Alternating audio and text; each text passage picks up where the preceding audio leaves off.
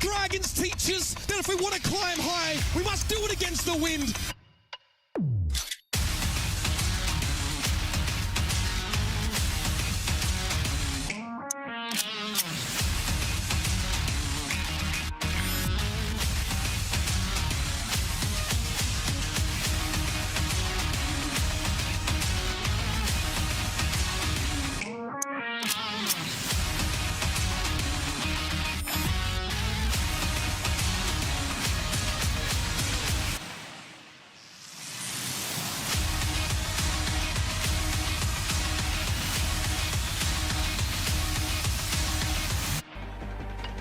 Welcome to the Watchpoint pre-show. Zoe Schwind here, joined by Scott, yet another Aussie Kennedy, as well as, of course, Danny. Everything is a romper limb, or This is might be a it? romper. Is it a romper? Never know. It does kind of look like it. It could be a one piece. Could The classic romper that goes from fabric into jeans. Is it? Listen, it's 2022. Everything is possible. Is it? Kind of. It's like half jeans. Okay. Half jeans. I know. Mitch yesterday was so sure that I was wearing a romper. And were you? Was it a romper? He wanted to die. He wanted to die on the hill. Yeah, I know. Yeah. I thought it was a romper. Was Mitch, it are you dead? Oh, I don't know. I don't know. I'm just not gonna tell anyone, and I'm just gonna buy more clothes that looks like a romper or even a romper. Just like romper adjacent clothing. Yeah. That's what we're aiming for. I like that. Also, how many more Aussies are we getting in the league? Now we got Jungle Queen as well. Like, are you infiltrating? What is happening? One step at a time, so you'll never know. We're slowly getting there. What do we have? 2 Australians and a Kiwi? It's a lot of oceanic representation right there. Yeah. We need more Korean heroes. No. Diva's very lonely right now. Overwatch. Yeah, true. We could use more Korean heroes. Yeah. And on that note, just some small requests here from the desk. You hear us here at Team 4. I want to talk a little bit about that game, though. You know, yesterday we had some really interesting discussions with Reinforce regarding the importance of coaching. So as your resident backseat coaches, paid backseat coaches, like you, we figured we'd do you one better. We're not just gonna talk the talk. We're going to walk the walk and put together our very own Watchpoint fantasy team. That's right, no one asked for that, but it's coming anyway. It's time for the very first, probably last, Watchpoint fantasy draft. And Danny, I want to start. We're like the only people excited about this. Oh, man. Danny, I want you to pick first, and I want you to dig deep for your for the tank roll. All right. Tank roll? Got it. So I think this one is going to be obvious though, because I sense that you're still trying to schmooze your way back into London Spitfire's graces. No, it should be the No? other way around. London should want my graces, not me wanting London. Oh, okay. Right? And Okay. I might not do London at all. You know? And I actually thought a lot about this because there's so many great tanks right now in the league. Yeah. And I was like, Reiner's been looking really good. Hawk's been looking really good. Who do I go with? And I think my solution was, I think we need a big leader, big energy, a tank that could, lead the people with a big shield and a big hammer to just land those shatters. And yes, I have to go with this guy named Chatty. Oh, why did I say Hottie? You know, we have London. to work It just off of happens to be London Spitfire. Okay. You know, this guy, Crazy how that happens. Hottie, I think is the tank that we need to just assert dominance. And it's a fantasy draft, right? Like we need someone that could carry the team. And I think there's no one else than Hottie right now. No one else. There's no one else in the league you could imagine being on. And our also, team. Hottie's Ryan is so good that like people want to beat him. I think that's like a big brain move. Like we bait other teams so that they want to play the rush mirror, and then Chatty could just dominate. So our fantasy team, where we can choose anything, we're gonna be a rush team. Oh yeah. There's just rush. Huh? Just rush. Or maybe a little Winston. Yeah. But if we're gonna go Winston, why don't we go like Smurf as well or something like that? But it's Hottie though. Yeah. Okay. You know? All right. Wow. I mean, first of all, that was such a bold, very surprising pick. Never saw that one coming, Danny.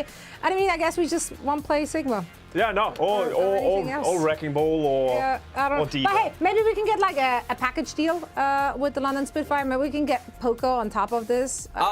Maybe that works out. Yeah, maybe. But I mean, You Come just on. want Hardy. Okay, Hardy. well, okay. Shouldn't have let him pick the tank, honestly. That was a lot of responsibilities. Anyway, Kasta, you have the next pick. I want the supports from you. The supports? Yeah, how do we keep Hardy alive? That's a Well- lot of work. The only way we can keep Hardy alive is to have more aggressive supports. And the only people that I can think of that would be able to keep Hardy alive and be the best team in the world as a fantasy team, I'm going for the backline of the Los Angeles Gladiators. We're getting Funny Astro and Shu in. Shu is probably the best Baptiste that we have in the world. He is another DPS in the lineup, and Funny Astro has been killing it on this Lucio. I think like these are this. the only people that can match the level of aggression of the Chatty. I think it's pretty solid. There are other more versatile supports, I think, or overall potentially. But Not our team. as I'm starting to hear, that is not the direction we want to go on with our team. So here's where we're at. No, and also, I mean, Gladiators also, they're really good on the rush as well. So it's gonna click. It's gonna work. It's gonna work. Yeah. It's a match made in heaven. I mean, listen, I've been on that Shushu train like ever since he joined the league. Like I turned that into permanent residency. Actually paying rent on that train at this point. Wow. So yeah, no, I'm Is it fully committed to expensive? it. I'm pretty sure it's very expensive. No, it's more like, no, it's all right. It's affordable. It's affordable. Affordable housing. It's affordable housing. It's a Shushu train. There's never a reason to get off really, so it's great. Okay. Wow. Your turn. Cool. Solid support line synergy. I do like that. Yeah. I do feel like they could match the aggression and potentially keep Chatty alive as well. I suppose I picked the damage dealers now. Yeah. So, Oh, okay. we have a surprise. Oh yeah, it's Right? gonna be so on It's it. gonna be This is shocking, right? Yeah, out of the left field. Okay. I go with proper. Wow. Oh my Oh, God. Is that too much flexibility for you guys? Is Yeah, that might. proper a shocker here. So Like, you're I'm only sorry. allowed to choose people that are very limited hero pools. I'm sorry. I'm sorry. And Now yeah. proper can he can do it all in case anyone else on the team decides that we may want to switch off of that rush comp. Just put proper in. Proper is gonna do great. Proper is absolutely fantastic. He's leading the chart on his tracer throughout the first stage, and he now has been popping off on Sojourn as well. So we see high-paced aggression. He's an aggressive player. That should match with You could the literally team. put him on He is- anything. We need aggression. Yeah, I'm willing to say, like, if you guys don't want to play the rush, just put proper on the tank. I think he'll do fine as well. Honestly, he Honestly, you might. could just play anything. Yeah. What do we do with Chatty then? What if we just do 5 propers? Could that be our fantasy team? Is that allowed? Well, Maybe. I don't know. I mean, it's a fantasy team, right? I'm actually glad you bring that up because as I was sitting here thinking about who would I pair with Proper? Because Proper can play it all, so he literally just covers all the bases. Like, do Yeah. you actually Just have need 5 second Proppers. DPS? So the only answer I had, like, the best thing to match with Proper or to do it even better than Proper is a second Proper. I did. There we go. Did you guys forget the assignment again? Wow. I didn't know it's a Proper had a different twin brother. a They look different exactly, they're identical twins. All right, which one's the evil one? The left proper or the right proper? I think the left one is The, the evil one. the left one's feeling a little It's mischievous. edgy. Huh? It's like I turn to the side. Oh, yeah. Showing you the cold shoulder, you know what's up. Yeah, no, I mean, but then I've been told after You I can't make do that that. suggestion. No, you can't. Yeah, so apparently I can't do that. So I've been told. So I guess if I had to not pick a second proper and we can't clone people because that's unethical and stuff like that, I would go with no other than Ons. Yeah. Are we okay with that? Does the sniper really fit into a rush comp? in a rush? No, not necessarily. But it could be a new look, an interesting look. But listen, it's Ons. Do we, it is true, but do we really need a Widow player on this our team? rush team? Yeah. On a rush team? Yes, because we need Ons. Well, The yeah. end. Like that's all I got. You know I want what? Yeah. Ons. Ons has been on top of his game. Also, he's playing a very, very good Cassidy as well. Like it's not like he's only a Widowmaker player. Plus, if you have Ons and Shu in the same team, like the opponents literally can't ever come out of hiding. Like I if smell- you peek, Well, you're dead. they are Like, on the that's same it. team. Yeah, which is the I crazy- feel like Yeah. there's some recency bias going Yeah, on this. We may have picked like a lot of A lot of Gladiators purple. I see a lot of purple. It's a good color. What can I say? What do we call this team? I have a name. Okay, Danny. Whoa, hit- what's hit that? us I up. mean, we're Overwatch League, and I mean, we can't base it on the city, right? Because we're all from all We're different everywhere, cities. yeah, So I yeah. think we should just be generic Overwatch, and then we should be called Overwatch Owls. Overwatch Owls. Okay, maybe we go back to the drawing Outlaws? board with that one. Like that one? The Outlaws. Outlaws. And then every time we gather around to like hype everything, we're like, all right, Overwatch Owls, hoot, hoot, hoot, hoot, hoot, hoot. I mean, I like the energy. Yeah, Do you have something we better would than win that?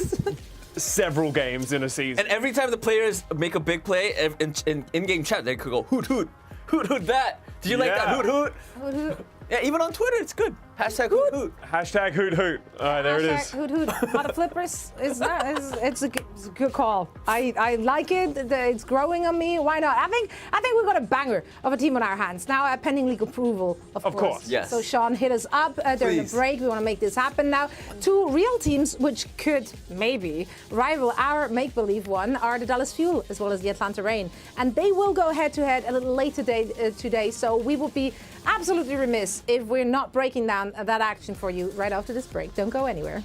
Hoot, hoot.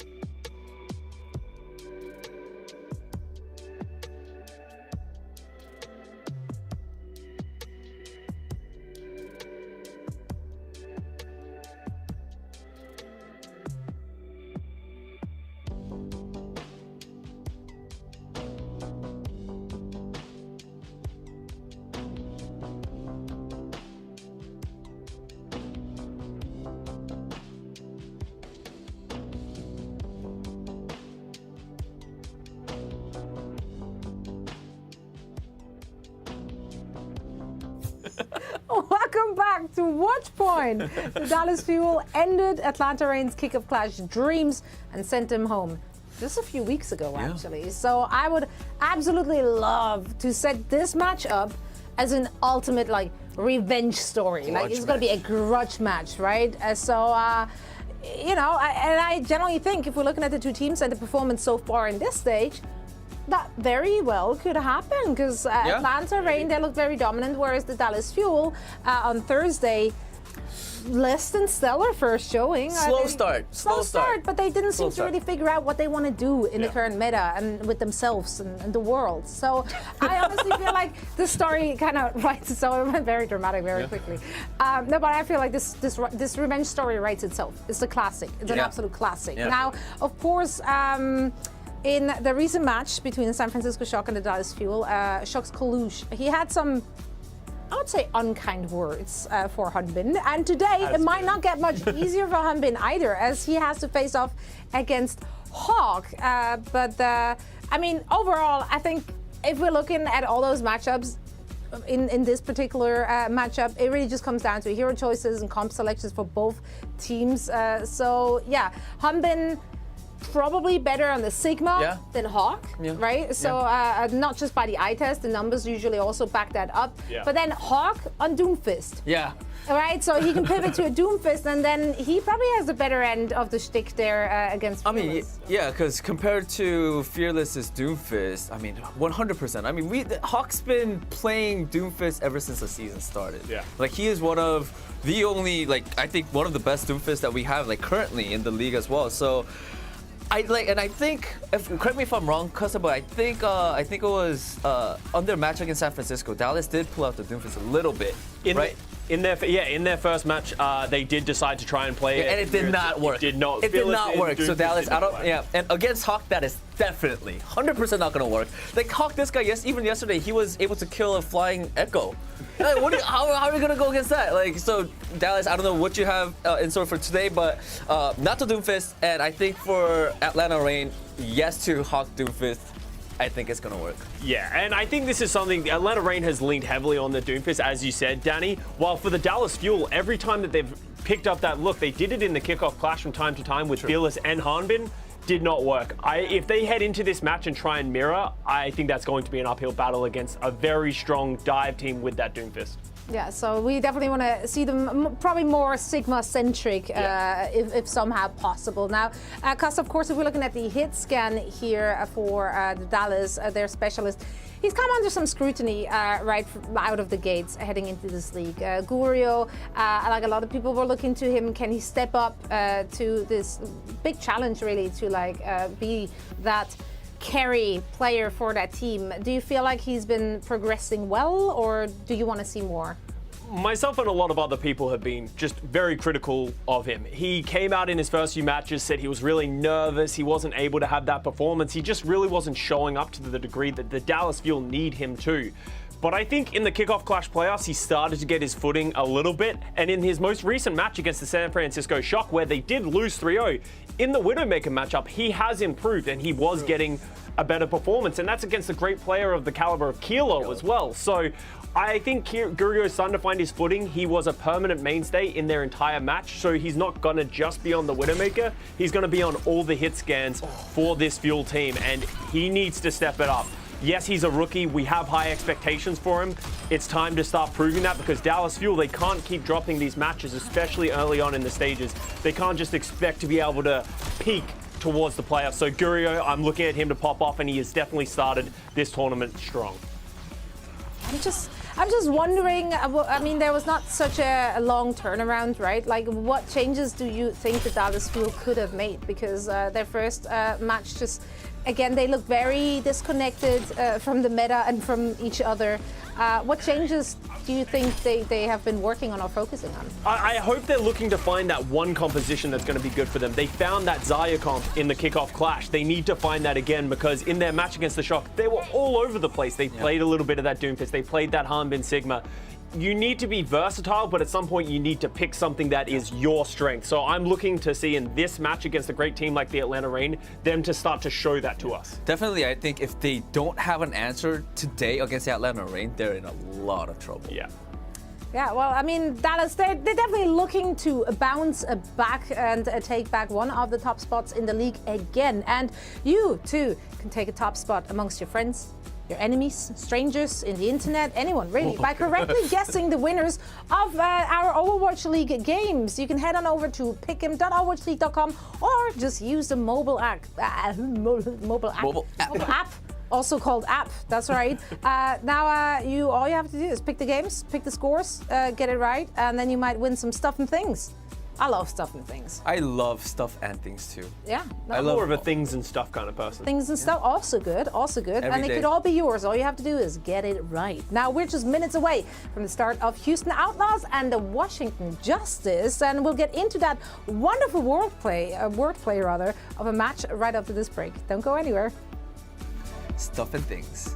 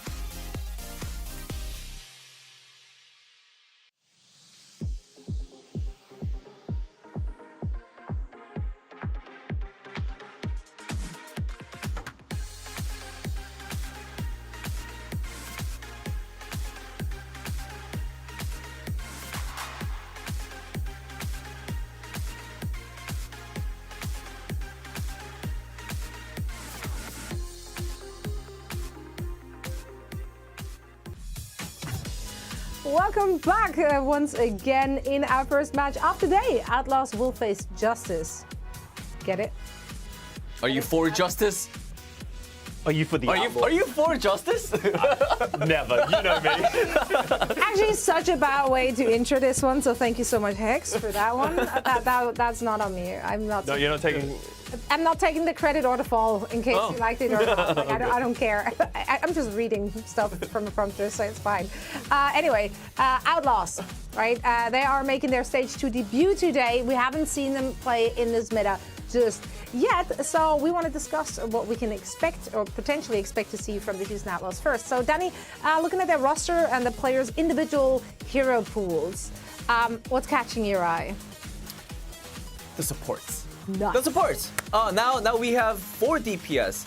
And you know the two backline, they're now DPS with a little bit of heals, right? And I mean I'm talking about, of course, Iris and also Lastro. And we're looking at the last year footage from Lastro. Lastro on that Zen last year, he killed it. That's like his signature hero.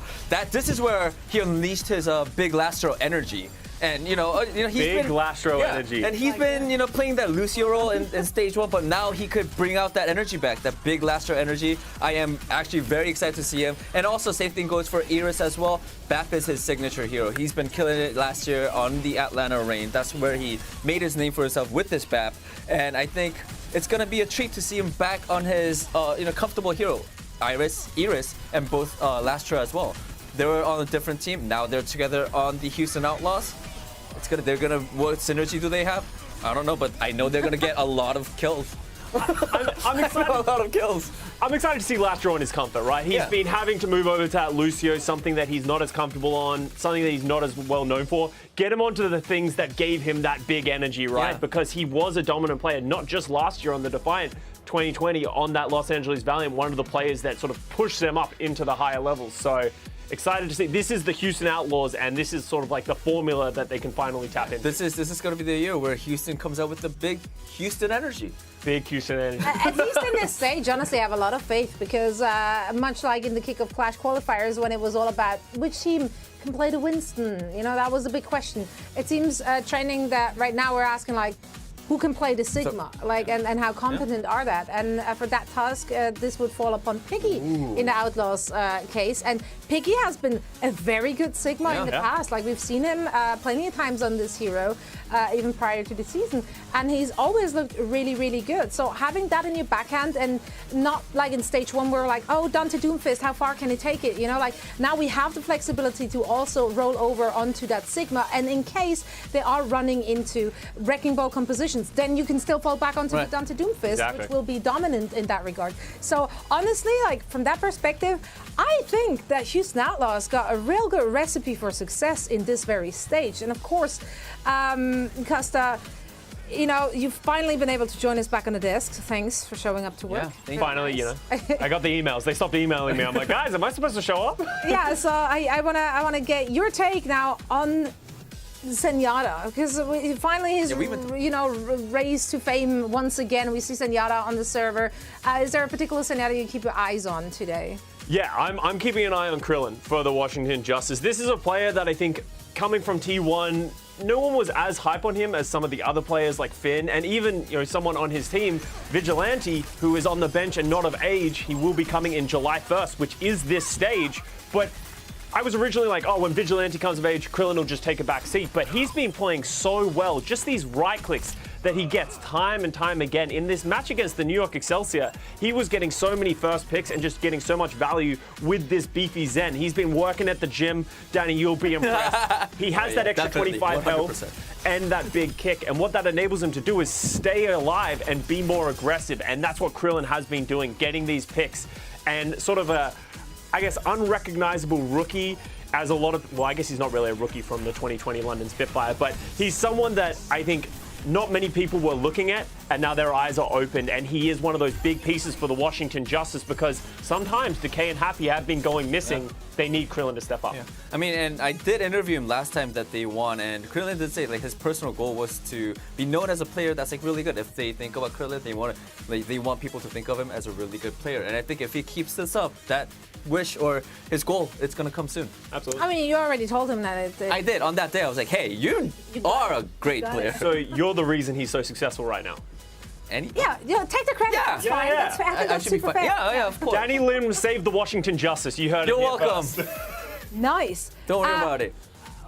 Well, okay, I wanna talk a little bit about the Preds today because we have a Justice game, of course, in the lineup. So it's great to have Costa back here with us to talk about this one.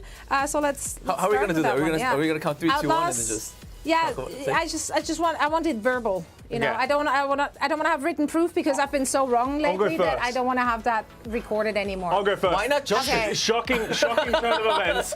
I choose the Houston Outlaws. Okay. Okay, yeah, I'm with you on this one still because I'm still Actually, I'm not able to. Are you? Oh, we have it. We have it here. Yay! I guess there will. Johnny? Okay. Reinforce Larson. Let's go, Dallas! Yeah, chat! Okay. We got this! Danny, Chat, we got this! you're just very, very sure that they warmed up after one game. I've seen this scenario every single. I've Seen this before. Like a circle. stage 1, they lost to Houston Outlaws, but then they came back strong. We're seeing it again. I know Dallas has something, right, Dallas? You guys have something up your sleeves today. Right. You guys have to have something. If you guys don't, you guys do. I know you guys do. Yeah, I know you guys do. How confident are you in your picks, Costa? I'm pretty happy with my picks. Yeah. I think Johnny's off the goop with this Washington Justice one. I don't know how he is going to defend that. The Atlanta-Dallas will be very interesting. Atlanta looks like the better team, but I see where Danny is coming from. Dallas can always turn it around. If they find some comfort, they can beat the Atlanta Reign. Absolutely. I'm just trying to go for safe picks because I'm way behind. I don't know if Houston picks safe, You don't though. even know how behind I am. I'm glad we're not showing the scores. Like, I effed up. Houston, I think Houston, the first match, Houston-Washington Justice might be close too. Because we don't know. We haven't seen Houston. They can be all close all they want. I just need Houston to win it out of here. I was like, that's all I'm asking. I just want that Lastro energy. That Lastro energy. Okay, that's what we're looking out for. And that and much more. Gentlemen, thank you so much for joining us here for the pre-show. We will be back with our first game break, but that's it for the Watchpoint pre-show for now. Midseason Madness qualifiers continue. Day number 3, starting right now. Let's go! And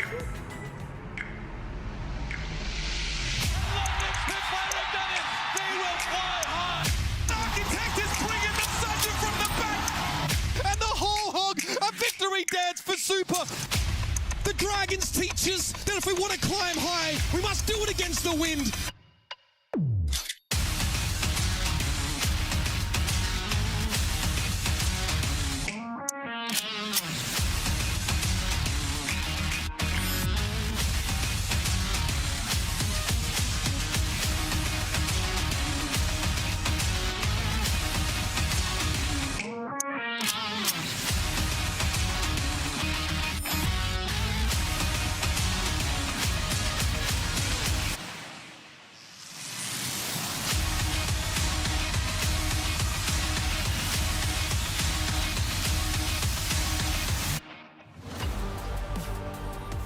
Day number 3 of the Mid-Season Madness qualifiers. I'm joined by someone brand new. It's Johnny. Woo! Johnny, welcome. Why do you do this, Joss? Why are you changing caster pair every single time? I don't know. I just like collecting things. I'm a big collector, maybe a hoarder of casters. You haven't collected me. You just like gather like 5 Johnnies. It's like, here are my 5 Johnny casts in my vault, in my chest. And I trade them in for a real one. And I've traded them in, and you are now real. You exist. You can trade 5 normal Johnny casts into a playoff cast. So that's a rarity. There you go. Okay. Okay. I see how it is. I see how it is. A collector of commentary. Love to hear it. Now, I did prepare some things for Custer yesterday, some Australian facts. So I thought I'd give you some Swedish facts, Johnny, just to show how we're so close as human beings. Now, Sweden was founded in 1523 in June. I thought that was pretty cool. Yeah, that was pretty sweet. And apparently, someone obsessed with Swedish culture is called a Sweeaboo. So there you go. There's that. Sweeaboo? Nigga, you can't say it like that. It's Sweeaboo. You can't say it like you can't say like, you know, like we're weebs. You know, it's Sweeaboo. Okay. Sweeaboo? Well, that's what Wikipedia said. I want to be a Sweeaboo. Maybe one day I'll become as big as Sweeaboo as you. Anyway, let's get into the game. Enough. I appreciate it. Whatever this was. Outlaws versus the Justice. Johnny, I think this is where the Outlaws need to come alive. We talked a little about it off camera for, okay, Outlaws. They've lost against the Dallas Fuel, they've lost against the Shock, and they've had some fairly close games against teams like Paris and Mayhem. It feels like right now, this is where they need to start ramping it up. Their schedule's only going to get harder later down the line with Gladiators and Atlanta Reign in the next couple of weeks. Washington Justice are no slouches, though, defeating NYXL yesterday in a 3-1 fashion. Yeah, I feel like the Houston Outlaws, we almost like consider them like edging onto that like top tier teams. You know, it's like, oh, they should be competing with like the LA Gladiators, they should be competing with the San Francisco Shock. But so far for the Houston Outlaws, it's been that like 3-0 win against Dallas Fuel. And since then, not a lot to show for it. Obviously, they had a bit of a lower bracket run at the Kickoff Clash stage tournament, but it's not like anything surprising, right? I think we'd like to see more from this team, Jaws. Well, here are the starting lineup for today. For the Outlaws, we have Dante coming in. I can imagine playing the Doomfist. Of course, it is Control, so Dante playing Doom does kind of make sense. It's what they've been running almost permanently for Control.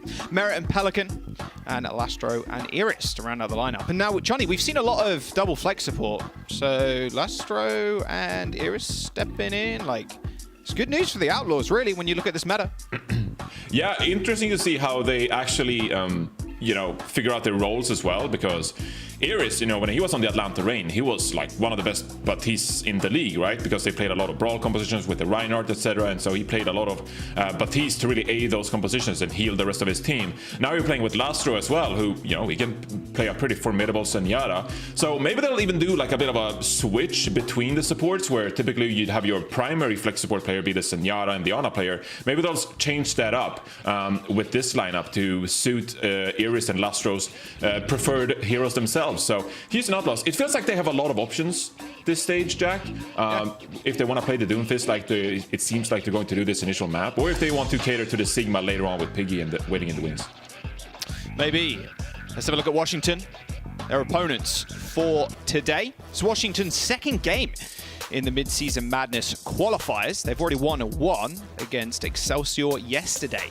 And Krillin was the player of the match. He was absolutely dominant on the Zen. And when I look at the Justice, Johnny, they've got a lot of extremely talented players. And I think this is a meta that kind of suits them. Their solo potential, especially in the DPS slot, is insane. And that's what this meta kind of needs. You need that Tracer, that solo hero in the backline trying to take care of the supports. You need a Sojourn on the high ground, or someone sitting all the way back on the Widowmaker. Happy, of course, sitting on the bench right now as we have Assassin starting. But this seems to be a good meta for the Justice just on paper. Yeah, and I think we expected to see perhaps Krillin in the lineup as well, playing that Sigma, because that's what we saw the Washington Justice they were so successful with the other day against the New York Excelsior. But Mag in the lineup this time around, as you mentioned, like the star caliber on this team, we can't talk enough about it. Decay, he almost like single-handedly beat the New York Excelsior, and we're not kidding around. Like, his Tracer is just overpowering. It's so hard to deal with him, and he's clutch when it really matters. Assassin in here for the initial control map, something we saw in their series against the New York Excelsior as well. He played a bit of Tracer, or he played a lot of Widowmaker actually on Ilios Ruins, and he also brought out the Echo. So perhaps Mag and Assassin in for this initial map is a bit of a control strategy for the Washington Justice. Well, I don't know. Were you trying to make a joke, or because we're going to control first? Was that your grand plan, that joke there, or no? No, I'm saying it's a strategy for control maps. Okay. There was no joke. I'm not that funny, Joss. Okay, you don't have to look out for all the jokes and stuff when I speak. I just like explaining them, Johnny. That's the funniest part. Ah, I see. Okay, yeah. All right. Complicated jokes. Yeah, it wasn't that complicated. You said control for control. Anyway, Oasis, let's get it. Assassin, Decay, like you mentioned, and Mag starting for the Justice. And someone we've seen a little bit, of course, from the Outlaws is Piggy. But we've seen Dante more often than not starting on control. But Piggy's Sigma has looked so good. And that's pretty terrifying. If Justice don't get this early kind of lead and this put on the tempo, put on the pressure of the Outlaws, I feel like Outlaws could run away with this game completely. I mean, you probably think the opposite, since you're the only one that played the Washington Justice. Yeah, about that. The Houston Outlaws here, with Dante on the Doomfist, I feel like, setting the stakes for this team, they have to look good in this matchup if they at least want to live up to the sort of reputation we gave them going into the season, right, with this kind of lineup, and dedicating themselves to this Doomfist composition. Perhaps it's just a Oasis map kind of thing, but still I feel like they have a lot to prove in this matchup going up as the Washington Justice, who is a pretty formidable opponent. So rolling out here with the Ashe and Tracer composition, perhaps taking a step back here, waiting for the dive to come in from Mag on the Wrecking Ball. No Sojourn, unfortunately. Still pretty good. Ashe on the high ground, sitting up there with the Zen. Oh, that's what you want to see. All right, Krillin. Nice little right click, maybe. Onto Pelican, already starting off the match pretty hot. Into Discord on Dante. Use that power block to stop all that damage going through. And Krillin still doing damage. Justice, after that point unlocks, they end up capping first. So I don't feel like the Houston Outlaws, they're in a rush to really get in here and fight. They acknowledge that Mag on this Wrecking Ball is going to be a threat when he drops in and slams the backline of the Houston Outlaws. So you have that Doomfist. You just want to play around the Dante here. Protect your lineup, get some space, and see if you can get a pick onto Mag. Krillin in a little bit of trouble. Had the Discord overapplied, but ducked into cover to disengage the Discord. Lastro now. And He's going to walk away. You don't really want to get in front of Krillin right now. He seems to be still warmed up from yesterday. Dante going really low. Discord instantly killed off by Mag. The ability to track down the Doomfist as soon as he runs out of those cooldowns is pretty easy for the Justice, but Merit sitting on the flank with the Ashe. All right, okay. Just annihilate the backline and Justice give up the point. So this is going to be a developing story here as we take a look at Mag's Wrecking Ball. Last year, obviously, they tried to play this Wrecking Ball, the Washington Justice, for a bit. We all remember the Assassin, Sombra in Peace, etc., right? But Mag, he was known for being this very passive Wrecking Ball. Didn't really commit forward, and we acknowledge that he's playing with a Senora and a Baptiste here, so it's not really a dive composition. But interesting nonetheless to see if Mag can get any value on this Wrecking Ball, because he was a bit infamous for his Wrecking Ball performances last year. We want to see him develop and put on a good show here. You're going to put up a celebration in a minute, Johnny? I don't think we'll have time, honestly. The rounds are pretty short. All right, Pelican's got the pulse. Decay has one also. Mag trying to take control of the high ground. It's going to be important to stop Lastra and Merit from doing anything. There's the pulse from Decay. Wasn't quite successful yesterday, but a little bit more so this time around. Nice slap to stop that pulse from killing Krillin. But the Justice still struggling to get on the point. With Mag going down, the space that they have is at a negative. Transcendence used to stop Dante one-shotting Krillin, but Decay needs to find a little bit more than 2 kills. Luckily, Assassin was waiting in the wings for Decay to kill the rest of the team. Now the Justice take control back of the point. Dante got nanoed in that fight, and an instant trans from Krillin saved them, and they ended up taking the fight win. Assassin a little bit low, but he's healed up. I think you'll take that. I mean, if you're the Houston Outlaws, you got out both support ultimates, right? And getting rid of that Transcendence is going to be a huge boon for the Houston Outlaws as they get into this next fight. Lastro has a Transcendence of his own. Maybe they can use this to push their advantage if someone gets low. Decay here, fighting against Pelican, dropping quite low here. Yeah, he's good. He's got the orb. All right. Bob's available. Or Bob was available. I'm not sure where Merit's Bob went. Okay, Bob coming out from Assassin Auto. Just running straight towards Decay, but I mean, the Outlaws just wiped the entire team. Okay, so not sure where the Bobs ended up, but I don't think they did much. It worked. That's all that matters. Yeah, it worked. Sure. Okay, Assassin's now on Sombra. No Bob for them. Okay, so obviously swapping away from the long-range hit scan to the Sombra, you're gonna try to be a bit more aggressive. See if you can get any hacks onto Dante. Maybe that opens up this point. You know, both teams have the Senora Discord Orb, right? So one misstep from either team and you're gonna get picked with all that incoming extra damage. So a very volatile situation here for Washington Justice. See if they can try to win this last fight coming up. They're gonna need to. 10% away before Outlaws take the round. Post bomb for Pelican. Decay's got one in his back pocket too. Now the Outlaws scurrying away from the point, but they still have the Transcendence to back them up if they really need to. Trying to execute a plan onto open. A nice pulse followed up. Immortality Field didn't last all too long, and now a Transcendence should round this out. Dante and Pelican running away with this game. The Justice backline stood no chance after that Immortality Field was burned. It's just Mag on the point. He's very low, has to wish for some heals. Opener not even switching over to the Lucio, so he's going to be miles away from the point right now. OT ticking through, and this should just be it. The Outlaws claim round 1. Impressive. I gotta say, you know, Lastra and Iris combining here with the double flex support lineup, Merit as well on the Ashe. Playing a pretty passive approach, you know. They're not trying to overextend too much. Pelican lands some nice pulse bombs. Dante tries to stay alive for most of the fight, give his damage player some room.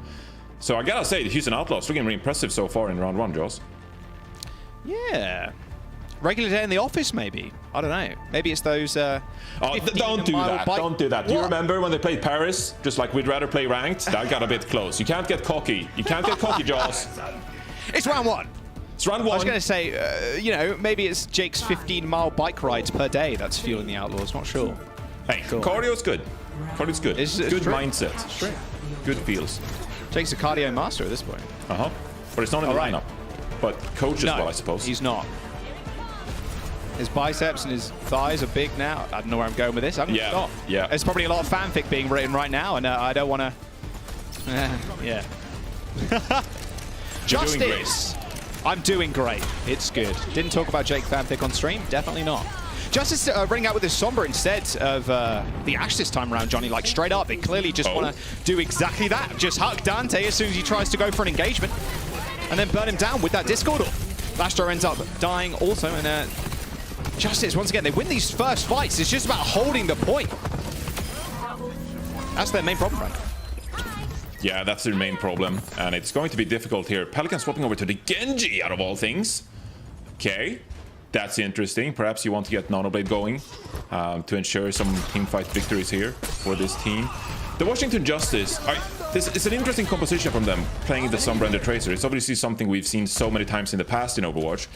But it's a very mobile composition, so they can play a bit protective around their supports here. Try to get some hacks onto Dante once more.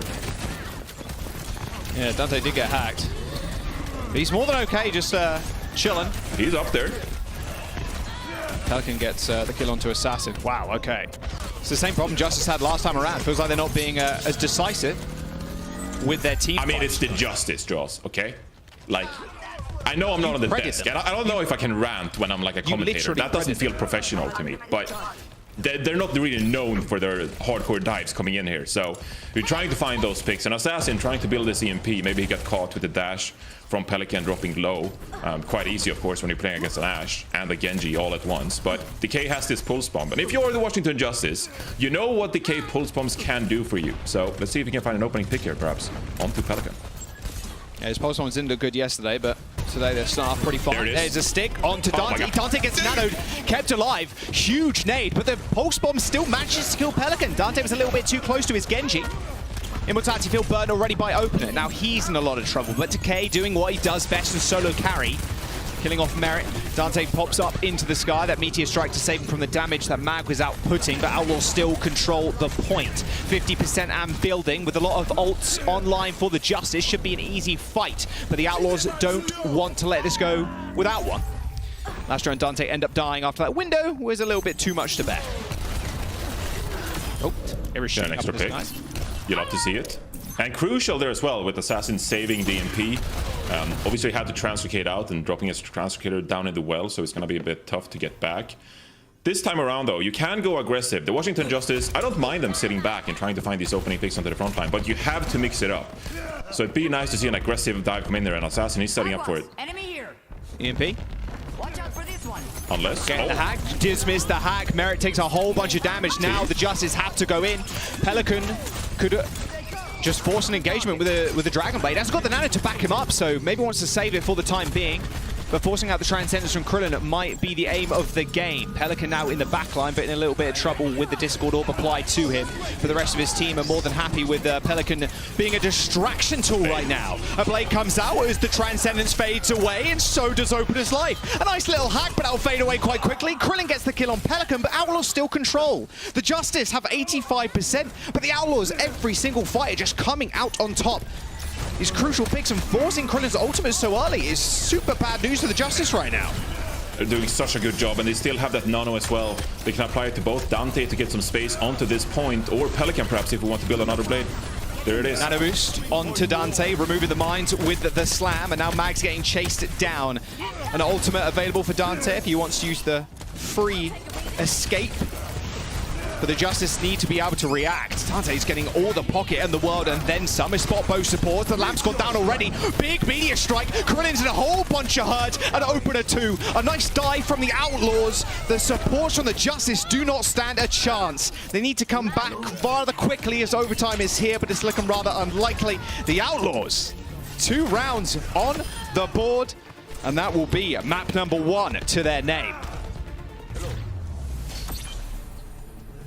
Good showing with Dante in the lineup. Playing that Doomfist, we question it going into this series. More teams are playing Wrecking Ball, they're playing Sigma these days. Can you make the Doomfist works? And against Wrecking Ball, it is a naturally good matchup for the Doomfist, so Dante coming in clutch on the Doomfist as well. Good showing for the Houston Outlaws here. The Washington Justice, perhaps see if they want to swap away from this Wrecking Ball, if they want to go over to the Sigma. They got a couple of choices to make going into map 2. Series far from over, Jack, but it's looking good for the Outlaws. That is true. It's only map 1. Cope, Don't get maybe? in your heads about it. We'll have to look who they want to sub in and sub out after this break. Don't go anywhere. We'll see you in a bit.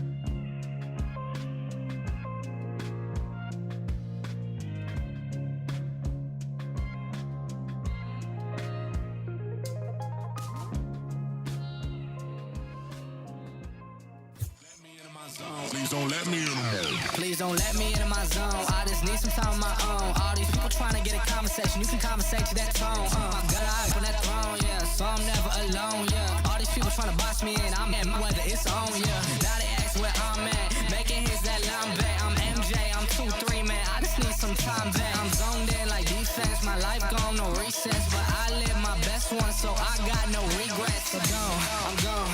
Finally back in my home. I'm working like so much. They swear I had me a clone. Can't answer my phone now. Just leave it there, that tone. Ballin' can't beat me up, cause I'm back in my zone now.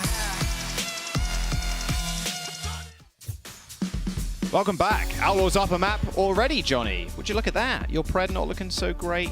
Unfortunate. Hey. Maybe there's a comeback. Hey.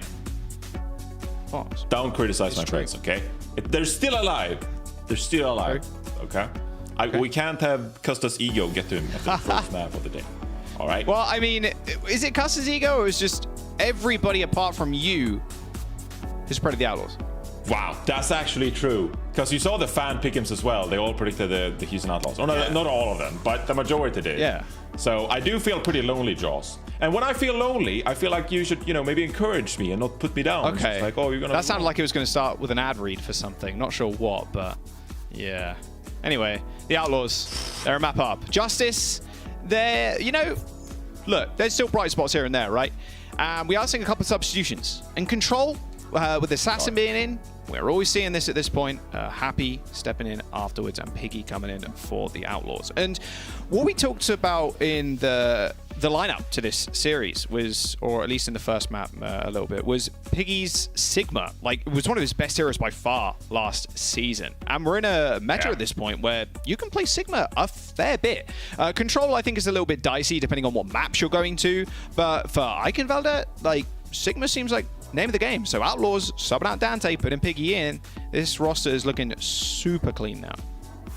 Yeah, for sure. Do you remember last year when the Houston Outlaws, they beat the San Francisco Shock, and Piggy Sigma was just like a huge part of that victory? I believe it was Junkertown overtime and a bad Symmetra teleport. I'm going back into history, but Piggy, with his performances against top teams like that, really impressed us. And even if you go back and look at some of the data generated power rankings, like he was by far the best Sigma in the league, right? So you have to give him some credit and respect going into this matchup. I think the Houston Outlaws, they're going to be a team that plays well around this strategy. We already mentioned it going into the match, of course. We didn't see it at this first map, but double flex support on this Houston Outlaws lineup. You have Merit, who's a great hit scan, promoted from contenders this year, and Pelican, who's like this amazing master of all trades. Not a jack of all trades, it's a master of all trades. So it's a very well-rounded lineup here for the Houston Outlaws, and we'll see if they can bring it in this matchup.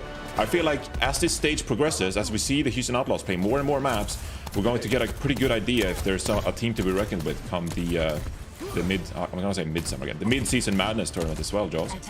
Yeah, and I think one thing that can't be overlooked, Johnny, is the fact that Justice have already played a game in this tournament cycle. True. So the Outlaws have a little bit of VOD they could go back to, see what Justice like to play, see how they like to play, where they like to set up, etc.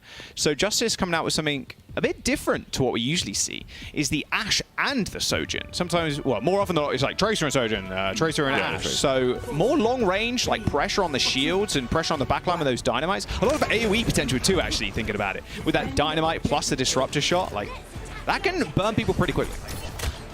Absolutely, and especially with Discord Orb, right? I don't think that Tracer necessarily is this required pick here on point A, especially if you're, oh my, no, stop. Oh my god, okay, that's a good way to start first point. Decay just wanted a cheeky little dynamite on the backline, and you hit him with one of those, all right. He's Tracer, Jack. He's the Tracer now. He is indeed. Well, tons of value from that Ashe. I don't even think he hit a shot. Didn't have time to hit one single shot of Ashe. He was just lining up for that dynamite. Point now if you're Outlaws. Well, Immortality Forward's already burnt for the Justice, so they got one less defensive tool to use. Decay's back on the Tracer, touching point to make sure Outlaws can't cap, but they're 10% away from doing so. Tikalios is going pretty low as Piggy burns him down. Very little support. Justice have to play in these small corridors, and it's easy for Happy and Decay to get on the point, yeah, but the Outlaws are just so well fortified that it doesn't matter. Krillin kills too, but the point's been unlocked. The Outlaws getting that payload going. Krillin kills more people and the lamp and helps Decay. Okay, Krillin's still popping off. Did he push it to spawn? Yes. Where is it going? I think he did. All right. Well, I mean, yes, you're all right. The Houston Outlaws, they capped the point, but also a huge bonus. You know, Costa loves to mention this as well. The Houston Outlaws are able to open this gate, which takes a little bit of time off the clock. And maybe the Washington Justice, had they won that fight, they could have earned themselves some time favors. But instead, Krillin pushes it to spawn, and they're going for this castle setup. You can see Happy on this flank is going to be crucial onto the Sojourn, but also Opener being able to play on this bridge. This is a good setup for the Washington Justice. It's going to be hard for the Outlaws to break through here. A lot of shield to charge your rail off of one, if you're Happy. About 80 to 85. Oh, good eat from Kalios. Nice. Takes that pulse bomb. Good thing about Krillin killing a lot of people there is he might be able to match Piggy for ult charge. Transcendence used when the flux is out. Decay gets denied with the pulse, that sound barrier. Sorry, the immortality field. But Happy doing what he does best, headshotting people with the railgun. Popping the overclock. Decay and Opener are finding kills. Happy rolling Piggy. And like you said, Johnny, they have a very, very good position to hold from here. It's so easy to get a lot of charge for your railgun, and just sitting up on the high ground as Zen is so good. Let's have a look at that eat. Absolutely, we see this. It's nice eat. See ya. Look at that. That's good play. You love to see that. Yeah, it's a tough setup to break here if you use an Outlaws, but you have this dragon, and that's going to provide you a lot of time. So interesting to see where Merit is going to place this. It's going to force the movement of the Washington Justice, and then you can use that to your own advantage. Seems like they're pushing up the castle. Oh Maybe take this free. God, how does he snipe him through that small door? He was on that small ledge just where the cart is right now, just found Lastro once again. Outlaws, luckily though, Johnny, they do have high ground, so they're going to be good for the time being. They do. Happy in a little bit of trouble, running to that mega health bag, but Decay's just harassing Merit off high ground. Look at this. Oh, Merit finds the kill though, doesn't matter. Okay, normally you expect the Trace to win those 1v1s. Harry's still killing people though. Iris falls to the Disruptor Orb, and yeah, Piggy, that's a wasted ultimate. Killed mid-flux, as Washington Justice holding the fort right now. They are. This is such a good setup. Can't be said enough. The Houston Outlaws, they utilize that Dragon Strike as well. Don't get any value from it. Like you said, Piggy using the Gravity Flux as well and doesn't get any value. Gets killed off before it even gets used. Now you're in this tough position if you're the Houston Outlaws. You need Pelican to find a big pulse bomb, but you're playing against Opener. See Metallic or Flux hits one. Nice rock. Very, very nice. But it's still set up Happy for success. He's still holding this high ground. It's so hard to dislodge him. Like, I mean, that was a good rock, yeah, but Piggy still gets killed. It was. Absolutely. But you're, as I mentioned, like you're playing it against this Baptiste, right? With the immortality field. So if you're Pelican, you're like, well, I'd love to find a pick here with my pulse bomb. But they pretty much have a, you know, a safeguard against one of these pulse bombs. They can just utilize the field and you can't get any value from it. So Pelican has to be huge here. Being poked down by Decay. But the rest of the Outlaws trying to push up into the castle. Okay, this is Decay's time now to come alive with this pulse bomb. Happy already. That's the third time in a row he has killed Lastro first. Like, you can't keep getting away with this. Decay, he's found the stick. Well, kind of. It stuck the wall. Piggy took a little bit of damage, but that's just about it. Decay hit with the recall, but it still forces Piggy all the way back. And without Lastro, they are lacking a significant amount of healing. Windows getting opened up by Outlaws, but an easy push through. Happy with a headshot onto Iris. 1 minute and 40 seconds remains for the Outlaws. And they had 5 minutes pushing the payload past this gate. Johnny, this is not looking so hot right now. It's not. I think they have a little bit of regret right now. Some of these fights, they're using the Dragon Strike late, they're using the Gravitic Flux late, and this time around, it's the Amplification Matrix as well, and they can't get any value here. Only the Transcendence to work with, 120 remaining. Perhaps you want to get this Transcendence out from the Justice themselves, and maybe you have 2 pushes into the back here. Someone, dropping low. Please, disrupt Happy. One time. He's been up here for free, like the majority of the game. Piggy steps forward. Can you climb over there if you're the Hanzo? Can you climb over like contest? Yeah, you can, but Happy, I guess, just kills you. He's got overclock too, so disruptor shot where the Hangzhou lands, and Hangzhou has to climb back over because you just take too much damage, and your weapon basically turns into hit scan because you're close range. They have 5 ults. Tough. It's tough. Overclock. It's ready and waiting. Don't let him do it again. Oh. Don't let him kill Lastro. There's the Flux. Does it hit anybody? Yes, it does. It hits Piggy. Immortality field used. Now Piggy going pretty low. Transcendence activated, but an overclock to match. He can still headshot one shot DPS and support targets with that overclock. Pelican dicing with a little bit of death, but wastes a lot of that ult charge time for Happy.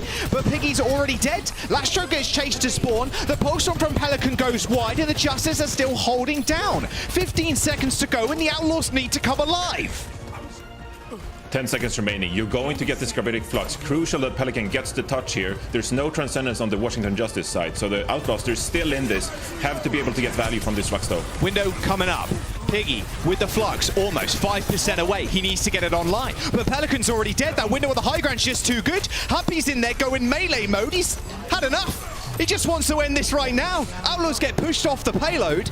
And what was a very quick first point capture with an initial pick onto Decay turns into the biggest, like, Mount Everest-sized climb for the Outlaws on that second point. They barely get it under the bridge. Initiating. So impressive from the Washington Justice. And this is when everyone pops off on that team as well. We talked about it going into the game. You got Happy and Decay as your damage duo here. Krillin has been amazing so far this stage in his opening match and opener. Having some good performance on that Batiste as well. So you got that great setup. Crucial positioning from Happy being able to take that flank angle. Opener on the bridge as well. It's hard for the Houston Outlaws to break that setup. I don't want to say that they made any crucial mistakes or anything. It was just really good defensive play from the Washington Justice. And now the question is, if you're the Outlaws, how are you going to stop the Justice? Merit again, going out on this Hangzhou, and you gotta wonder, maybe you'd like to see the Sojourn here? Sojourn's been so strong so far, Jack. Yeah, me and Scott talked about it yesterday. It feels like a poor person's Sojourn right now. Like, oh, you can play the Hangzhou, yeah, you can one-shot people, but it doesn't nearly give as much utility and even mobility as the Sojourn does.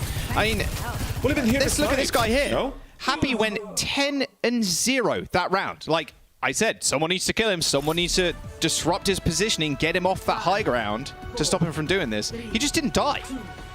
1. So that's why I want to see the Sojourn perhaps coming out from Merit here. Because the threat of the alternate fire, the railgun, is just so strong. It's essentially like a Widowmaker shot, right? If you got that charged up, all the way up, and you hit a headshot, that's someone down, and you have to play around that. You have to play safe around that. But if Merit rolls out onto this Hangzhou, yeah, I mean, you can throw a couple arrows out, maybe you can hit a headshot yourself, but it's a slower hero. It doesn't have the same amount of pace, and so it's going to be easier to avoid those arrows. I'd like to see the Houston Outlaws perhaps swapping over to this Sojourn, but they're committing to the Hangzhou for now. Let's see if they can make this hold happen. Yeah, well, that's it. They have to commit it, right? Because they can't just run back to spawn. Iris's lamp already gone down, and Piggy's in a whole world of hurt. Big shield from Kalios there. Johnny, you saw it. Just put it straight in front of Piggy, and it's hard for Iris and Lastro to get heals in unless the orb's already attached to him. Justice now pushing in. No tank for the Outlaws. Should be a fairly easy game, and Krillin just kicking Lastro to death. That punch icon needs to be changed to a little boot. A kick? Yeah, a little kick icon, yeah, 1000%. Look at him go. Does he want to win player of the match again? I think he does. I think he does. He's so good. And I mean, Costa, he mentioned it on the pre-show as well. They got Vigilante waiting in the wings. Perhaps, you know, everyone thought that Vigilante was going to be the primary flex support player when he came of age, but Krillin, for sure, with some outstanding performances so far, really earning himself this starting lineup spot for the Justice. 5 minutes for the Justice to get to second point. Outlaws are in a similar situation, but I mean, at least Pelican's taken Happy spot. He's not nearly as effective as Happy up there, though, unfortunately. It's all about the rotation from Justice, though. They can use that window for a nice little flank, maybe. Set Happy up pretty well. Happy is just doing whatever Happy wants, okay? Let him be. He's being happy. Let him flank. Yeah. Big flank. Yo, Krillin is on the flank as well in the castle. He can just kick people off the edge. Nice stick, though. Big lamp from Opener.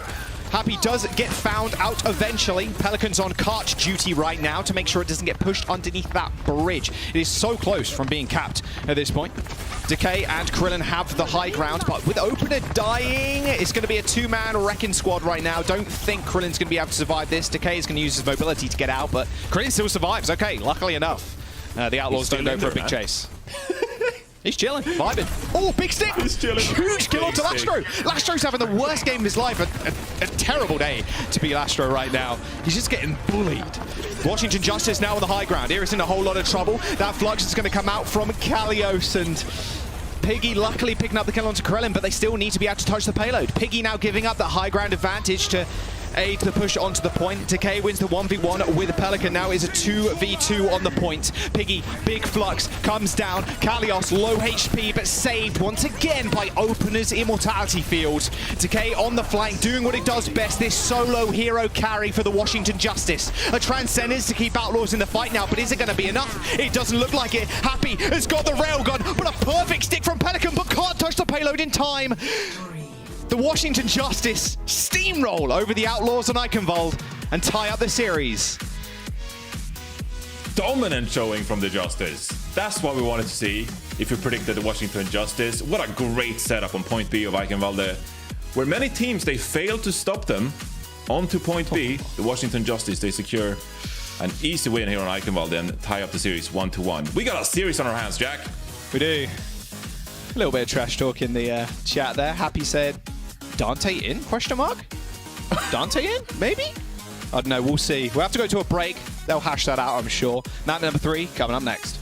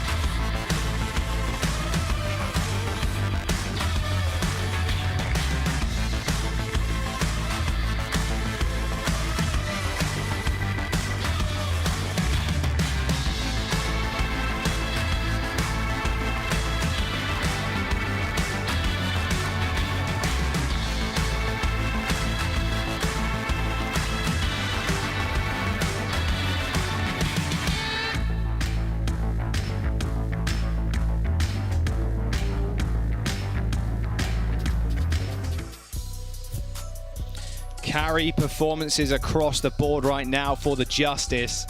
Just an absolute blowout on Icon Valor, Johnny. It was like playing tug of war with a 5th grader. I mean, the Justice, they cap with 5 minutes, the Outlaws cap with 5 minutes, but the Outlaws just unable to get it underneath that bridge. And the Justice, like I said, solo carry performances. What we talked about at the start of the show with the way the meta is kind of developing, almost every single piece of the compositions is performing independently of each other. Happy is on a flank, Decay is doing, well, what Decay does, kill everybody, on Tracer. And then you also have Krillin. I guess him and Opener are kind of chilling together. He is also just destroying right now on the Zenyatta. Like, this seems like the perfect storm for the Justice. And the Outlaws, right now, they need to weather it. It's one apiece, but it's a vastly different game from what we're seeing from map number 1. Absolutely. I mean, control map, you can sort of like, you know, it's not that too much impact like the rest of the series. It's like, okay, well, you know, Justice, they played back Wrecking Ball, and Outlaws, they played Dante Doomfist. It's like, okay, Outlaws, you won the initial map. But the series is determined over the course of 4 or 5 maps, you know? So the Washington Justice bringing out the Sigma composition. There is nothing they like learned from map 1 that they're like, oh, this was this amazing piece of knowledge that just like led to an Icon Valor hole. It's like, no, that's they played vastly different compositions. They played different tanks, right? So the Washington Justice, that performance on map 2, that really just shows what this team can do when they play these Sigma compositions. And Kalios on this Sigma, like, they turn a page when Kalios is playing this Sigma for them. It's an entirely different team. Krillin, he was just like floating around in the castle as Zenyatta. He was in his flow state. It was beautiful to watch. Happy, fragging, amazing performance by the Washington Justice. And this is what we wanted to see from them. On the other hand, Jaws, the Houston Outlaws here, we talked about it already. They got a great team for this specific meta, but they just didn't stand a chance. Pelican had some impact moments on the Tracer, but largely I feel like Merit needs to step up here on Dorado. It's a long-range map. It's Dorado, right? Prime for the Widowmaker that we see him have selected right now, and those type of heroes. So he needs to be able to compete with Happy if the Outlaws are to stand a chance here on Dorado. I want to see if Merit can get a nice initial pick. He did before. Okay, Widowmaker. It's going to be versus Happy on the Sojourn. You can jump from roof to roof if you are Sojourn. Worth keeping in mind. And yeah, you can see already, like the positioning from the Justice, they're just taking these high grounds. Merit's not going to have too many angles to work with. Dude, it's a spreadsheet. It's the spreadsheet positioning. Is that what it's called now? This spreadsheet positioning. The spreadsheet comp. They're everywhere. Individual cell. I mean, look at it. They've been in custom games, just like standing around. Like, you stand here, I stand here. Happy gets a pick. God. Dude, stop this, man. He is locked in. Absolutely locked in right now. Oh, well. Just look at them, like the aggressiveness. Yeah. They're just like at the spawn door of the Houston Outlaws. Yeah. This is an entirely different Justice. Kalios is on the ball. I've never seen Kalios ball before. Have you? Yeah, well, you know, we have now, and what can you really say? I mean, they're kind of dominating. And look at Kalios, dude. He's like a spy. He's just...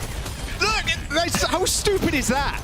Like, he just jumped, power drives, Opener's already setting up. Like, he's a spy in their backline. He could just spy the positioning of every single person, call them out, and then just execute like this. He might end up going down. He does. Pelican chases him. And with the Justice losing one, maybe two, actually. Okay, Pelican picking up Decay. Justice are going to have to play back. Okay.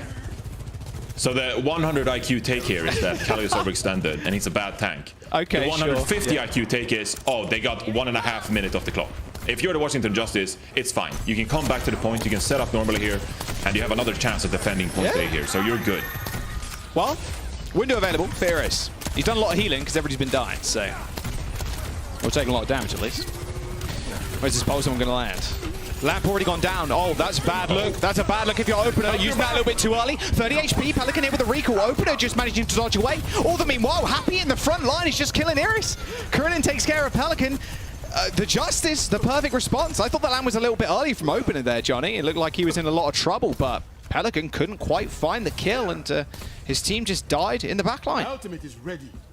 And they didn't really invest any major ultimates either. Sure, you got the minefield out of Kalios, but that's nothing to celebrate if you're the Outlaws. I mean, you still have double support ultimate, and you got this positioning ready to go. The Outlaws, can they maybe break it with the Flux? Krillin finds a pick onto Merit again. This is a Justice leveling up on the warpath. Nice little lamp. Beautiful nice slide from Happy. Can't slide out of that one, unfortunately. Piggy is pretty low. Happy receives the lamp to keep him alive, but look at the positioning that the Outlaws took there. As soon as that flux came up, the entirety of the team rotated around to make sure no one from the Justice could escape alive.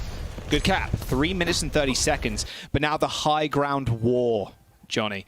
Trying to take that away from the Justice is going to be torture. Like, Kalios can boop you off, Krillin can now boop you off, and Happy sitting with an overclock already. It's looking pretty scary. Yeah, so you already see the Washington Justice. They're spreading themselves out on both the high grounds as well. Kalios is sort of safeguarding one side of the map with Happy, and meanwhile Krillin is up here with Decay. So they've taken this positioning. Maybe they can poke away Pelican. Try to get some damage into here. Recall from Pelican on the other side of the map, actually. See if the Washington Justice can put some poke into the Outlaws here and try to find an opening pick. Pulse bomb from Decay is going to be important here. Just looking for someone to step out of line. Kalios retreating, had Discord orb on him. Up HP. He's good though. He's chilling. A lot of push though. Yeah, I was going to say, they're letting the payload go a fair bit here. Refusing to act, but they have to wait for Kalios to go for this big engagement. Now Decay is on the payload. Try and stop that movement.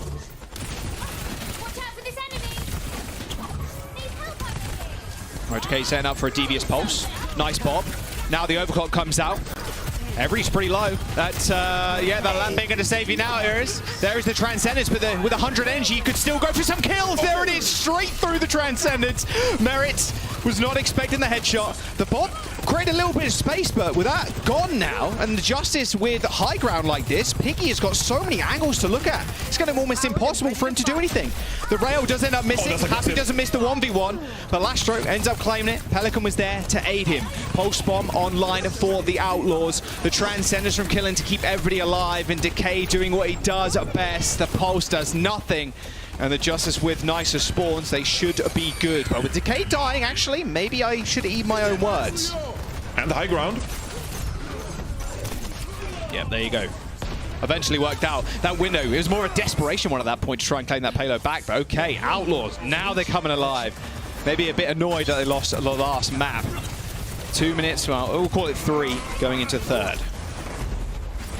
So I think it's crucial here if you're the Justice. You want to get at least 2 fights here, right? Because even there, on point B, you only allowed the Outlaws to really win 1 fight. Sure, it was a bit of a brawl, but you let them push the payload so far that it really didn't make it that hard for the Outlaws to secure that point.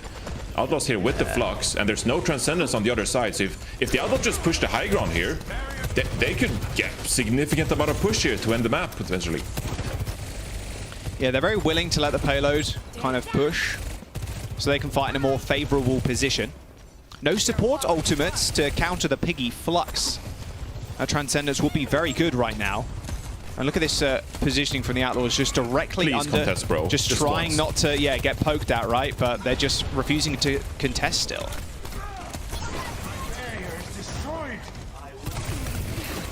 All right, pulse bomb available. Pelican. Still looking for something. Stick on the shield. Kalios still takes a whole world worth of damage, but eating that pulse bomb somehow. I thought that went off, but apparently not. I'll trust the kill feed. The Justice just drop on the Outlaws. The AoE from the Hyperspheres cannot be understated, especially in those small corridors. Oh yeah, so powerful, and especially if you got the Zenyatta from far away applying the Discord orb as well. Got a bit of a replay here from Kalios dropping in. Hello! Oh, there's so many people. Oh!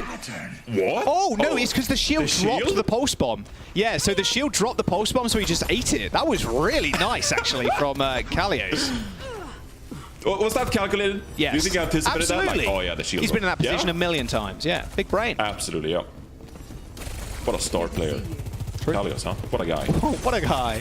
I like your analysis of players, Johnny. I love it. What a guy. Overclock available. Everybody in that small, tight room. Not where you want to be. Bob's going to get sent to the other side to force Happy away. Still has a nice little sight line, but Merit takes care of Decay. Wasn't expecting that damage, maybe. Now Bob's got all the support he needs in the world, plus a window.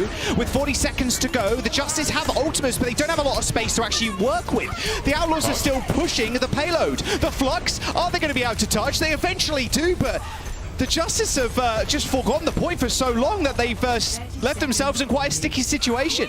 And now Decay with a nice pulse onto Lastro. He does kill 2, but Merit finishes him off once more. It's Krillin versus 2. The Transcendence on top of the point. He's stalling out for as long as he can. There's a couple of seconds left to go before the rest of the team get back alive. Merit super low. Happy jumps up in the air. A double kill with the overclock and 10 seconds to go. It's Krillin and Happy holding down the payload. 4 seconds remaining. I don't think anyone can touch. No one can. That's just it. No one can get there. Pelican gets booped off. Wow. Krillin and Happy making sure the Outlaws can't cap. Perfectly timed by Krillin there. Transcendence out. He's immortal. And would you look at that? Happy comes back with the overclock. You can always rely on Happy when he's on that Sojourn. What a game. What a game we are treated to, Jaws. I mean, that was a clutch and a half. You thought Justice, they were out of it. Last minute or last ditch attempt, just trying to contest the payload before the Outlaws push it in. But then Decay comes in clutch with a pick, hits the pulse bomb as well. Krillin's left alone, juking around the payload. He has the trans, finds a pick himself, and then Happy comes in with the overclock as well. My goodness. Wow, what a match this is. And both teams looking pretty good there. Justice, of course, not as clean as we'd like, but the Outlaws, they're stepping it up here in the 3rd map and maybe looking to secure themselves the 2nd map of the series. For sure. Or their 2nd map. I think the Outlaws, they had a lot of free space, I will say. Like, the Justice very willing to let it push the payload to get a more favorable position, but man, Happy Sojourn is so clean. This is Decay's POV from the last fight. So crucial. At pulse. Get that tracer pick and then the pulse. Yeah. Little dash away. Merit doesn't take any damage, but Lasher is dead. Like, so nice. 5, 4, Justice looking good. Happy on the Widow, but I imagine he changes. Or Merit, no, Merit is on the Widow. Maybe he just takes the duel here. Yeah, I mean, maybe he swaps here initially, but okay. If you know that the defense is playing the Widowmaker... Oh, how does this, like, what? Krillin is the Widowmaker, Jack. Yeah. Who needs a sniper rifle when you got a couple of Orbeez? One small Sen versus one Widowmaker. Oh, that was good. But yeah, going back to my original point, like, you have Happy in your lineup. I don't think you mind taking this Widowmaker head-to-head if you are the Justice. Sure, it might mess with the tempo of playing the attacking side, but I think they're quite comfortable here. They're just going to push this payload a little bit. Decay lurking around with the Zenyatta. Harmony Orb as well. Oh! If only that shield wasn't in the way, he'd have got that headshot. That's what I always tell myself when I miss shots. Oh, if that shield wasn't there, like, I don't know, like... Oh, if that wall wasn't there, it kind of sucks. I would have hit that. Jack. Yep. You're still a better Widowmaker.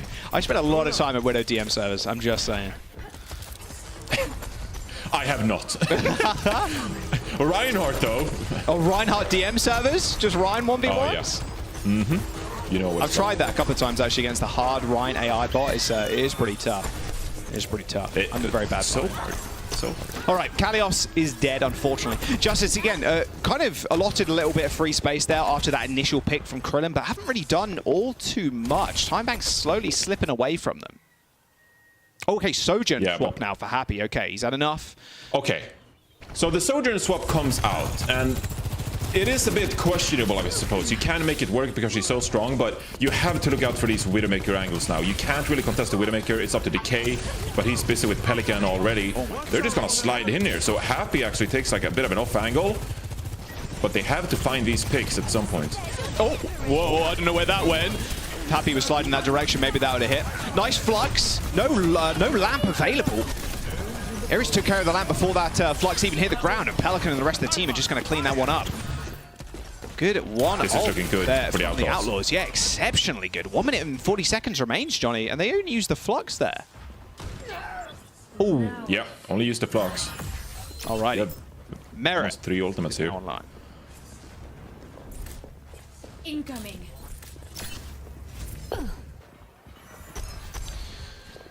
They're just waiting for, I guess, Kalios can, Kalios can go for this big flank here and then a big power drive into the back line, force that lamp, get Decay in there with a pulse bomb. But Sights are going to make that infinitely harder. That's going to burn a lot of time off the time back. Johnny. Oh. No, open is good. going to be tough, yeah, coordinating this dive, because the angles are quite long, right? So Decay, perhaps with this pulse bomb, has to come in big.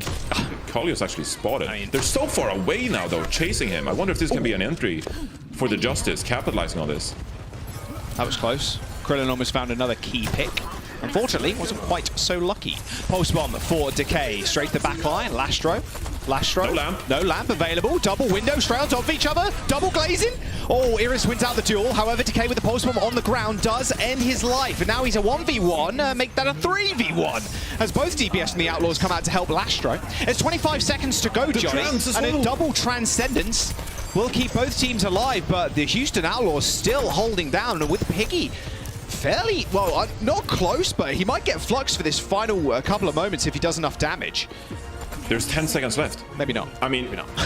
Decay pretty much has to touch here because everything else is a suicide. Kalios, maybe he can dive in here. They don't really have any ultimates either. They have to, right? This is gonna be so close. Oh, Merit. He's got a Zenyatta in his sights. It's going to get forced away, though. They just want to kill this Wrecking Ball. Yeah, there you go. A melee kill destroys the ball. And now Decay in the 1v1. Merit's going pretty low, but still has the grapple to get away. Lamp used to keep the Widowmaker alive. Decay still harassing the backline. And Merit actually SMG mode, just going crazy. Okay, Krillin, you're going to have to come up with something big here. But nope, it's not going to happen. The Houston Outlaws hold Washington Justice on first, and now they're on match point. Wow, what a turnaround from Eichenwalde as well. We were all getting hot and just like, oh, Washington Justice, wow, look at them, what a team. What a team. Look at this team and how they've improved so far. And then they get shut down on point A here on Dorado. We know that they like to be a pretty passive team, right? We know that they like slowing things down, get that perfect execute going, but they just couldn't find any picks. Decay, no value whatsoever. Kalios on the ball, bit of a question mark. Yeah. Perhaps you'd like to play that Sigma instead. This series is just up in the air. I don't know what to tell you. I don't know what to tell you, Joss. It could go either way because these teams are looking so erratic. I don't know which way this is gonna go, but 2 maps remaining. Maybe Washington Justice can bring it back and push. Maybe. We'll have to find out. We're going to jump to a break. See you in a sec.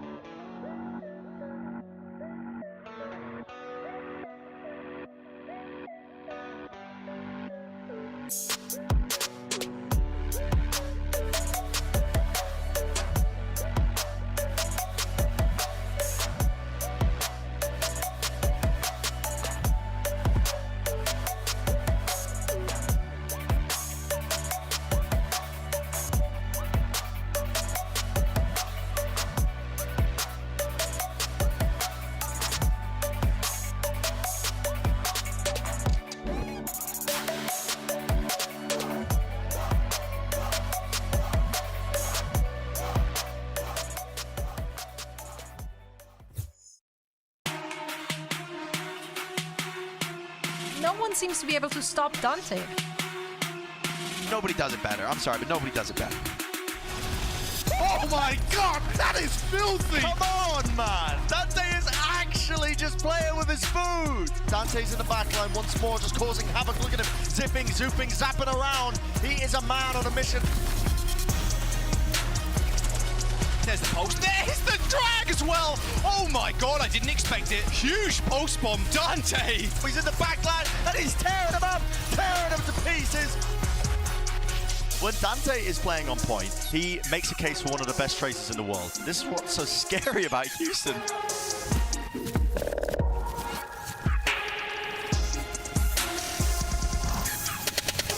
There's going to be the hold in the stick, and there's the bomb.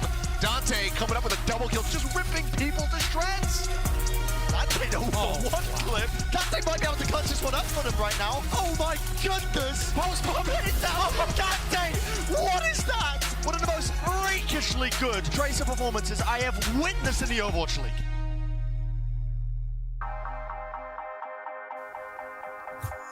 Is that a big enough hint for you? It should be. Dante, of course, if you don't remember. Yeah, he's a DPS player. Yeah, we've seen a lot of him on Doomfist this season, but he's actually stepping in. Pelican taking a back seat right now. We got Dante on DPS. Question mark? Question mark. Dante in. What's going on here? What's this? Dantelius. Dante DPS? It's going to be interesting, Jack. I'm really looking forward to this. Not quite sure what he's going to bring out. Pelicans mostly been playing the Tracer, I suppose. Brought out some Genji onto Oasis as well. But I don't know what he's going to play. I seriously don't know. We've barely seen the Dante DPS so far this season. That has been mad. Well, Colosseo is the map, Johnny. We are going to push. We've seen a fair bit of different compositions on this map. We've seen the Rush from like London. We've seen this weird Double Dragons meta thing with Zarya and Hangzhou once again. Of course, we are in a brand new meta, brand new patch. So probably more Sojourn, probably more Tracer is what I would imagine. So you think they're subbing in Dante for the Tracer? Maybe. Maybe. Because here's the question, okay? What does Dante do that Pelican doesn't? Sombra? Tracer? Sure. They want to run. But even Tracer, like Pelican's Tracer has been good so far this season. Yeah. So it'll be interesting to see what they bring out. A bit of a strategic decision from Outlaws. And I don't think they're doing this decision lightly by any means. We all acknowledge that Dante is a really good damage player when he's on top. But they wouldn't just sub out Pelican just, you know, willy-nilly. They'd have a good reason for it. So interesting to see what Jake, Cardio, Bicycle Man has cooked up in the labs. Nice. Nice throwback to map 1. Throwback? Oh, you don't like me throwing back? No, I do. I said nice throwback. Okay. All right. It's not... There was no double meaning there. It was nice. I like that, Johnny. It was good times. I like that. It was good times. All right, let's have a look. Yeah, so maybe sticking on this. Dante on the Tracer. I mean, like you said, maybe is that flexibility if they want to change something else, or maybe Dante's been primarily playing the Tracer recently on this map and been doing better than Pelican. Have to wait and see. You can't forget, though, Pelican came up clutch with that heroic moment in the Kick of Clash tournament against Toronto Defiant as well. Which is what Merit is playing right now. We'll have to see. Well, Decay's not even taking the Tracer duel. Yeah. Washington Justice committing to the Ash Sojourn composition again, Jaws. Yeah, I didn't think he was... Ooh! Read like a children's book. It was too easy. Decay already starting off pretty big. Justice pushing forward should be pretty easy. Well, you know, Decay is a good solo player on the Tracer. How about just flanking on the Ash permanently? I mean, the long sight line is good, and you can hop over the wall just like this, even sit on top of it. They're just collecting themselves a little bit. Washington Justice and waiting for the perfect moment. Name a more iconic duo. Iconic. Yeah, I mean, Happy's going to get a lot of value on the Sojourn, at least. Shooting the shields is quite important, building up that rail charge. And then these long-range spam fights, you got 2 versus 1 in a sense, but right now, Decay is mainly just flanking. Dante already forced to use the recall as soon as Happy just looked to his left slightly. Man, Piggy, I think Piggy's just having such a rough time. Like, his shield is just not surviving long enough for him to really make any space.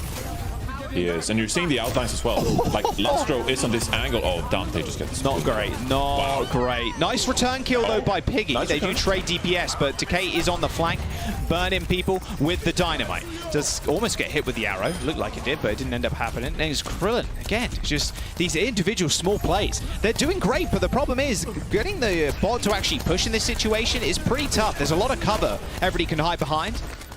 Decay's going to take some of that away with Merit going down. Now they're making their push finally. A big kick into the wall. Oh, kick out of the wall, sorry. Flux. Nice transcendence to counteract that damage from the Flux. And Decay once again finding the headshot onto Dante.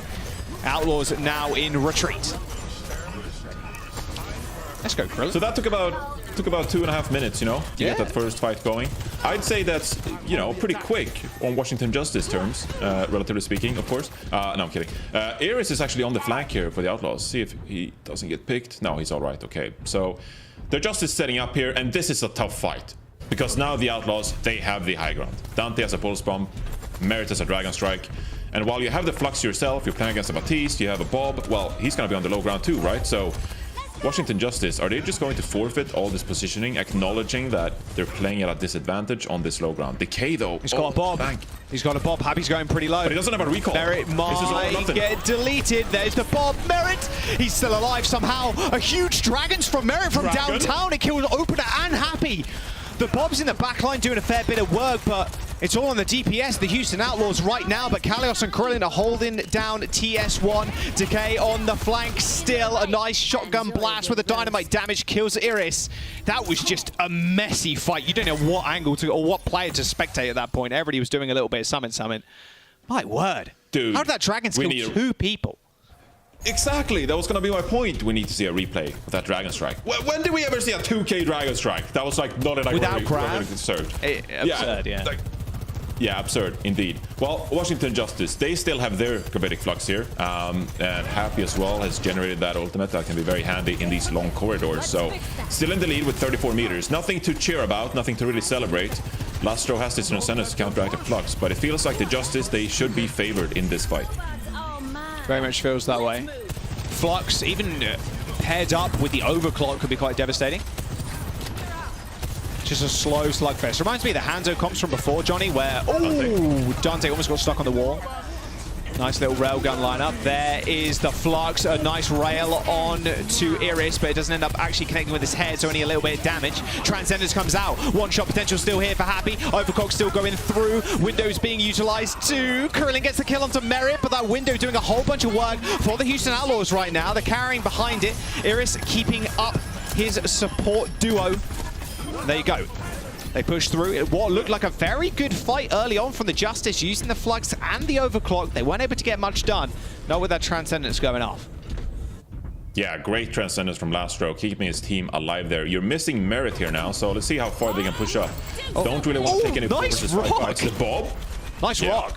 All the way on that Bob. The Bob can't do much. Well, he's got high ground, I suppose, and one small angle, but that's about it. He's guarding. He's chilling. It's Bob. Yep. So this is what we typically see from teams here. Outlaws poking away though. They've baited down the Justice, and now this is going to allow Piggy to use his Flux. There's a Flux. It's in the back line, and yeah, there's no follow-up damage at all. Maybe Dante landed a stick, but was unlikely. There's the Pulse in the corner. They duck behind the counter, serving out some bread. Decay finds Dante and Merit, and the Justice still winning these fights. The Outlaws are only 2 meters away from getting the lead, and now they're on the offense, the defense, sorry. Nice lamp in the corner. The Justice looking like a formidable force. The Outlaws, though, they're still holding it down. The spawners are coming back, and the Justice recognize that, and hold S, just get into a safer position. Yeah, Marathon again with a Dragon Strike. Can he get another 2K? There's no shot he gets another 2K here. They want this positioning. But that contest range is quite big, and Happy was just holding around that corner, and the bot wasn't moving at all. And it's all about just making sure the bot doesn't get too far, so Kalios can reposition. Spam City right now. One-shot range. That was a nice reaction time there from Happy, getting away from that window. One arrow to the chest would have killed him through that window, so keeping alive is very nice, but window underutilized. I mean, didn't really get much, apart from position. Yeah. Overclock? Yeah, a bit odd there. Maybe that was a bit of a mistake. Overclock? See? Oh, he's going in. It's aggressive. Very aggressive. Happy's Disrupt going. shop. Overclock's looking good. Transcendence to make sure Lastro escapes alive. A headshot was hit by Happy, but he's so low. Hey, 10 HP. Someone's got to heal it.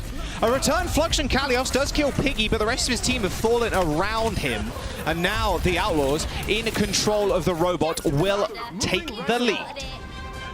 They're going to get the lead here. 3 minutes remaining in this map as well. Let's see if they can get it up towards the checkpoint. The spawns are coming in from the Justice. Should be able to contest this in time, but you have to be careful. Lastro, of course, not here. Piggy not here either. Still returning back to their team, but Outlaws with the lead.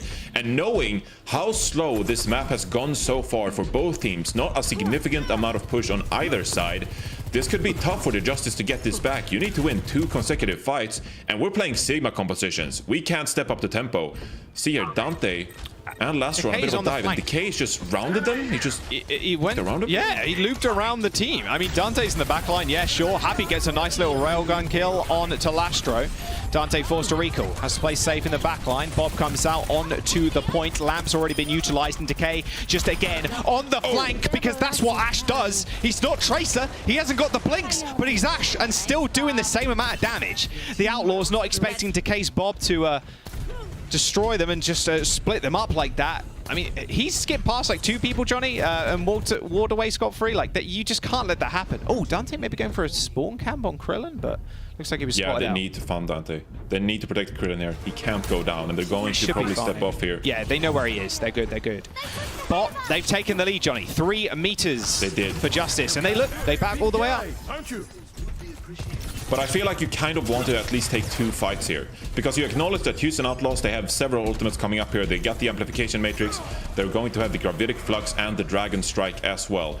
You want to get these ultimates out to prevent the Outlaws from utilizing these ultimates and get so much value all in one, securing the lead. You need to force the Outlaws' hand here. I was going to say Flux Dragons, but they let it loose fairly early once again. Gaining space, yes, but not much damage or like a little bit mad control, I suppose. There's the Flux window from the back line, and Decay's already killed Iris.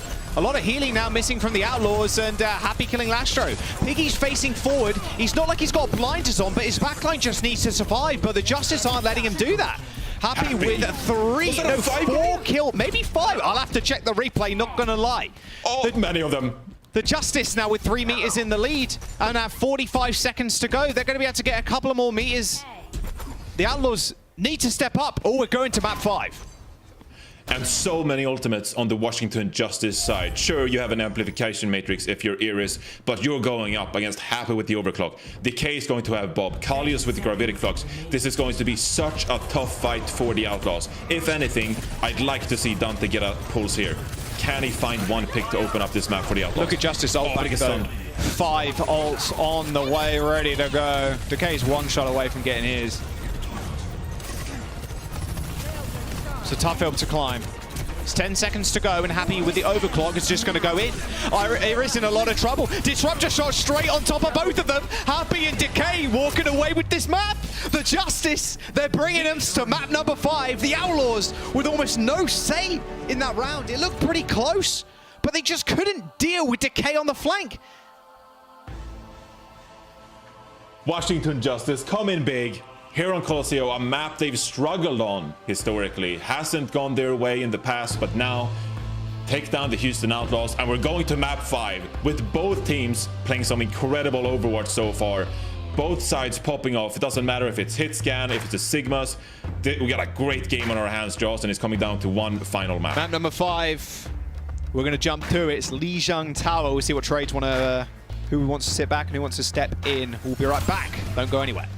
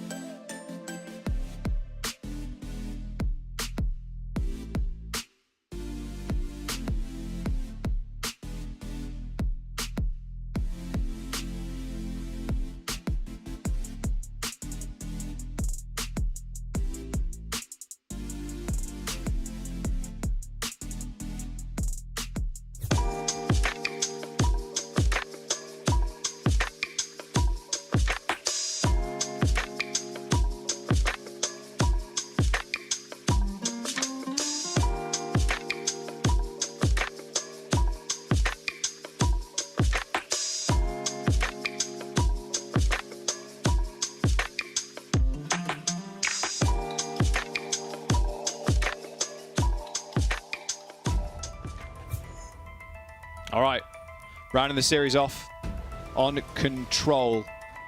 Very intense music right now, and it should be. 2-2 for Outlaws and the Justice. And familiar faces back in for Control, Johnny. Indeed. I don't know what to say, Joss. Okay, well. They've made some substitutions. They trust in these. The Houston Outlaws, you know, Dante is back in the tank role and Pelican's back in the mix as their damage player. This is something we saw from them on the Oasis. And the Washington Justice. Do you want to do the honors, Joss, from the Washington Justice? What are the honors? Saying who we're actually seeing in the lineup. I mean, the viewers can look at their screen, but we also, I feel like, have to do a vocal call out. Okay. Who actually is being subbed in here for the Justice. Okay. Well, that's why I threw to you, but that's fine. Yeah, and I throw it back to you because I don't want to do it. Yeah, well, at least you're honest about it. Well, Happy, even though he's doing extremely well on the Sojourn, we really only see Assassin in for Control. So Assassin's coming back in, and Mag for Kalios. So same kind of thing we're seeing from Oasis. Standard Control matchups, but Oasis and Legion Tower, two extremely different maps, and I wonder how we're going to see Washington Justice play this, because we've seen varying bits of we've seen a lot of different things Assassin's been able to run, but like, do you really sub out Happy right now when he is dominating on the Sojourn? Do you really sub out Happy right now? Arguably been the best player so far for your team in this meta. And do you sub in Mag to go up against Dante once more, who's likely to play this Doomfist on Control? I realize if you are the Washington Justice, this is what you've practiced. These are the lineups you've chosen ahead of time. And the outcome of this match, how the series progresses, it's not going to impact the way you think about your lineups, the way you think about your substitutions. But at some point, I am a bit worried about what the Washington Justice got cooking here, because we saw how dominant the Oasis performance was from the Outlaws when they played against Mag on the Wrecking Ball. If Mag decides to commit to the Doomfist, different topic entirely, different question. We'll have to see how that fares for the Washington Justice, but subbing out Happy to begin with, that's a difficult decision that the Justice has made here going into map 5, considering how the first Control map went. Yep, yes indeed. But if you want to play Sombra, you're definitely playing Assassin. And okay, Johnny, there you go. Prayers answered. It's actually Mag Doomfist versus Dante. Or Dante. Yeah. Merit's on the Sojourn. Merit's on the Sojourn as well. So a bit more defensive composition from the Outlaws here. You have this Genji and you kind of want to play in the area that your Doomfist protects, whereas the Washington Justice, you want to get low. You want to find hacks like we're doing on Merit right here, and you need to capitalize on these hacks and the Discord orb damage from the Justice. Yeah, they almost got it done. I mean, that Discord orb plus the hack increased damage, the Sombra is almost one-shotting you. True. With a nice reaction times from Iris and Lastro. Oh, Assassin just... But that can happen. That cannot happen, no. Nice anti. Iris doing a fantastic job of pushing the Justice all the way back, and a headshot on Decay will end his life. Outlaws did end up capping first, and now they're racking up time. They're racking up time. They're racking up non-abuse as well. Iris at 70% already. That's going to be a huge boon into this upcoming fight if you can build it quick enough. Washington Justice, see if they can find any hacks here. It's really all on Assassin. You can see him flanking around, trying to find any targets, and then if Mag can sort of dive in and capitalize onto that, that's their only chance they have. Hack on Doomfist, nice nade. Oh, didn't expect that one though. See you in the next stage, son. Iris got punched straight off the map, but you see the look on his face like, how did that work? Can they turn the fight around? I mean, Merit has already killed 2 with the right click. Didn't even need overclock for that one. Goodbye, that's Merit with a 3K with the railgun. Can he make it a 4th? Decay, come back here. All right, that's what we wanted to see from Merit. We've been waiting. Happy is no longer in the lineup for Washington Justice. Merit steps up, and here he goes, winning a fight for his team. 1, there's 2, easy lineup. One thing I will say, Johnny, because the Justice are playing this rather slow, that actually aids Outlaws' comp in how they want to execute their ultimates. Like, the Pelican takes a little while to actually charge up towards that blade, but because Justice are giving him enough time, because they have to set up with the Sombra hack, it's allowing them to get this Nano Blade online. They have 6 ultimates into this next fight. The Nano comes out, but Iris is already dead. Good trade so far, and Decay using this Pulse Bomb a little bit later on might be good, but the Doomfist getting Nano, not what you want to see. You might as well all press Q right now because it's 5% away from map completion. A hack onto Lastro ain't going to result in all too much, and Decay still holding on to that Pulse. Lastro ends up getting taken out. A Meteor Strike from Mag, and now he just needs the support from the rest of his team to find the cap. Overtime is here, but so are the Outlaws. Pelican's got the blade in hand, but with no deflect and no dash. Looks like the Outlaws want to go again. And this is fine if you're the Outlaws. You could have turned that fight around, you could have invested your ultimate, but you choose to stay back, you choose to retreat instead. You have this Dragon Blade, and you have the Overclock as well if you are Merit. This is fine. 90% and counting. You feel comfortable here if you are the Houston Outlaws. Let's see if they can bait out the Transcendence and then capitalize with their own ultimates. This Pulse one's going to be pretty big. Nice double punch. There's the rally instantly used, but you've got to be careful. This Overclock's been unleashed. Merit looking for somebody. Decay is diving around him. He can't quite find the kill. Overclock completely wasted, and the Justice, they end up capitalizing on it. That blade still being held by Pelican. They only need to win 1-5, so maybe saving that until they get another Nano is the name of the game. Only one fight, but you didn't get that Transcendence out. Lastro is actually going to swap over to the Zenyatta himself for that bonus damage. So you have the Houston Outlaws. Naturally, you're going to look at their composition and you say, hey, they got a Dragon Blade coming up, but Krillin has the Transcendence. So actually, the biggest responsibility falls onto Iris here. He has to hit a huge Biotic Grenade to counter the Transcendence healing and set up Pelican for success. Oh, tried to go for the hack. Lastro jumped out of range. Nice punch, actually, by Doomte. Mag got sent back into the enemy team, but Krillin comes up big, as he always does, killing Lastro. And the Outlaws now, yeah, they had 99%, but Justice are looking rather fresh right now. They're 80. Assassin with the EMP could be rather big. Nano onto Doom, but not onto Pelican. He's still holding on to the blade. That punch from Dante hits the wall, yes, and he's actually getting body blocked. The blade comes out as soon as that Transcendence fades away, but it is just a wet noodle, basically, against the enemy team. The Justice deal with him handily. And now overtime is in session as the Outlaws did manage to recap the point, but the Justice are in firm control of this fight. Keeping Mag alive is the top priority, and unfortunately they failed. The Outlaws now need to push the Justice off, and they should be good. But Decay's pulse is big, and the nade is even better. Huge pulls from Decay there, finding that pick. Mag's not in the fight, not going to be able to control this space, and Merit finds a pick onto opener. The Outlaws are in a good position here, but the damage from the Justice with this Discord Orb, they just keep dealing damage and they capture point as well. Krillin keep on killing. Justice, they end up recapping 5% away from winning the round. The Outlaws need to touch, and they do so quite easily, but Iris is in a whole lot of trouble. Iris is dead. 3 members of the Outlaws tried to go for that big touch and left Iris just out to dry. Mag running back to the rest of his team. The Meteor Strike got no damage done, but saved his life. Overtime still here, and the Outlaws need to be able to cap. Merit finds Krillin, and they activate the beat to shift the tempo in their favor. The rally's good, but the overhealth just not landing. Mag just gets focused down.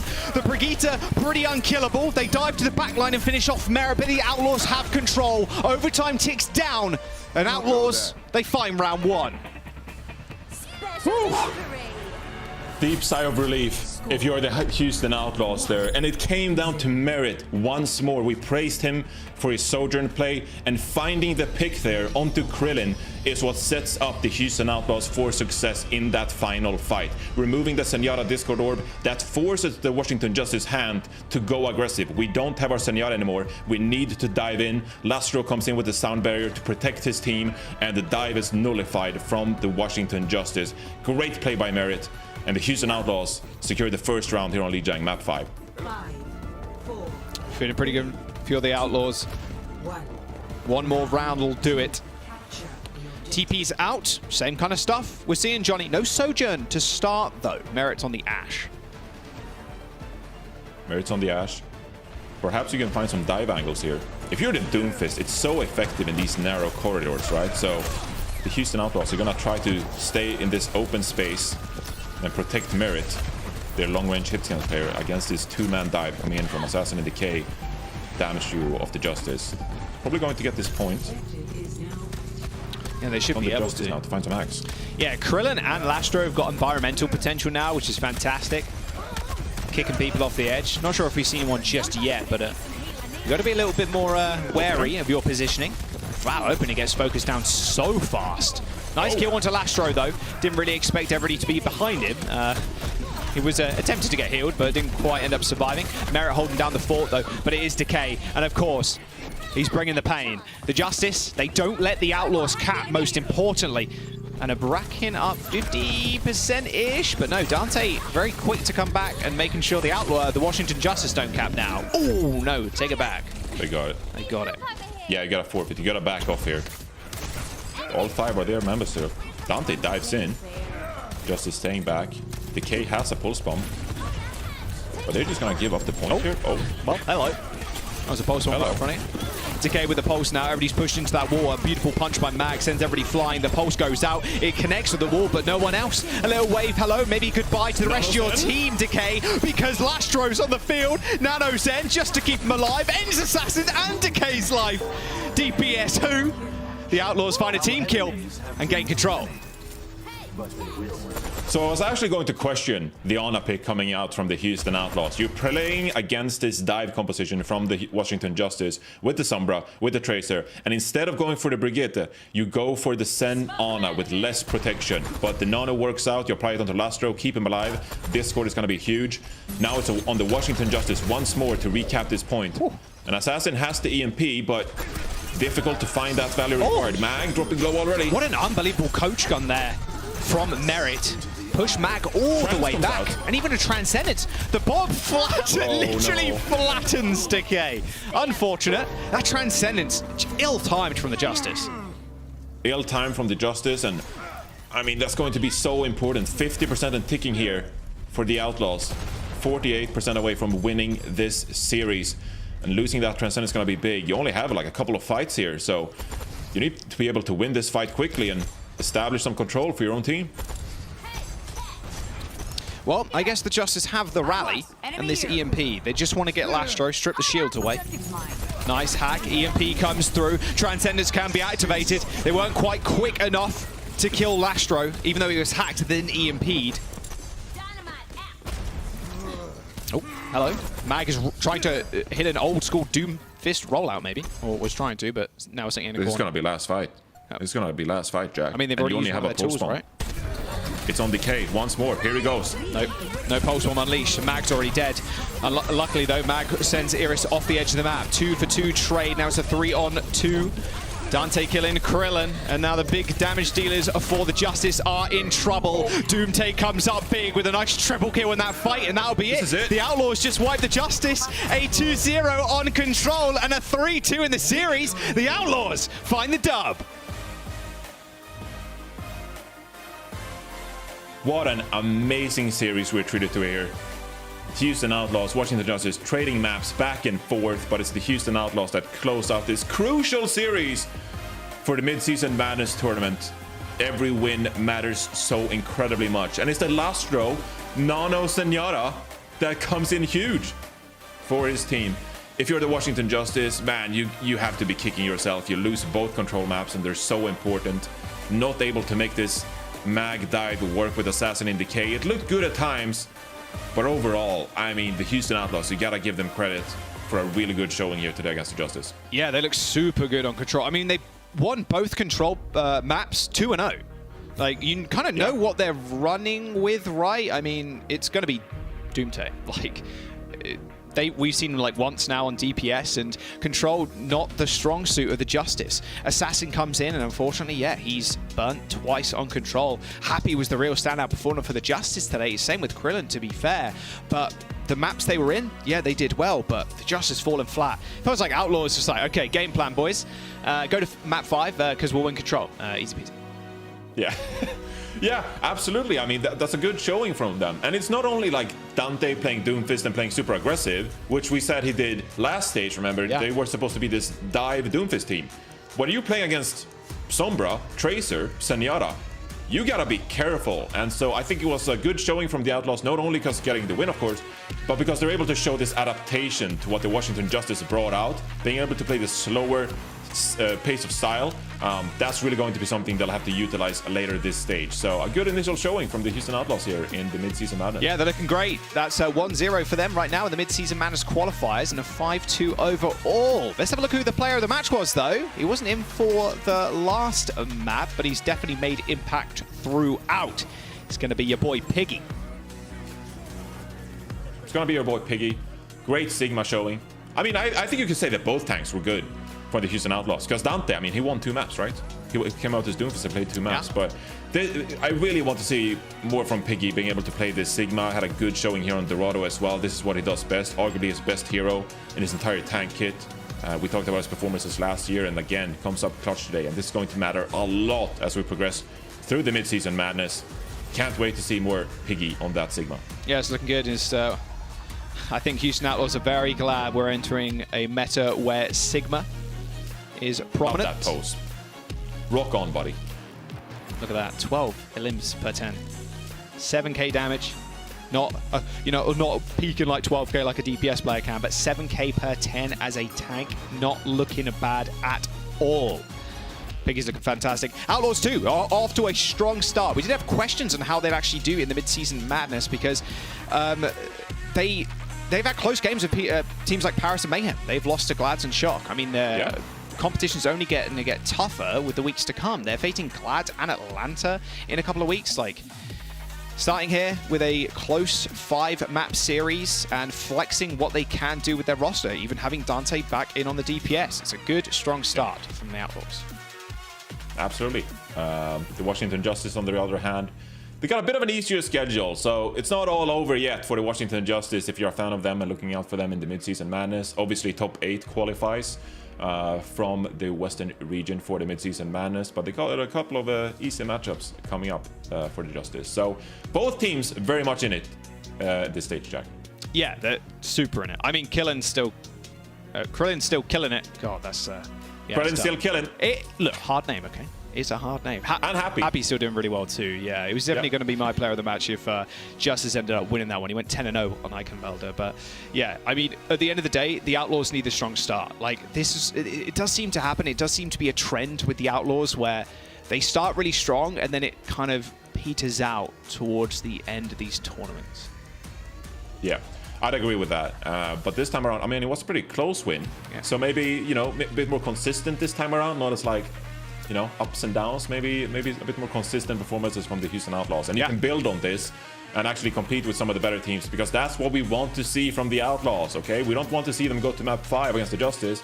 We want to see them go to map 5 against the Gladiators, against the San Francisco Shock. And with what they showed today, I think they can definitely build on this performance and look better on as this stage progresses. Well, speaking of the Glads, they're up next. They're against the Paris Eternal. Thank you very much for casting me, Johnny. I do appreciate you. I just wanted to... Thank you, Jack. It's so much fun. It really is. I'm glad. I feel welcome here. That's good. That doesn't sound sarcastic at all. We're going to jump to a break. We've got that map, or match even, coming up next. We'll see you soon. The Overwatch League is brought to you by Upper Deck, the official trading card of the Overwatch League. And by TeamSpeak, the official voice supplier of the Overwatch League.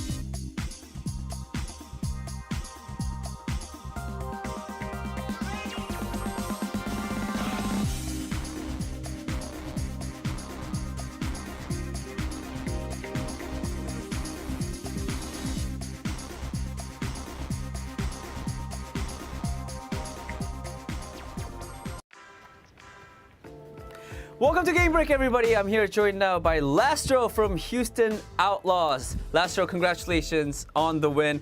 I feel like this match, it really went the distance, went all the way to map 5, but at the end, Houston Outlaws were the winners. How'd you guys get the win against the Washington Justice? 자, 일단 오늘 승리를 축하드리면서 경기 굉장히 접전이었던 것 같습니다. 하지만 끝에 승자는 우리 휴스턴 팀이었기 때문에 오늘 승리 어떻게 해서 이기시게 되셨나요? 좀 쉬울 줄 알았는데 상대팀이 좀 신기하게 게임하더라고요. 그래서 좀 많이 힘들었던 것 같아요. Alright, 그래도 결국 I do 어떻게 feel 하는지 like 알아서. going into the match, 아니요. 어떻게 하는지 알아서 계속하세요. 어떻게 하는지 알아서. 네, 상대팀의 게임 어떻게 하는지 파악해서 마지막에 결국 이겼던 것 같아요. Okay. All right. Going into the match, I mean, I actually thought that it was going to be an easy win for our team, but unfortunately, it wasn't the case. They had some interesting gameplays that we sort of needed. It was like a work that we needed to solve, a problem that we needed to solve throughout the match. But fortunately, while we did have some troubles, we were able to figure out their composition and their play style. So at the end, I think that's how we got the win. Yeah, and I also think, you know, because this was such a close match, and you guys did have a lot of great plays, but I think if I have to pick one map that, you know, that Houston Outlaws really seemed to struggle, I think it was Eichenwald.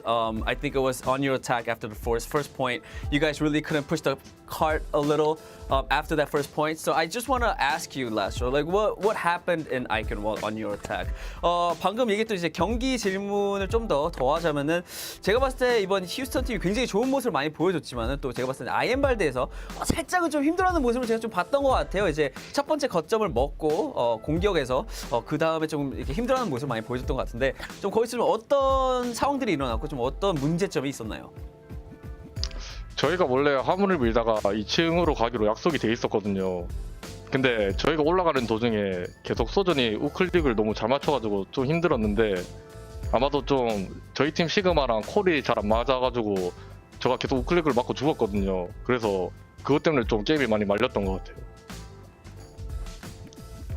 All right. I mean, while we were pushing, we were always pushing, trying to push the cart. Our main, I think, game strategy was going in to Eichenwald into the after the first point was that after we passed through the gate, we were going to go up the second floor, and that's where we wanted to fight. But then the soldier from Washington Justice just kept getting kills with her right clicks, and I do believe that was mainly because there was a lot of miscommunications with our team Sigma, and that's why I got picked first, and that's why we had a lot of trouble on Eichenwald. All right, and also last but not least, my final question for you is, Lastro, you came out with the big Lastro energy today. First of all, I want to congratulate you on that. And I feel like, you know, you are known for your Zenyatta. I know your Lucio has been really good too, but now you're able to finally use your main hero, sort of. So how does that make you feel? Are you excited? Are you happy? Is it more fun for you to play because now you have, you know, you can play more heroes? 마지막 질문은 라스트로 선수 당연히 뭐 루시우도 요즘 너무나 좋은 모습을 많이 보여줬지만은 또 라스트로 하면 또 젠야타가 또 생각이 많이 나잖아요. 이제 이번 메타에서 좀 더 젠야타를 쓰는 모습을 조금씩 보여주고 계신데 그거에 대해서 소감이나 좀 어떠신가요? 루시우 너무 재미없었는데 젠야타를 너무 세게 만들어주셔서 감사하고요. 계속 젠야타 메타였으면 좋겠네요, 저는. Alright. Honestly, Lucio was actually. Wait, sorry guys. 라스트 선수 방금 루시우가 별로 재미가 없었다고 했었죠? 그 다음에 이제 제니타가 쓰여서 좋다, 맞죠? 네. Yeah. All right. So Lastro says that, you know, it was really not fun playing Lucio. It was getting a little boring. So he wants to thank the Overwatch team for buffing Zenyatta, and he wishes that Zenyatta stays in meta for a really long time. All right, Lastro, thank you so much for your time, and again, congratulations on the win. And I hope to talk to you again soon. 자, 이걸로 인터뷰 마치겠고요. 오늘 시간 내주셔서 너무 감사드리고 승리 너무나도 축하드립니다. 감사합니다. 바이바이. Goodbye, Lastro. Thank you so much for joining us here on our Watchpoint desk for a quick chat with Danny. Of course, congratulations to the entirety of the Houston Outlaws. Not as one-sided as an affair that some people might have hoped, but it was great to see so many bright spots on that Justice roster. And now, I mean, you're double dipping here, Costa, because not only did you get your prediction right, you also predicted that Krillin is gonna pop right off on that Zenyatta, and that's exactly what he did. So you kind of got everything out of this match. I am a genius. You're right, Soy, if you're going to pander to me. Humble genius. Wow. I don't know about the humble part. There's no such thing as humble. Well, the thing is, Krillin, I think he did a great job on that. Zenyatta was one of the reasons it was so close and difficult for the Houston Outlaws. But someone else I want to highlight for the Washington Justice that was absolutely incredible was Happy. He was going crazy on that Sojin, getting just so much work done. One of the reasons that Icon was so hard for the Houston Outlaws. I do question whether or not they should have taken him out on Lijiang Tower, especially when he's just having that much impact. I understand they want to play Assassin here on the Sombra, but it didn't work in the first map, and it definitely didn't work on the last map as well. So maybe some not great understanding of how they want to deal with these problems from the Outlaws. They have that flexibility, have Piggy play here there on this Sigma like he was playing, and Dante over to that Doomfist, which he has been so good at so far this year. So some good looks from the Houston Outlaws, wasn't flawless, and the Washington Justice, their woes continue in terms of they play well, they have good moments, but seem to just at some point drop that spaghetti. It just seemed kind of their game plan to have Assassin in on those control maps, right, Danny? But I kind of liked Assassin Sombra at the very end, though. I mean, I don't know, just you don't think so? I think it was. It makes sense. It makes sense. Why? But he wasn't Happy Sojourn. That's.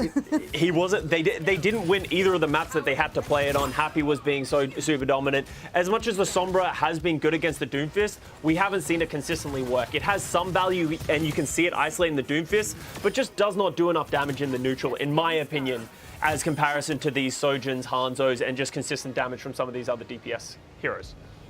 Well, but still, I mean, they didn't go down without a fight. They continued to improve, and I am excited to see more from both of those teams. Of course, we were really hyped for the Houston Outlaws heading into this meta, based on a big variety of reasons. Some of that we did see today. Overall, definitely some cleanup work to do for that team, so I hope they can, you know, just clean it up a little bit for their next match and maybe make it a little bit more convincing. Now, we do have one more match coming your way now as well, and that is, of course, the Paris Eternal going up against the LA Gladiators. Paris Eternal coming into this clearly as their underdog. If they could get it done, how could they get it done, Costa? What's their win condition? I'm actually really high on the Paris Eternal for this stage, and the primary reason behind that is my boy Khan. We have seen Khan dominate on the Zenyatta in the past. He's already done it this season when he played it on that Gibraltar, springs to mind, where he was just getting pick after pick, and it is the hero he is known for. Zenyatta got an enormous buff. We just saw Lastra go crazy. We just saw Krillin go crazy. If the Paris Eternal are going to win the maps, some matches this stage, it is going to be on the back of Khan Zenyatta. Against Gladiators, though, is it? What, I didn't say this match. Oh, okay. I hope that they can be competitive. I want to see a good look from the Paris Eternal, but this is a difficult match against the Gladiators. They have been looking very strong. I mean, the good news about that, when you're coming in as the underdog, no one is expecting you to win. So if you lose, like, no hard feelings, right, Danny? No hard feelings, yeah. Exactly. Sure. I do want to add one more thing into here. I believe, if I remember this correctly, Dove is now on the Paris Eternal, a player who has been in North American contenders for the beginning of time, what it feels like. Very good player. I could imagine him being absolutely crazy at Sojin. Interested to see what we see from them today. Yeah, well, and speaking of contenders, perfect segue to hand it over to our absolutely lovely casters. Of course, I'm talking about Lemon, Kiwi, and Leg Day himself. Take it away, guys. Thanks so much, Zoe. Yep, this is going to be, I think, a pretty good match. And I like that there's low expectations, but hey, this is the double L's. We're going to be serving up 2 more L's, but Paris Eternal hoping to get their first W here this stage.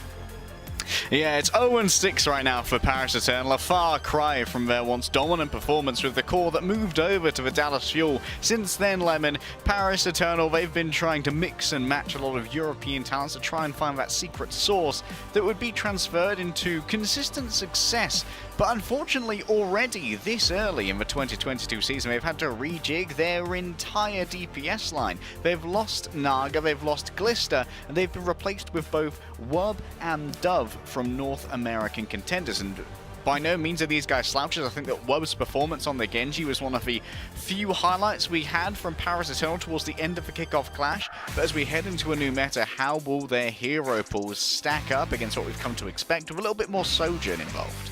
Yep, Dove, fresh out of the oven. He doesn't have a picture yet. And he gets to play alongside Wub, so you got the rookie DPS lineup.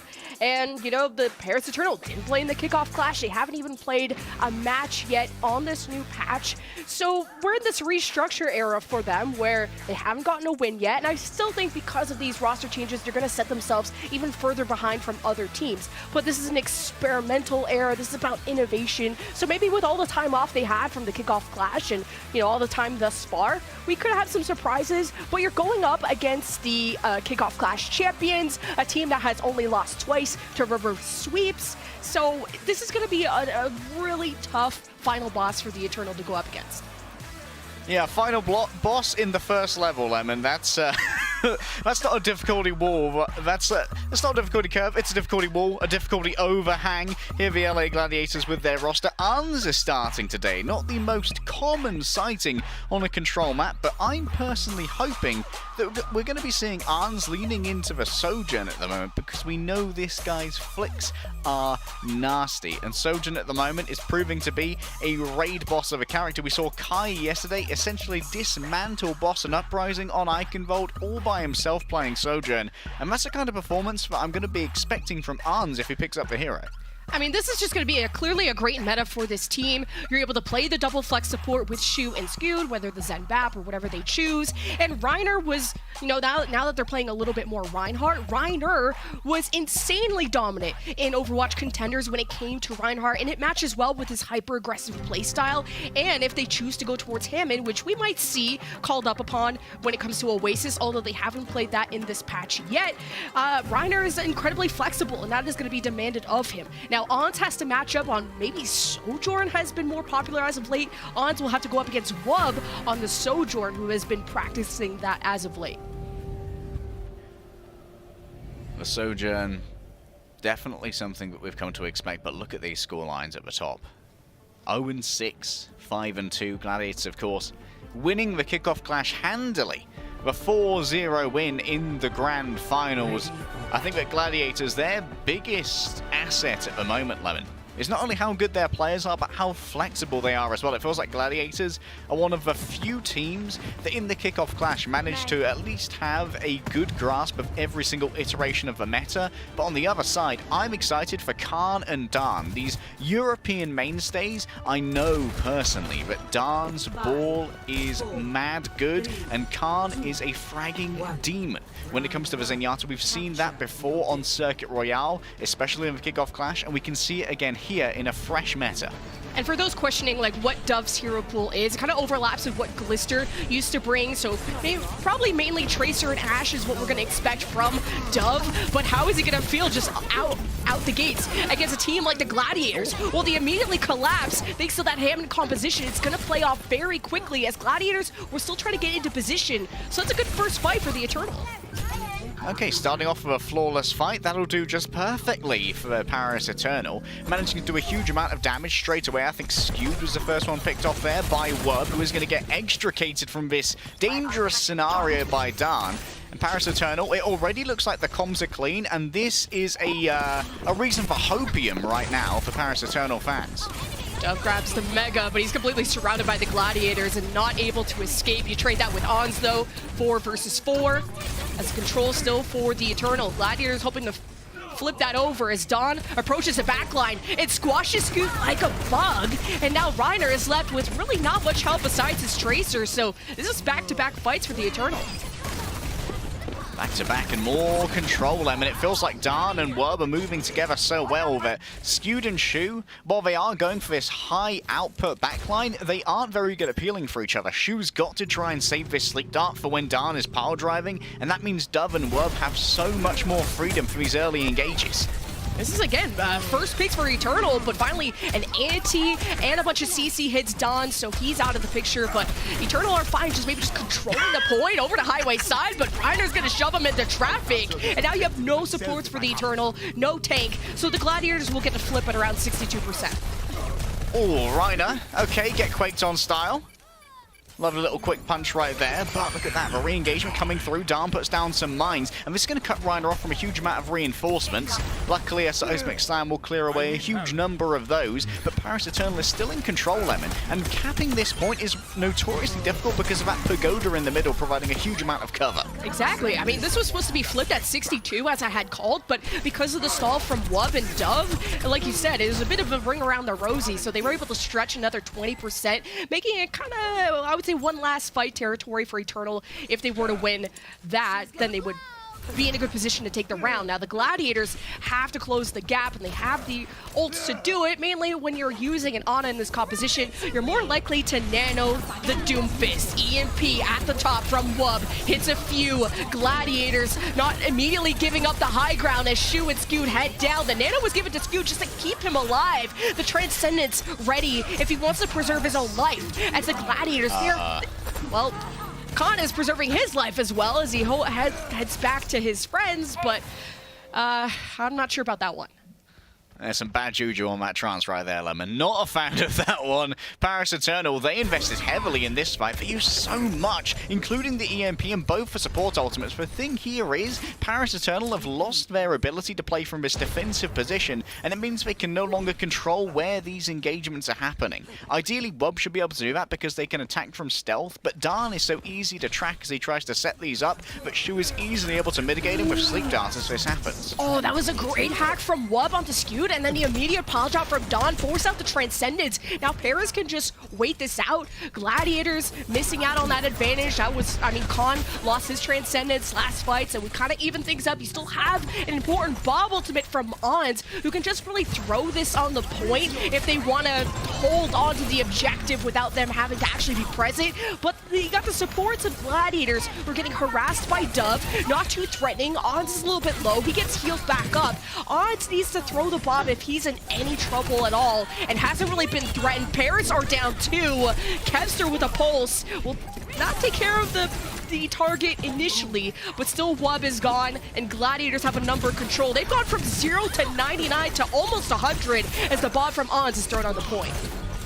Khan tested by Kevster at the moment, and Kevster's feeling pretty invincible at this moment. Overtime still continues to tick as there is going to be Dove on the point, picking up a health pack to get a little bit more to try and work with here. But while Scoot is alive, everyone who streams in is going to be afflicted with a Discord Orb, and Dove slips on a banana peel, Lemon. No further contest here for Paris Eternal, despite an inspiring beginning to Oasis and to their mid-season madness run.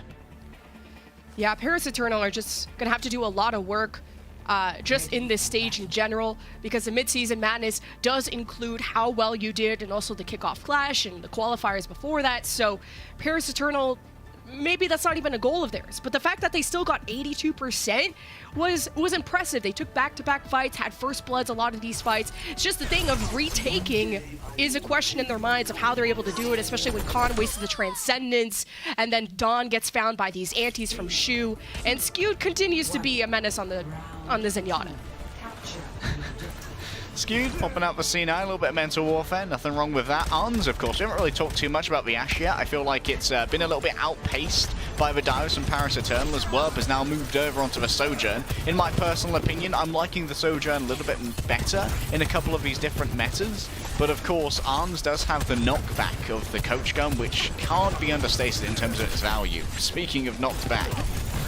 That's Reiner besting Dawn for the moment, keeping the choke point on lock where the Eternal don't really want to cross through. They might want to slip up to the left side where the high ground is, knowing where the Gladiator supports are. You kind of saw like a glimpse of Scoot and Shud being up there, and Ons with the Coach Gun, like you said, is ready to fling anybody off who comes up the stairs. And the same could be said of a punch as well. Dredro doing their best to keep the backline alive. Reiner went too far, and this Anti's in the perfect position to cause Dredro to die to dynamite. Yeah, that's rough for the Eternal. I mean, they lost Dawn at the first fight. They've lost Dredro, who is their main source of heals, especially after the buffs to Bab. The healing that Baptiste provides is really critical to these fights. And despite that, the DPS were able to get a ton of picks. I mean, Dove killed 2 or 3 that fight and somehow made it winnable. Done with a supercharge as well. The supercharged punch knocks people off of the high ground, and that's the danger that is run when you play the high ground or even try to assault it. If a Doomfist is waiting up there, that easily charged knockback can send you sailing into the sea and straight back to spawn when your team needs you most. Dove with a pulse bomb in hand here might want to try and take out Shu early. Oh, pulse! It sticks! And it gets skewed out of the picture. Shu nanos Reiner and hopes to get the same trade. Lamp also gone for the Eternal. And you see they're being assaulted. The anti thrown in the face of Dawn and Paris Eternal. Let's see how long they can really keep this objective without takes. Now without their main healer. It's up to Wub and Dub to just contest for as long as they can as the Gladiators will get back in the driver's seat. I think Jojo had a mistiming on his amplification matrix there, but still swaps away onto the Brigitte instead. And one of the interesting interactions we're going to have to look for here is the mutual stun. When the shield bash hits the punch from Reiner, Druidra will make sure that both of them are stunned, and if Reiner is engaging into Paris Eternal, he'll be stunned in the middle of 5 very angry members of the Eternal themselves.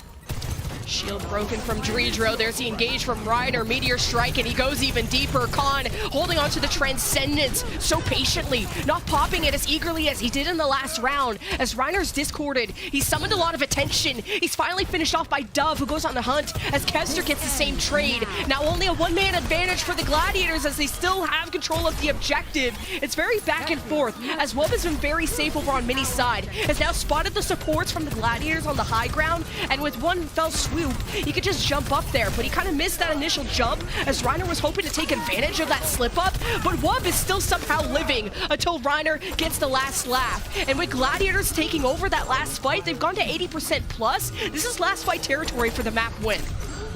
Sad fact is, Wub just didn't get enough value out of that overclock. Now, like you said, Lemon, one fight to rule them all for Gladiators, and there's plenty of ultimates to try and make something happen. Shu with a nano boost, but where do you put it? Onto Kevster, onto Reiner, off the map, maybe Shu can't even bring it out, knocked off by Darn.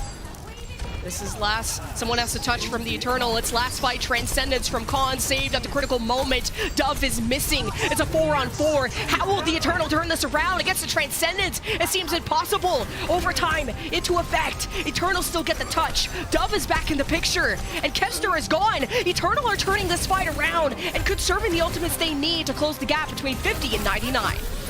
I think a little bit of an ego flank there from Skew. Not the best considered Transcendence I've ever seen. There wasn't really anyone even to be a good recipient of a healing. Only Kevster, who was milling around over there. And one of the things about Tracer when afflicted by the trance is that she's still incredibly vulnerable, because you can easily be one-tapped and take more than 150 damage in a single tap. Dove discovered, has that pulse bomb. The route of escape. Oh, they're going to recall back into the enemy team. Now it's do or die for Dove. Oh, Dove had barely any blinks there. He barely got out. And almost could have delivered that pulse bomb to Skewed. And meanwhile, Shu has nanoed Reiner and has decided to peel for the supports. And Kevster flanks, gets the pulse on the Wub. There's no damage remaining for Paris Eternal. Dawn has been antied. And Gladiators with just sweep away that final fight without losing a single person. As Kevster stands tall in the Tracer duel, so will the Gladiators in map 1. They win Oasis. A false friend for the Frenchman, the rally of Druidra. It forced all of Paris Eternal forward to try and make up for the lack of blinks that Dove was having after that twice attempted escape from the midst of the LA Gladiators. But unfortunately, Dove just blinked a touch too far, did not have enough additional health, and actually blinked directly into the coach gun of Arns, ate a face full of buckshot, and it meant that there was not really enough DPS for Gladiators to be slain as they made their way in for that final fight, Lemon. This is, actually, I'm going to say it's a bit closer than I anticipated. Paris Eternal, for a pretty new damage line, are looking hot to trot, really. Sure, they aren't beating the champions of the kickoff clash, but they are not looking like an 0-6 team, and that is a cause for hope for the Paris Eternal fans. Let's see if the hope can get any better after this break.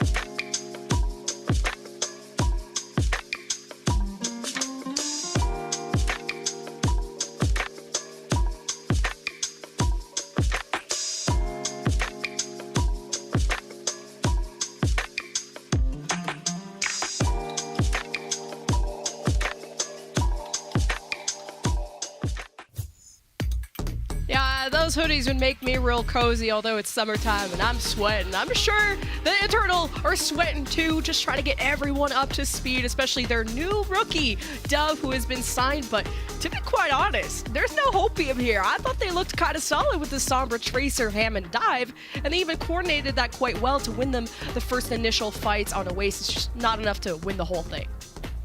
Yeah, the Relium, I suppose.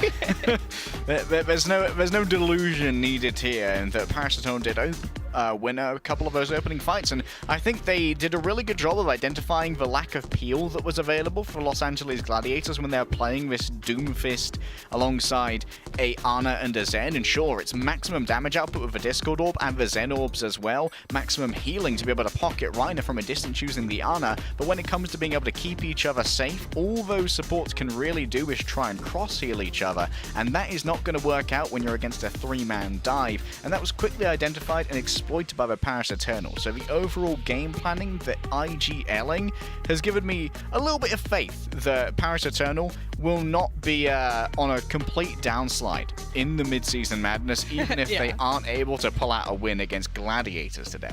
Well, they're hoping, Eternal are hoping to avoid more L-ing, I guess, by having those substitutions. We got Vestola coming in on the tank role, probably expecting some Sigma, whilst Patapan for the Gladiators coming in for Alans. When it comes to Patapan, we've seen anything from Sojourn in a Doomfist comp to Cassidy and May if Gladiators offer Rush. At least that's what we've seen so far post-patch. Yeah, Vestola. Very good Sigma play. I'm excited to see them in Lemon. And Gladiators, Patapan. I wouldn't be too surprised to see the May, yes, from Patapan. They've been pretty great at that, alongside, of course, Reiner's Reinhardt. But at the moment, seems like it might be a touch more relaxed. On to the Sojourn instead, which is also there's precedent for this in Gladiators' previous game in the mid-season madness. On the other side, Wub. This Hangzhou is potentially going to be kept. Of course, they are an attacker spawn, so it is subject to change. But Hangzhou's been seeing a little bit more play, especially along these longer sightlines like you occasionally see on Colosseo. In just our last match, we saw, I believe, Merit playing quite a bit of Hangzhou over on Colosseo. The real problem here for Paris Eternal, though, Lemon, is how they are going to get to the point without being interrupted by Reiner, because they are at their most vulnerable while moving with this Sigma composition. Yeah, it's all about just keeping the accretion for the Reiner, but also just the Hangzhou, the Ashe, the Sojourn. They're all kind of melting together in terms of their role as kind of a ranged DPS. Now, Wub on the Hangzhou specifically, having that burst going to be important. Even a Sonic's not too bad if you want to look at who's inside of the building next to the point, who's in Metro. And most importantly, having the verticality to climb up is kind of the main identity for Wub on this Hangzhou. The Sonic kind of not revealing Reiner around that corner. Paris Eternal are free to rotate in this back alley, where they might want to check who from the Gladiators could be on the left side of that building. Now Wub in a ranged duel against the Gladiators, who have to hold on to this point as the Eternal are still in rotation, and that's a great opening pick from Wub. Against a Hangzhou and Overwatch League, Lemon, you're always on a timer. Every free angle for Wub is a risk, Padapan. Was that a 90-degree flick onto Wub to shut down the Hangzhou? I believe it bloody was. Los Angeles Gladiators now have a chance to re-engage, but of course, for now, waiting for their compatriots will be the more likely to actually result in a victory. 2 ticks will be given away, and Reiner contemplates how to move on in as Paris Eternal for a moment step off the point. It's a great pick again from Khan. It was a 3-on-2 for the Eternal.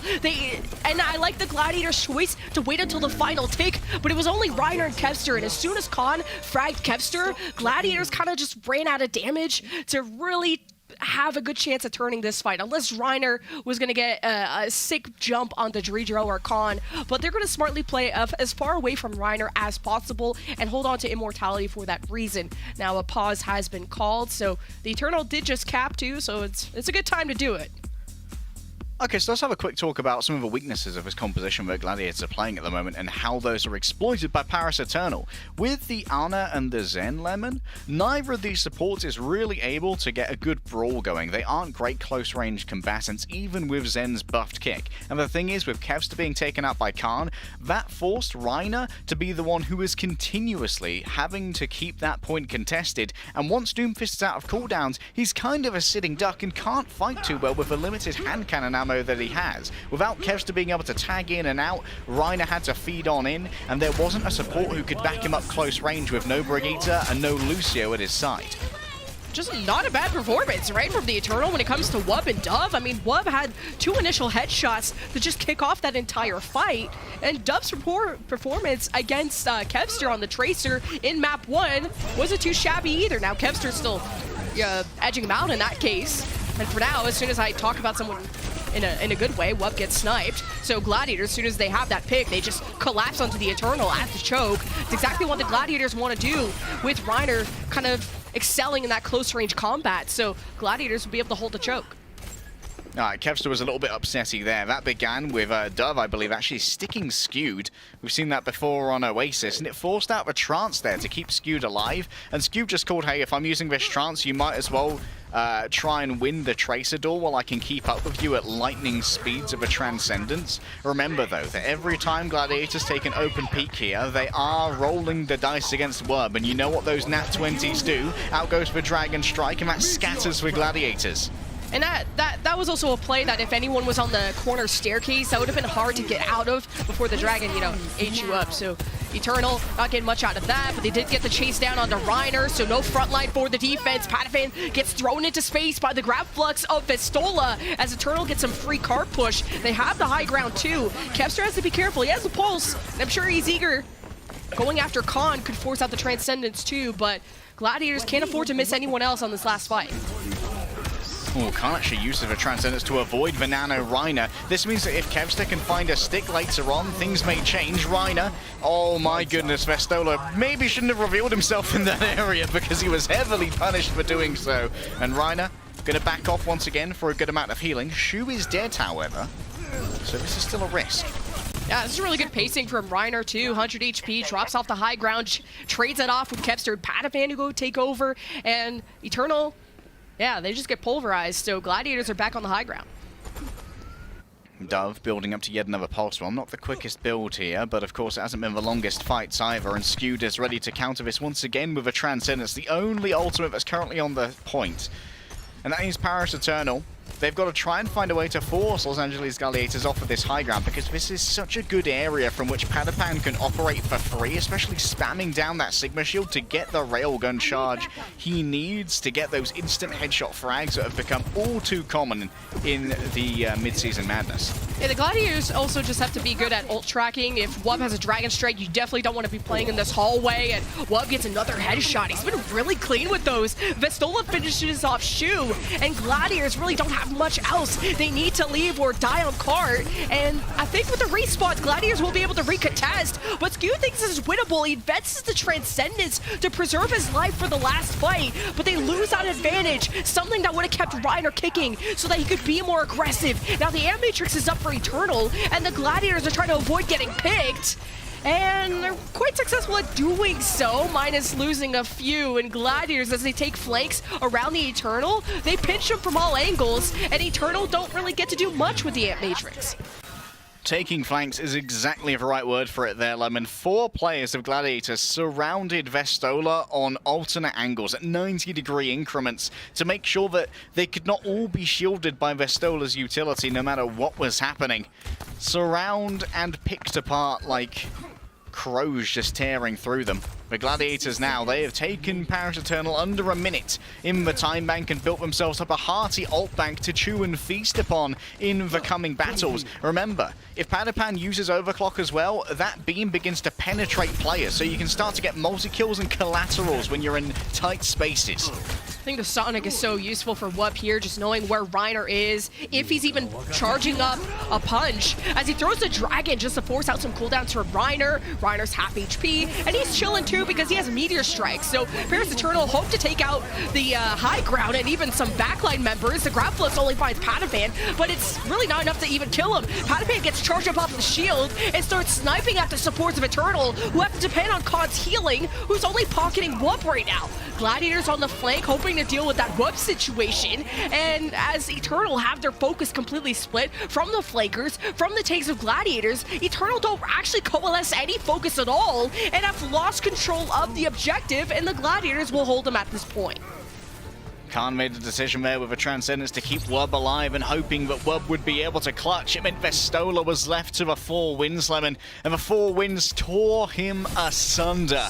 Paris Eternal, it's not unwinnable, but it's nowhere near what they wanted considering the advantages they had on that second point of Midtown.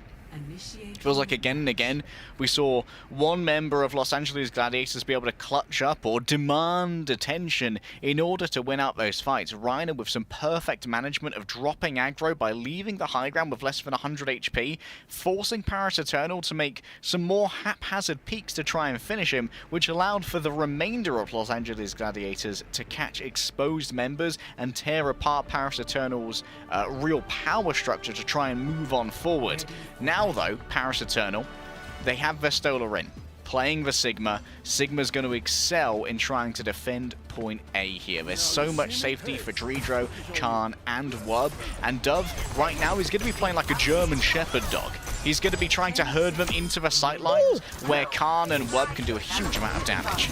Yeah, Paris Eternal, I mean, it's no surprise that you might have some minor disconnects, right? You just signed a new DPS player, and with the composition of Paris Eternal, they kind of have this wait-and-see poke, where you saw how that didn't really work out if you don't actually translate that into any kills. Like, when it came to the end of Point B Midtown, they sat there with Ant Matrix, and Gladiators knew how to rotate around it.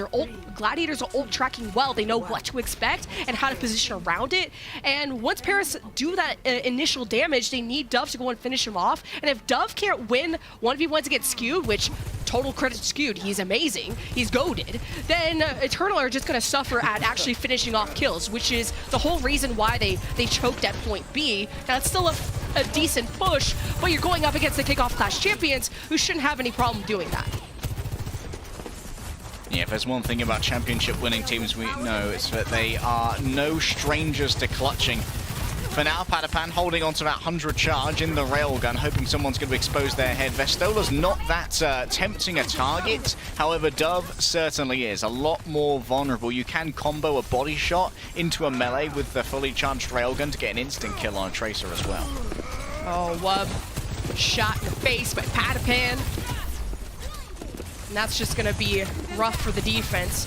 But they're just kind of sitting and waiting, and Wub getting recalls back, and Kevster's just finding more value immediately. Padapan is just jumping over the shields, and Paris Eternal dismantled in that first fight. So it's just coming off of those first picks where Gladiators just got luckier on that first fight.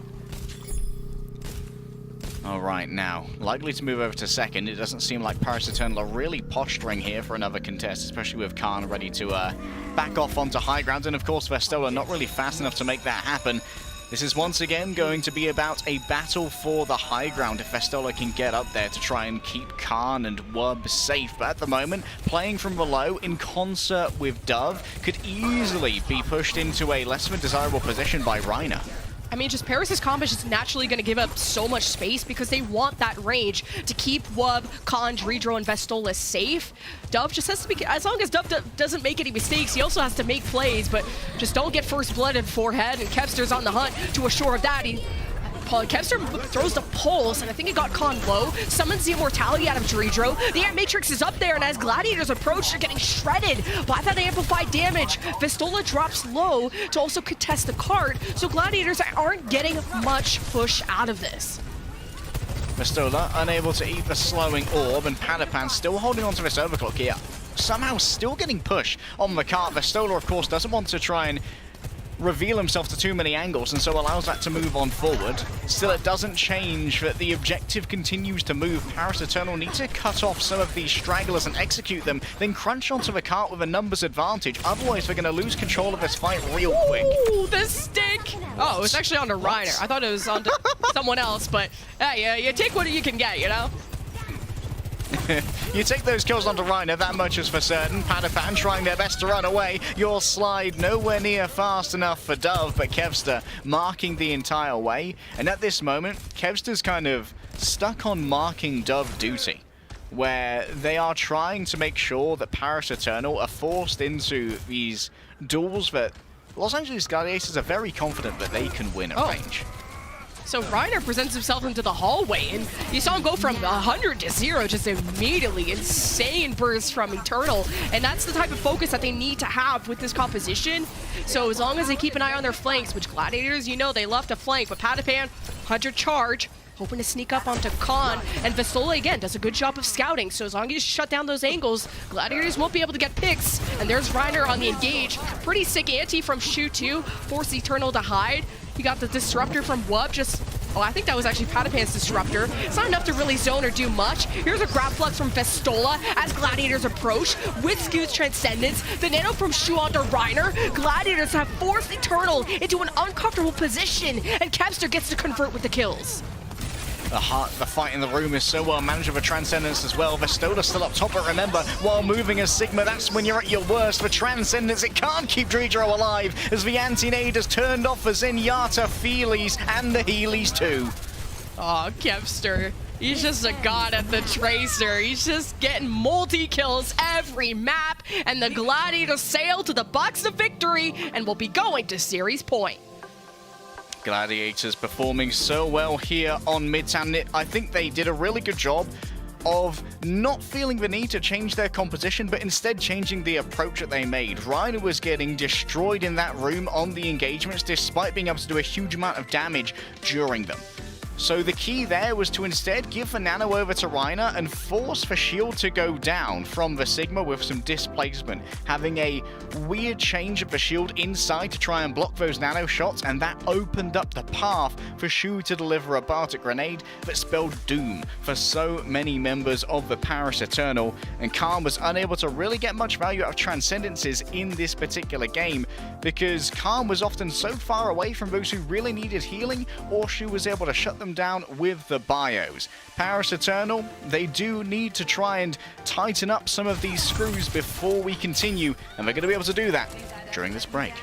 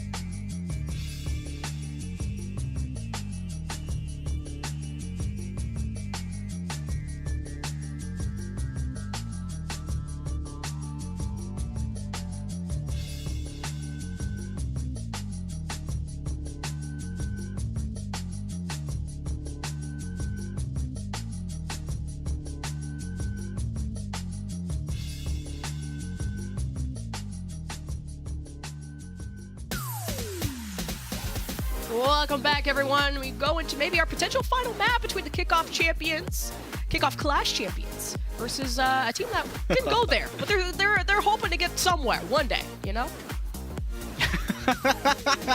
May one day succeed in some manner. Lemon Kiwi 2022. I'm a glass half full type of person, you know? One day, better late than never. You fill the glass, Lemon, and I'm going to drain it because we're going to Circuit Royale, which is kind of where Gladiators are at their best. This is where Shu and Skewed can continue to play the double flex support at its best. This is where Arns comes in and plays the Widowmaker, and there are very few people in the world who can hold a candle to Arns in Widow versus Widow. And that is worrying for the Paris Eternal. Now, don't get me wrong, Paris Eternal are doing better than I expected in this game, and they are going up against the champions as an 0-6 team. No one in their right mind thought Paris would win. And I don't think anyone thinks that Paris Eternal are going to win the Circuit Royale either. But I think at the moment, Paris Eternal, they're kind of in that formulation stage, or in that experimental stage, where they're just getting used to playing as a team, playing under pressure in these official matches, and maybe we'll be able to pick up some map wins and maybe even the elusive match win in some of their easier matchups against non-championship status teams. Yeah, like, Eternal are like an Eevee right now, but you haven't even hit level 25. Like, what stone will we use, Lemon? Yeah, I mean, you can't even start thinking about stones. Yeah, you gotta get them to level 25 first. And when it comes to this Widow mashup, now, I've been hearing that Dove does have a Widow. If they do hope to use that at all, we'll have to see. I know sometimes teams, if you don't think you can win the Widow 1v1, sometimes you can just go with flankers. We've seen even some Sombra Tracer from the Paris Eternal on the first map, but for now they're hovering over the double sniper. So yeah, Eternal, they're leveling up, while as the Gladiators, they've always been good. So it's almost like we have such a high expectation for them, and they continuously are meeting that there's no concern for the Gladiators. See, I'm actually very happy to see Paris Eternal play the double sniper here rather than a single sniper and say Genji in conjunction, because this means that even if Arns feels confident in the Widow duel against Dove, they still have to worry about a second angle, because if you ignore either one of these snipers as a Widowmaker, you are going to get hit in the side of the head, and you are going to suffer. Forcing Arns to be a little bit more choice with the angles that are taken. Oh, for a second there, I thought that was going to be an illegal maneuver. It's okay. Everyone behaves on the LA Gladiators for now. And Kevster's going in deep. Already very low here, Lemon. Yeah, it's not illegal if you can just fly over it, right? So clearly Kevster, if he's expecting a sniper, I mean, I don't know if they were expecting two, Kevster's going to try and overwhelm them. And that's when you bring a Pharah to this double hit scan, you're really testing the mechanics of the Paris Eternal. And if I had to have like one final note about the difference between these two teams in Midtown, I would say it's pure mechanics. Like from Skewed, I think being my player of the match, fragging out against Dove, but when Wub has those lineups, when he has Stormbow, it doesn't matter how good of a Pharah you are, Wub has still been mechanically solid, but I'm not sure if holding a candle, like you mentioned before, to the Gladiators. That conflux of fire that just evaporated Kevster. I was like, hold up, Kevster. You might be 2-0 up, you might be reigning champs, but we aren't bad at Overwatch, okay? I think Dove, Wub, and Khan all hit a something simultaneously, so the Mercy Pocket was essentially useless in that case. Kevster instead moving over, still with some mobile Sombra, and the Slow Orb is going to be eaten by Vestola, but so too is Vestola's shield, going to be chomped on up by the combined fire of the LA Gladiators. Yeah, Eternal hoping to hold this corner. Reiner already starting to overwhelm Vestola, who's had to use the Grasp. Discord orbs on those tanks. Vestola dangerously low, can't afford a pick, but Dredro's been sniped by Skewed.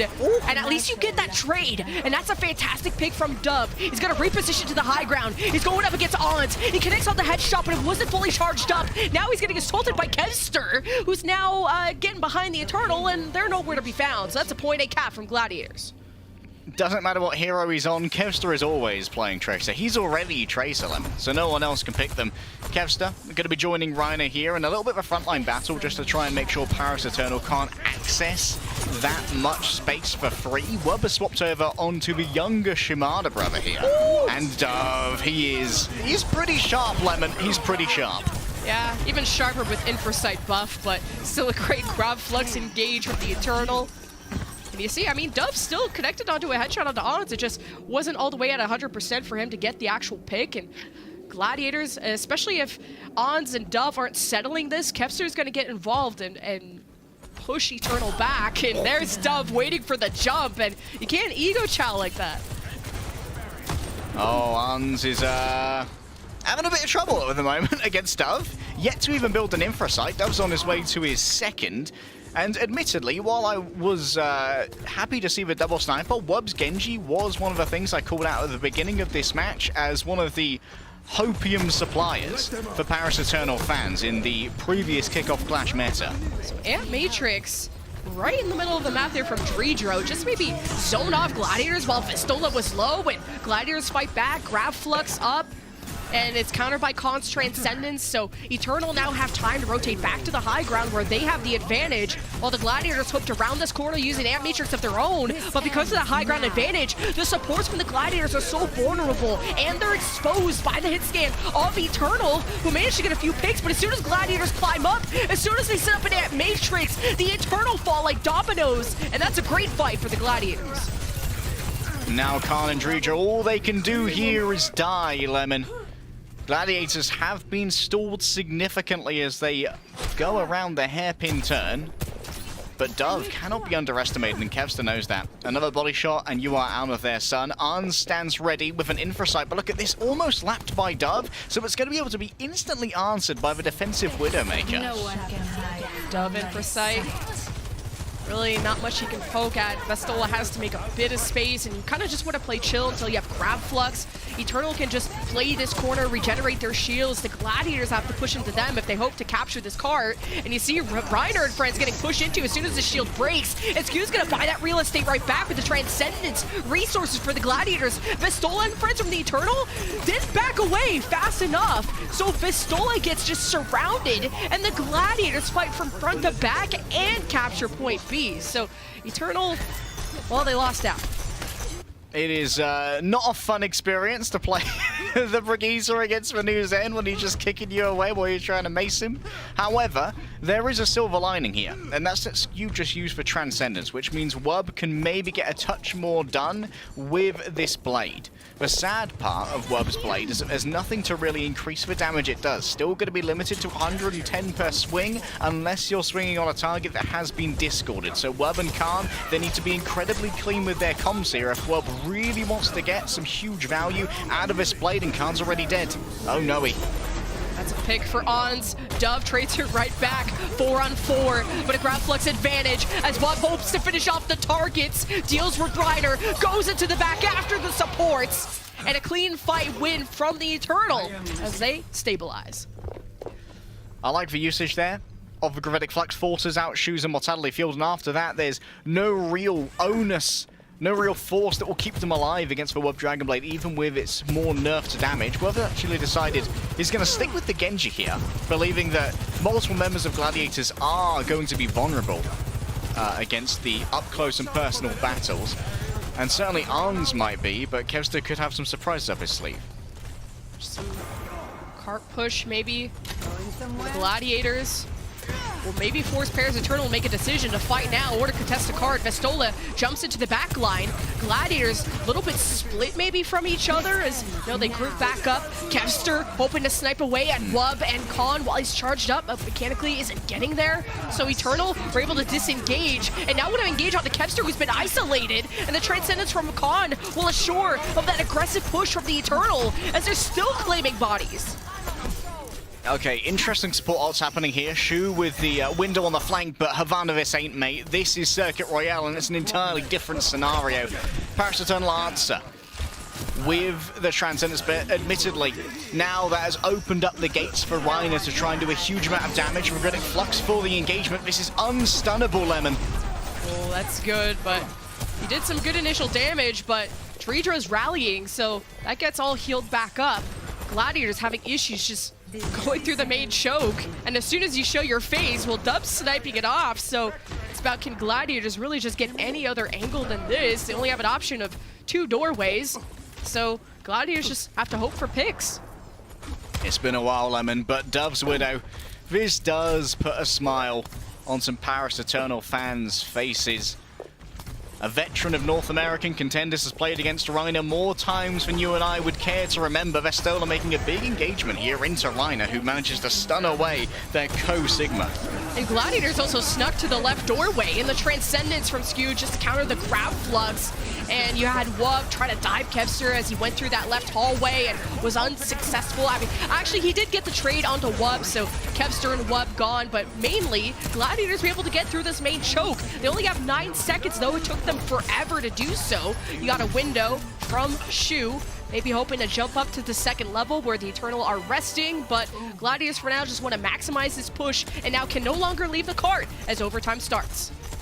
Eternal have choices to make here. Do they try and play for the Transcendence and the Blade, or do they make an earlier engagement and stop this cart a little bit earlier than it previously was? Wub forced to disengage here as there's a wraparound to maybe try and isolate Skewed. However, the sightline is played, and Shu takes a risk here. Lacey jumps up just to scout where Dove is, and at the very back, Transcendence from Khan just to help Vestola beat everyone down, and it's pretty successful at doing so. He's killed 2, and Khan with the 3rd and 4th. Paris Eternal will stop the Gladiators from fully capturing the map. Can they stop it? Yes, they can, Lemon. What a wait there for the Transcendence. Paris Eternal decided not to make everything happen too fast, but instead to be a touch more patient. Wait for Khan to hit those orbs as he inexorably would. The design would not be stopped, and the plan was pulled on off with no real way to separate the Sigma of Vestola from the healing of the Transcendence, because you didn't have an anti. Remember, Vestola could just go in and throw D20s until the cows came home, really. Paris Eternal, they managed the stop, but this is by no means a one map just yet. Los Angeles Gladiators with an admirable 66.8 meters and 2 fully completed points, which is not too common here on Circuit Royale. I think Dove also had a solid performance on the Widow, getting a few critical headshots on point B. Eternal drained a lot of time on that point B, and even when Gladiators went through and captured C, Paris Eternal had a really good understanding of the map, and just the choke points that they had to hold with that Sigma composition. Now Gladiators, it just came down to when they were going to use their ults to really overwhelm that part of the map. So I felt like that was pretty even, and still a very good push from the Gladiators eventually. The Kevster Pharah immediately kind of losing them time, but it was nice to kind of just have that aggressive kickoff from the Pharah, just to be aggressive up in the Eternal's face to get more space for the Gladiators. But now we're back to the double sniper from the Eternal's attack. And Kevster, you know, no Pharah here, obviously. Yeah, no Pharah this time. Even with a little bit of vertical cover that is available on these corners. Arns has been pinged, and so doesn't dare take any early peeks. Oh, hello. Nice little bit of leading there from Wub. Keeps Arns honest and keeps him hiding to make sure that Paris aren't going to lose people too early before this major corner, which is going to be a huge point of contention. That's a lot of space. That's a lot of space. Yeah, this is a great push from Eternal so far. Clearly winning the shield duel against Reiner, but now it's the next corner you have to vanquish, where Reiner, he knows how to cycle the shields well. And he's demanded to just be flexible, anything from the Reinhardt to the Sigma to the Hammond and more, but Reiner's shield broken and he stands tall right in the face of danger. And without that Sigma player, there's just no space to be held for the Gladiators as they hope to just get picks naturally from Kevster. I think that's over on the staircase. Shu's in the middle of the road, throws an immortality onto the cart so Kevster can swoop in, but really has no impact at all as the Eternal will cap A. Yeah, Eternal's initial push there, Lemon, around that main thrust of the area, around that corner, really meant that they couldn't be bogged down and there was no second fight that could be forced by the LA Gladiators, even with Shu saying, get him Frisbee, get him Immo Field. Unfortunately, it's not the most dangerous of utilities and could only keep Kevster alive for a couple of moments as Wub prepares for a Dragon Strike against a potentially unsuspecting LA Gladiators. Oh, this is a really good Dragon. It actually separates the two members of the Gladiators, and you see Shu just kind of walks back. thinking he was safe right into the Dragon, and without that healing, and Skew doesn't have Transcendence yet, but he will in a few seconds, and that'll be what Gladiators need to hold on, but the card is still a few meters away, so they could also wait for Shu to get back, as Gladiators don't want to show their face without him. The timer looking strong here, Lemon, but so too is the ult of Reiner. Against Festola here, it's going to be evenly matched. Who can be stunned, though, is the question. Reiner might actually be taken off the cart, and so Scoot has to come in to contest with a trance. Well, that was so close to being stunned out, but Festola gets the initial damage. It's countered by Scoot's Transcendence, 1 meter away, and the Gladiators have to stay on it, and it's so tough without any healers. Complete, domination from Eternal on that attack, and just pulling the trigger first pays off. They have 5 minutes to get to that box of victory. Everyone predicting 3-0s for the Gladiators, but this is looking pretty winnable for the Eternal. And coming into this, I said the Gladiators would always win on this particular map, right? This is supposed to be where Uns is just showing best Widow in the world kind of looks, but instead being cowed into submission again and again by Dove, who's proving themselves maybe a rookie, maybe from NA contenders, may not be a ex-champion superstar, but is still bloody scary. Now it's the fight for the coast side and the high ground, and the Gladiators wipe away the Eternal, but it's pretty fine. You weren't really expecting much from the Eternal in that case because they just don't have any ults, and this will be maybe a few fights or a fight or two to generate those.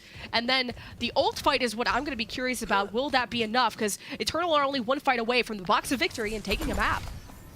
Speaking of ults, Kevster, if he could end this with a single overclock, that would be huge. The conflux of headshots, 2 at once onto Reiner, 1 for each eye, and there's nothing left for the main tank of Gladiators. And now this space has to be given away. Who's going to come in and contest this? Because we're getting mighty close to that box of victory as Arns opens up this can of worms.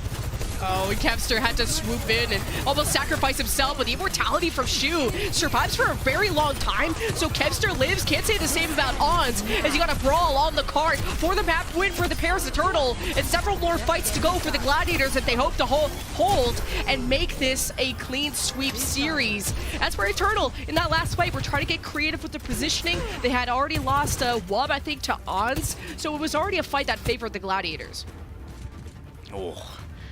Coming in towards the end there, Wub with that opening pick onto Reiner. Looked pretty dire for Los Angeles Gladiators, but the Immortality Field and Kevster rolling in at the same time managed to keep that cart just where it needed to be until Reiner had returned.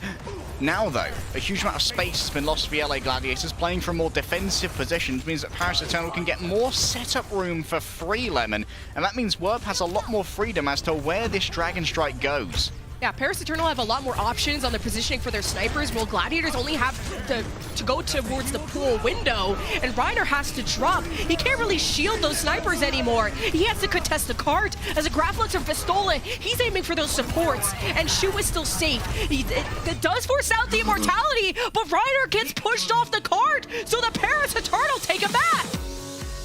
Paris Eternal taking a map against the reigning champions, and on the one I least expected.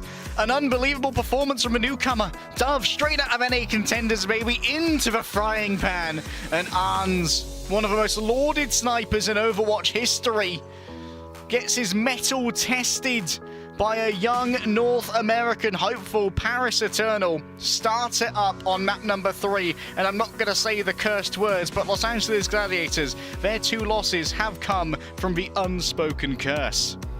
Yeah, Reiner just was not able to hold any space. I mean, Paris had 5 minutes for point C. And at the end, guess what? Los Angeles Gladiators had to hold for 4 minutes, and Reiner just stepped off the cart. I'm not sure what forced him to be overwhelmed like that, but it was a flub from the Gladiators. We'll see if the Eternal can stretch maybe another map after this break.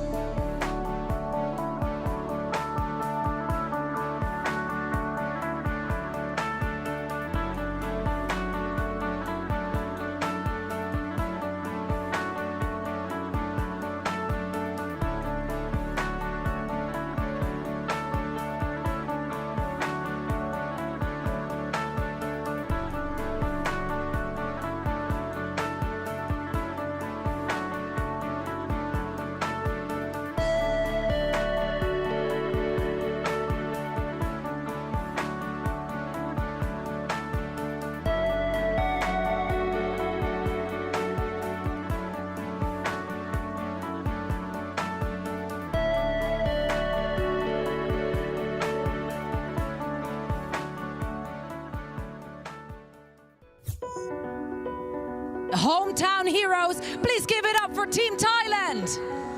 For me, it's always about Patapan. That guy's so good. Yeah, he's a nutty guy. Only 15 years old, only recently turned 15 as well. Where he's coming from. They're just going straight down the blade, straight into the back line. He's picked up 3, Pan with the 4K. He's 15 years old. Yeah, I mean, a lot of people becoming Patty fans after seeing his performances on the Doomfist. This kid, has just been phenomenal. It's so unfortunate how young he is because so many people would love to see him in the Overwatch League. Patapan's just going to clean up now. How does this lad do it? Patapan is one of those people who were like, okay, you're going to be the star of Overwatch League in about 3 years. He was held back by age restrictions. You have to be 18 to perform in the Overwatch League. So it's been, a rough 3 years. Him trying to make a name for himself in contenders. He swapped games at one point as well, and then decided to come back this year to the Overwatch League when eligible to try and get this trophy. It's going to be Patapan that tries to let him go straight away. It's going to be a nano attack from him as well. A lot of damage on the back line, and there it is. 4 kills from Patapan. Jaw hits the ground, even he can't believe it. He comes up with the ace, and look at the pressure come off his shoulders. He's feeling good. He had a slow start to the season, but yesterday, I think he had his best match so far. Absolutely dominated on that soldier, and that is important for the Gladiators because that seemed to be that missing piece for them in some of the reverse sweeps that they had to deal with so far this season. The Dallas Fuel, he comes back, Reiner in the fray, but Patapan free firing on the Fuel. Patty on the flank. The visor from Patapan on the back, the big grab from Harbin, the nade on top, but the Gladiators are just tearing them apart! Can't get to the bot and they can't do it, the Gladiators have done it! With a victorious war, the Gladiators extinguish the Fuel's flame and secure the kickoff clash title! They've set the benchmark high, and you can tell how much this means to Patty Pen. It means everything to me. We did it. Finally, we did it. And I did it as well.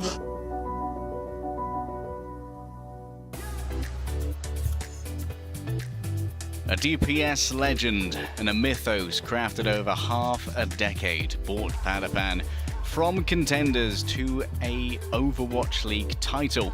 But when we think about newcomers to the league, I'm looking over at the Paris Eternal. Dove, in his first ever match in Overwatch League, has just taken a map, off of our reigning champions in the Los Angeles Gladiators. And I think it did come down a lot to DPS at the end of the day.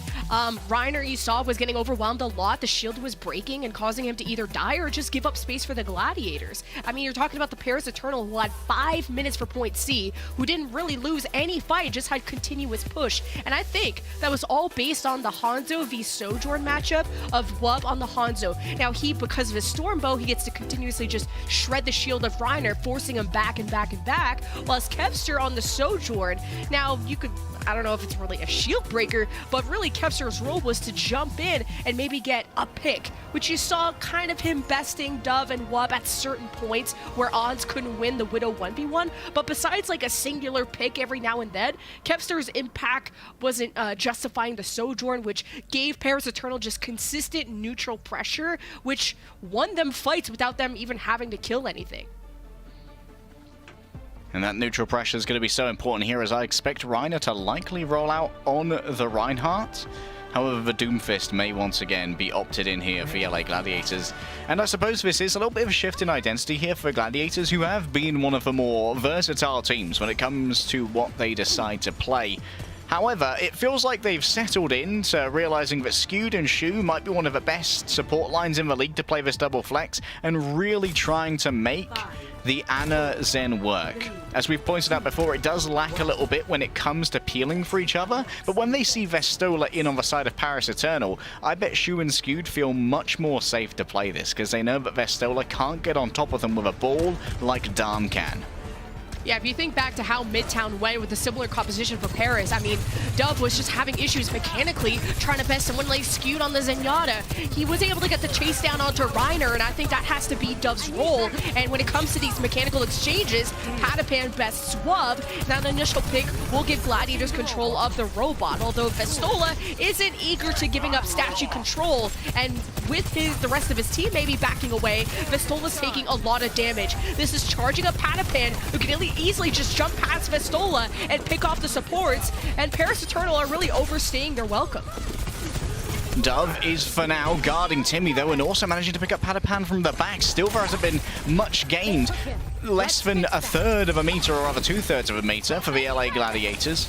Moving on forward, Paris Eternal get the final control of Timmy, begin pushing the barricade forward, but remember that Dove here can't stay in this lane for long because Shu will not miss those shots when you're out in an area with little cover. Los Angeles Gladiators, they need to try and rejig their method of attack. With Vestola having returned, safety can once again be guaranteed for Khan, Wub and Dredro. Yeah, you're just hoping like Dove has really good understanding of this map and how to flank around it. Not really known for his Tracer, but obviously putting a lot of time into it. And meanwhile, Gladiators, there's no doubt that they're just constantly getting these first bloods in these fights. But Eternal, even through that last fight, they know how to turn these 4v5s around, but it's a pulse on the Kevster. But the lamp was still active there from Dredro as he tried to play off the Matrix. Paris Eternal were too stubborn to leave that ultimate alone. And the Gladiators, they just shove and bully them away. Even Reiner at 25 HP still won't back down. And Reiner surviving all of this means Shu gets a bonus towards that next nano as well. But Larson was put onto Reiner in the first place. Paris Eternal sent reeling away. I didn't even see where Dredro used that window. I think it might have been in the underpass there, but Wub couldn't get behind it and do the majority of damage that he wished to. On the other side, Khan is at least outpacing Skewed when it comes to the Transcendence, but what will that be answering? Do you want to try and use that in conjunction with the Overdrive when the one-shots are so prevalent from the headshots of the beam? We'll have to see. Dove almost getting the chase down, but kind of redirects his attention towards the supports now that he had the pulse bomb, but maybe finishing off Reiner would have been more important, especially with how low he was at 25% health. Meanwhile, you got a Paris Eternal lead, but Gladiators hoping to close that real quick. Gladiators have that top metro control, which is great. You see at 100 charge, Patapan hoping to connect onto something, and does get dangerously close to killing Wub as he's antied. Paris Eternal are hiding, and Vestola tries to fire back with the grab flux, but it's really not doing anything to the Gladiators, who are just continuously shoving Eternal into a locker. Patapan's got that magic evasive footwork. I don't know what it is. He's dodging the bullets like he's in the Matrix or something. Paris Eternal have been sent reeling here for now. And Los Angeles Gladiators, they're going to be in a great position here to try and grab this checkpoint and get the forward spawns as well, unless Dove wants to triple blink in, but I doubt that's going to be the case. And there it is. On the other side, Wub wants to retake with the overclock. Oh man, this is just getting worse and worse for the Eternal, and now you lost one, you're forcing a transport on 5, you're hoping to get the pick, and you killed Shu, but Skew has Transcendence, so Gladiators won't be backing down, and they go after the supports of Eternal. There's no resources remaining, and the Gladiators already have a pretty decent lead, and it's only gonna get worse from here. And right there we have an illustration of one of the reasons why I think the Sojourn is so much better at the moment than the Ashe, and that's because of the prevalence of Zenyatta. However, you can one-shot squishies through the Transcendence if they're less than 250 health if you hit a headshot on a fully charged Sojourn railgun. And I think that that's an invaluable asset to have when these Transcendences are being built up so quick by Zenyatas that aim this well. The Kevster having close to Pulse, and Dove has to connect onto something here. The Eternal need a miracle. They have 5 minutes to do so, and that's a good one. You finish off Reiner. Kevster's dead too. Now the Eternal, they have control of the bot. This fight win and this cleanup will get them back to maybe their original destination, but it's how they need to win another fight just to extend closer to the Gladiators mark of 70-somethings. And you're going up against the Gladiators who will have 3 ults. Yeah, they managed to turn off a forward spawn, so that's about it thus far. Now, finally, the barricade progress begins to move on forward. Gladiators so close to both Reiner's ult and Patapan's as well, so Reiner can get out of dodge if they wish to. Oh, strike from Reiner and stunning up Paris Eternal, who just hope to stay safe in these pack rooms. But Gladiators, they surround them and they take the risk to actually enter inside of it. Kevster with the one clip on the con is not something Dove's been able to do to Skewed, and that's the Gladiators difference that you're seeing. And with this fight win, Gladiators they'll get back to their original destination, even maybe get forward spawns, and the Paris Eternal are continuously playing from behind. Kevster at least will have to come from all this way away, Lemon. But Paris Eternal, their only real tool to stop this is going to be the Gravitic Flux. And what can stun it? Either an aerial punch from Reiner or even a sleep from Shu. But for now, Gladiators, they're willing to play this patiently until Reiner has the position he wishes for. Oh, Vestola's completely surrounded. He's going to go for a grab flux, maybe just to avoid Reiner's punch while he's nanoed. But Vestola gets the initial damage, but it's immediately countered by Skew's Transcendence. Everything that Eternal have, Gladiators have an answer for. Now, Dredro's dead, Khan's dead, and that's another lost fight for the Eternal, as the Gladiators will extend their lead even more. And Paris Eternal, they're going to be lacking in resources to try and stop this from moving forward, especially if Shu and Skewed can get themselves up into this mini-pack room, get some high ground to operate from and to free cast from as a Zenyatta or as an Ana. For now, Shu is on barricade duty, but look at where Padapan and Skewed are. It's going to be absolutely free in there unless Dove can hit a mad stick. Opportunity to stabilize for the Eternal, especially with Reiner missing. Vestola got dangerously low, but he's healed back up, and that's important for Dredro to get Am Matrix up.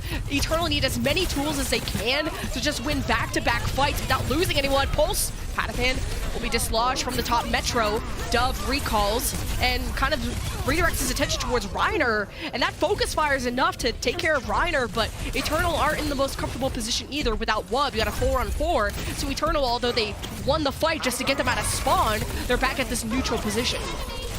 And there's just constant Timmy trolling going on as well from Kevster and from Reiner to make sure the bot is not making significant progress and in fact is moving back the other way. Now with these supports clocked in the pack room, Dredro's forced to use the Immo field, Lemon. Will Dredro get the help he needs? And not really. Khan not around, or maybe in sight to want to use the Transcendence, or not feeling like this fight is really winnable, but he uses now to preserve his own life. And Dove recalls, hoping to get some of that healing. So with that Transcendence, Eternal maybe hoping to hold on to Pack's side, but it's questionable that Khan uses it then, but not to save Dredro in that moment. 100-meter push to 46 with 2.5 minutes, and Eternal are using ults just to put a band-aid on a sinking ship. It's just looking really rough. Another minute passed and Timmy still isn't really moving in any significant manner. Reiner has Vestola in his sights. No rock, no problems for the Reinhardt god, even when he's playing on the Doomfist. Padapan may have fallen and Shu will as well, but coming up close, Reiner unable to defeat Khan, and Skewed may have overplayed his hand here with the Trancer touch, but in the midst of all of this, Wub has fallen and Kevster can now once again get back to Timmy trolling. Well, Gladiators are fine. They could just continue to just hold this middle of the map because they don't have to push past 100 meters. It's Eternal that have to really force Gladiators away, and it's going to be up to ultimates and how you cycle them. But Eternal keep trying to flip these 4v5 fights, and it's not working out, so you're wasting ults, and you're not able to have any tools of success to get past that point. Now with Dove missing, Eternal are behind again, 4v5, as Kevster hopes to extend and go after Dredro, who is now on the Mercy, hoping now with the new Guardian Angel jump that they could just stay in the air and out of sight and out of mind, but it's not really happening. The supports of Eternal just have no safe place. Dredro swapping onto the Mercy, caught out in the bus stop, but I'm afraid it's only a VIP ticket home for the young Frenchman. Paris Eternal scattered once again to the Eldritch winds, and Vestola, once again, so much lies on this young European hopeful's shoulders. A Gravitic Flux to try and turn this around. 47 seconds in which to try and be dominant to win every single fight. Dredro gets skeet shot. Yeah, the only thing about the Guardian Angel is you can, as the drop happens, you can kind of read this quite easily, and Padapan just does just that. So as you're dodging a Tracer, now you have to worry about the ranged hit scan of Padapan, who just doesn't miss those. Gladiators hoping to fully cap, and this is just an ego move. They don't even have to push this far, but they're gonna make sure that they get their revenge for missing out on Circuit Royale. Eternal having to use Transcendence and Spawn just to move Gladiators away. It's sort of successful at doing so. They've killed Padapan and Reiner, but 120 or 125-meter push to 46. The clock is winding down, and so have the hopes of the Eternal. And there's just no chance you can make this 0 to 100 comeback, and they barely have control of Timmy themselves, even with respawn advantage. Paris Eternal unable to touch. The Gladiators will be taking the final map in the series. Just in the end there, another cool play from Skew, dodging the point-blank accretion, using the Transcendence to body block it for someone else. What a performance to finish off here from Gladiators after a somewhat shaky showing on Circuit Royale, the map that I believe they were most inclined to win, but Dove sure showed me, and sure showed the fan base of Paris Eternal as well, that no Glister, no worries, we're fine.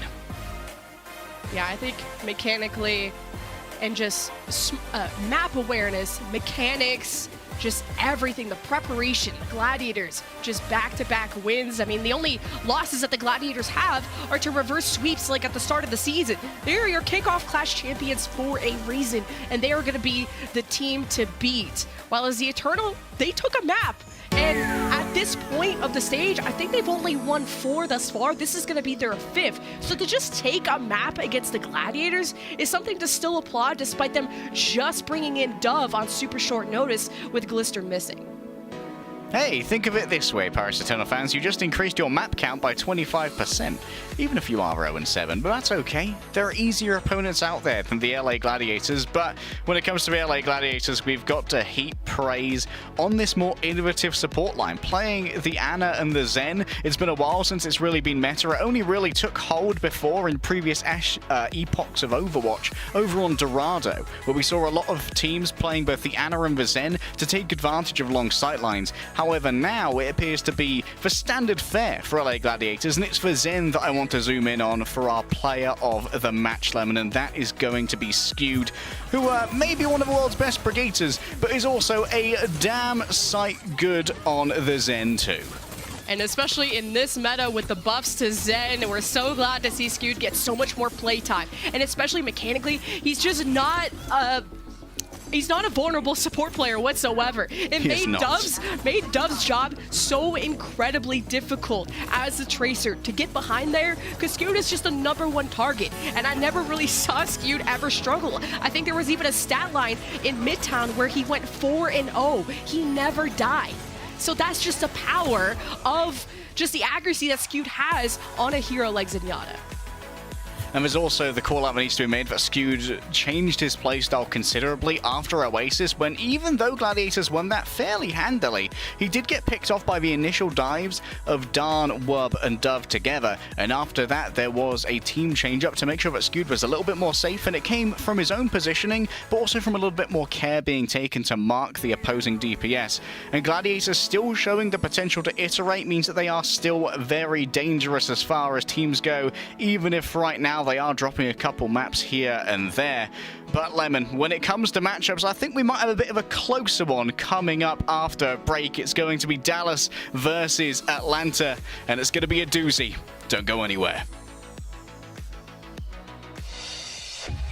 The Overwatch League is brought to you by Upper Deck, the official trading card of the Overwatch League, and by TeamSpeak, the official voice supplier of the Overwatch League.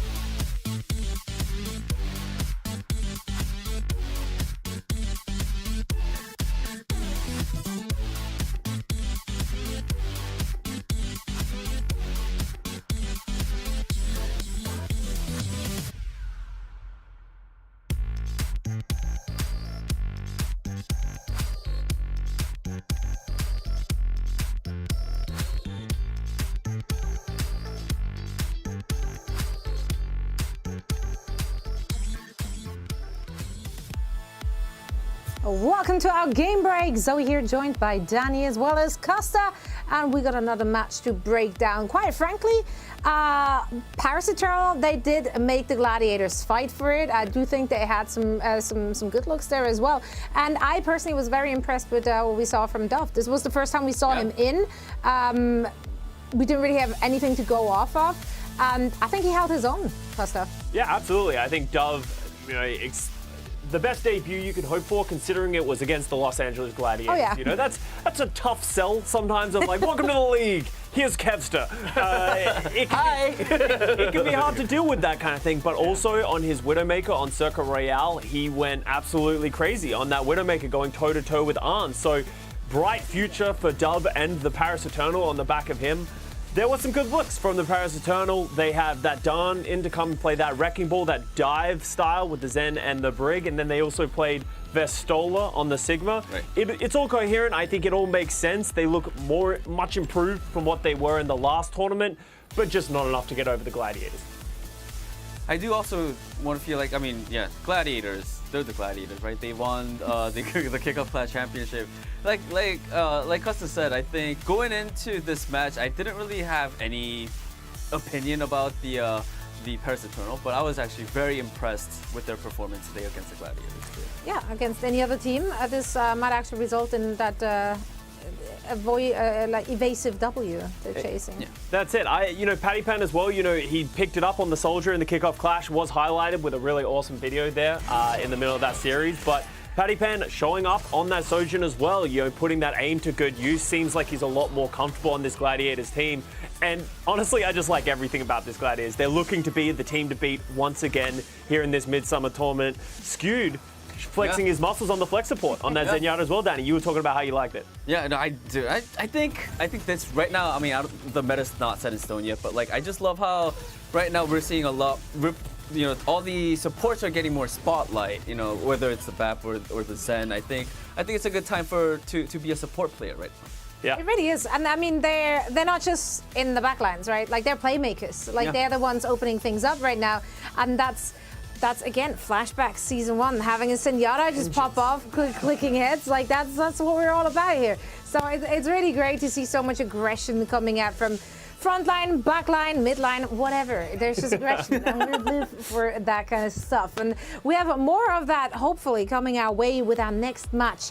And that is the last one of the day. It's going to be the Atlanta Reign taking on the Dallas Fuel. And I'm personally very, very excited about that. For one, I do need to know if the Dallas Fuel are gonna, turn it up a notch, or 2 or 3 or 10 maybe, Danny. That's your faith, right? Because I'm not worried. I don't know why I'm sweating. I don't know. I'm literally sweating. My palms are sweating. I don't know why, but I can stop predicting them anytime. Yeah, no, it's not a problem, I said in the pre-show, they unfortunately didn't have much to show against the San Francisco Shock their first match. But like I said, they always have a slow start, but they are Dallas Fuel. They always somehow end up to be one of the stronger teams when the season, or even when the stage goes on. So hopefully they have some answers, because if they don't against I'm just saying, Hawks Doomfist, and again, it's just, I don't know.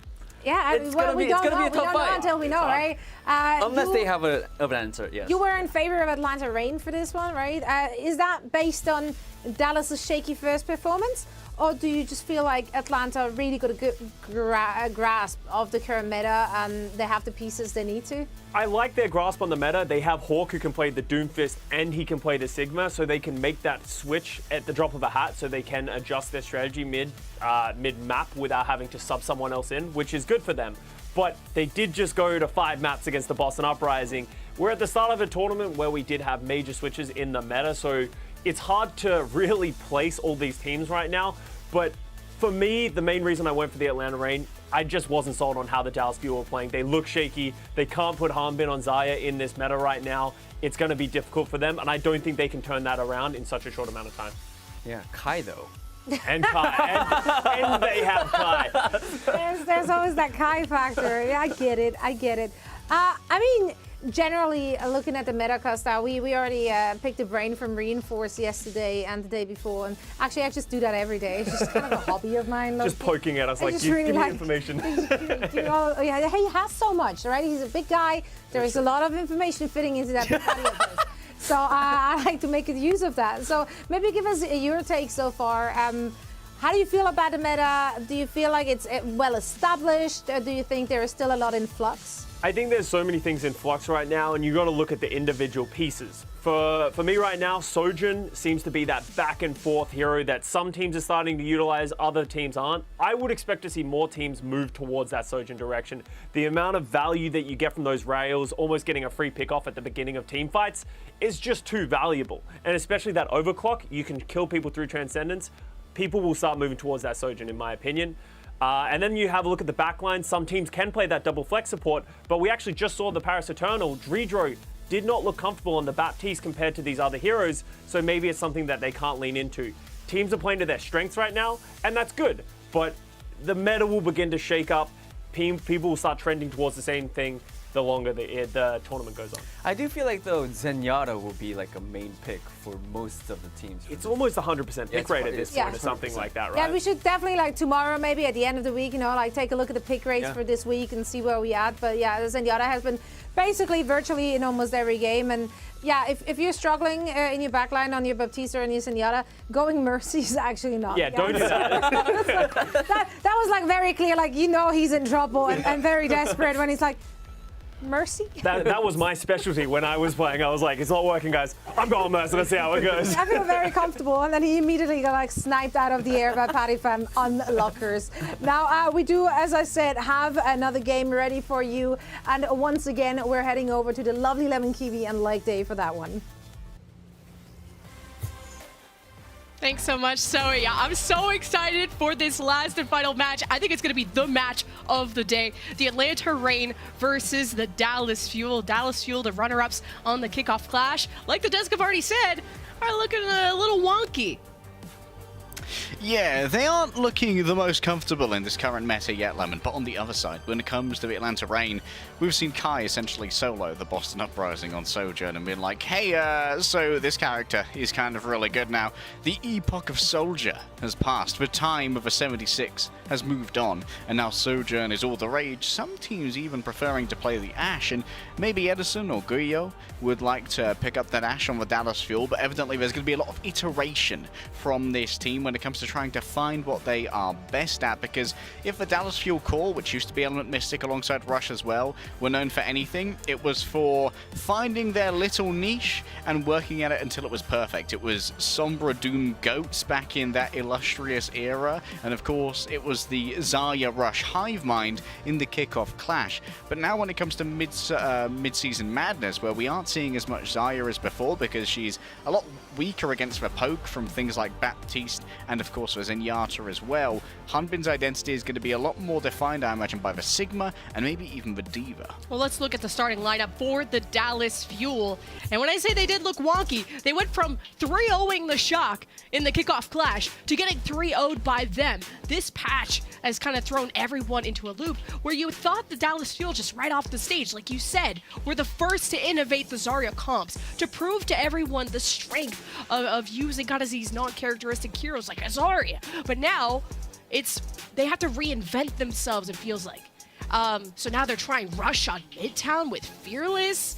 Fearless is trying out the Doomfist with the double flanker on Control. You got Genji on Circuit into a Brig Sigma. Like, Dallas Fuel are trying out a lot of things right now.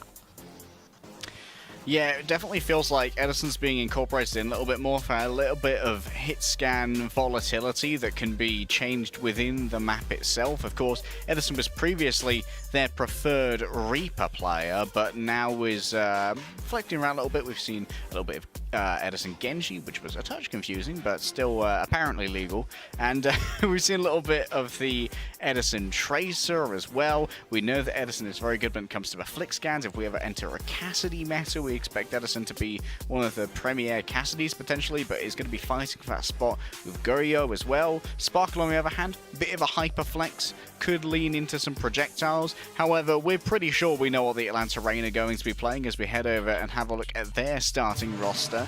Gator is still going to be on the bench for this one because Hawk has done very well thus far playing on the Doomfist, and the ability to swap between Doomfist, who functions more like a main tank, and Sigma, who's functioning more like an off tank, at the moment is just for kind of versatility Atlanta need to take on any threat at short notice. Yeah, despite kind of how Atlanta have these the bottom teams make them sweat a little bit more than we're used to seeing, because on paper this team, Atlanta, should be at the top. But consistency when it comes to fully sweeping out series and losing a map or here or there, you know, they still got a lot to prove. But despite this, the meta certainly favors Atlanta. Kai, you've already pointed out, is a top performer on Sojourn against Boston. That was insane. Hog's Doomfist was one of the most impressive ones at the start of the stage. Venom, the whole reason you signed this kid is for his Tracer, and he will continue to grow into this role. The only question I maybe have for Atlanta is kind of this double flex support meta that's coming in with more Baps and Zens. Is this going to be a problem for someone like OG, who's more known as like a main support Lucio situation? But just like Funny Astro and maybe other main supports, you can always go back to like a Brig and a Zen. You just might lose out on more maybe poke compositions, or maybe not having burst survivability without the Baptiste. But that doesn't stop someone like OG from learning that role. Yeah, I feel like OG and multiple other main supports have proven that Brigator is at least still a viable pick, even if Lucio is falling out of favor in some instances, but a lot of teams are preferring to run that secondary flex support. However, for Atlanta Reign, I think the question here going up against Dallas Fuel, especially if OG plays this Zenyatta, Lucio, it might just be for a rollout, would be, can Dallas Fuel deal with the pace that I expect from Atlanta Reign? Because I expect Venom to TP everyone out, go over to the Tracer, and then engage with Hawk. And can Dallas Fuel deal with this much faster engagement when they're used to being a lot more able to weather the storm when they are playing the Zarya? Instead, we've got Hanbin coming out on the Wrecking Ball. Yeah, it definitely doesn't stop these main supports from playing Lucio and just giving their Doomfist a bit of an easier engage or even disengage. But Doomfist itself has very low cooldowns, I think 2 or 3 seconds on that punch, so they're able to reposition quite quickly without the need of the Lucio. So some teams don't really opt for it. But when you have the main support, you might as well try for it. It's already a first pick from Kai, charging on up onto the high ground. They've even started to dive the enemy high ground, as Hanbin's trying his best to displace them there on the Wrecking Ball. Atlanta Reign, though, just completely dominating the middle of the map, and they'll get the capture first. Railgun ready to go. Oh, Kai's got some clean tracking on him. Can you tell he's been playing Soldier 76 for a while now? 39% towards that overdrive, but at the moment, controller's in favor of the Atlanta Reign, and Sparkle's barely got to play the game yet, Lemon. Will continue to be an issue. I'd be scared playing an Echo into Kai's Sojourn.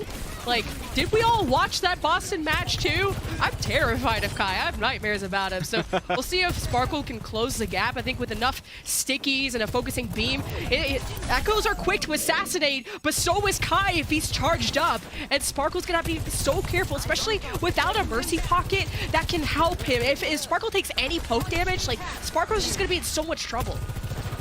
Kai's doing a really good job of herding, using that slowing orb as well to make sure that disengagements don't feel particularly enticing for Fielder and Chio. However, now is where the difference gets made. The Nano is available for Chio, and it's likely going to be placed onto Sparkle to make a big dive happen. See Sparkle just taking a bit of poke, but gets healed back up by Chio at a distance. Maybe even has the orb from Fielder. Pulse from Venom Throne doesn't connect. Soundbear from OG will start the fight for the Reign as Hawk gets nanoed, and Edison too on the other side. But it's the point presence all for Reign and Control as well, reaching the 70% mark as the Fuel. Do they want to use the Transcendence? Because they've used every other ult and really haven't gotten any picks until now. Hawk has been removed, and the Reign just don't have a space holder without Hawk.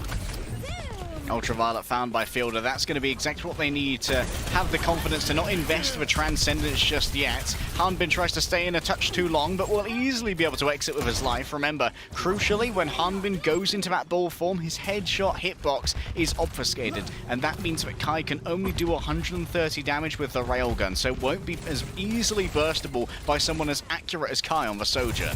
See, Edison is just staying near the point, probably knowing that Venom's going to come rotate there just to force the flip and force some chaos as Kai shoots down Fielder, swoops in a headshot on the Tio. Kai is disgusting. The backhand on Edison, and then the finish on the Sparker and Hanbin.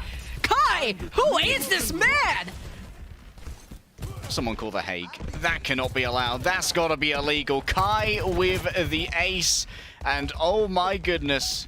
He said he didn't like playing Sojourn that much. Might change his mind after all of these. Dallas, you'll now have to make a mad dash to the point, but it's going to be down to Edison to get that first contest. Venom for now, gatekeeping entrance to the point itself and making sure that Edison might have to use the recall before even tapping it. Hanbin's made their way in, and there's the recall from Edison.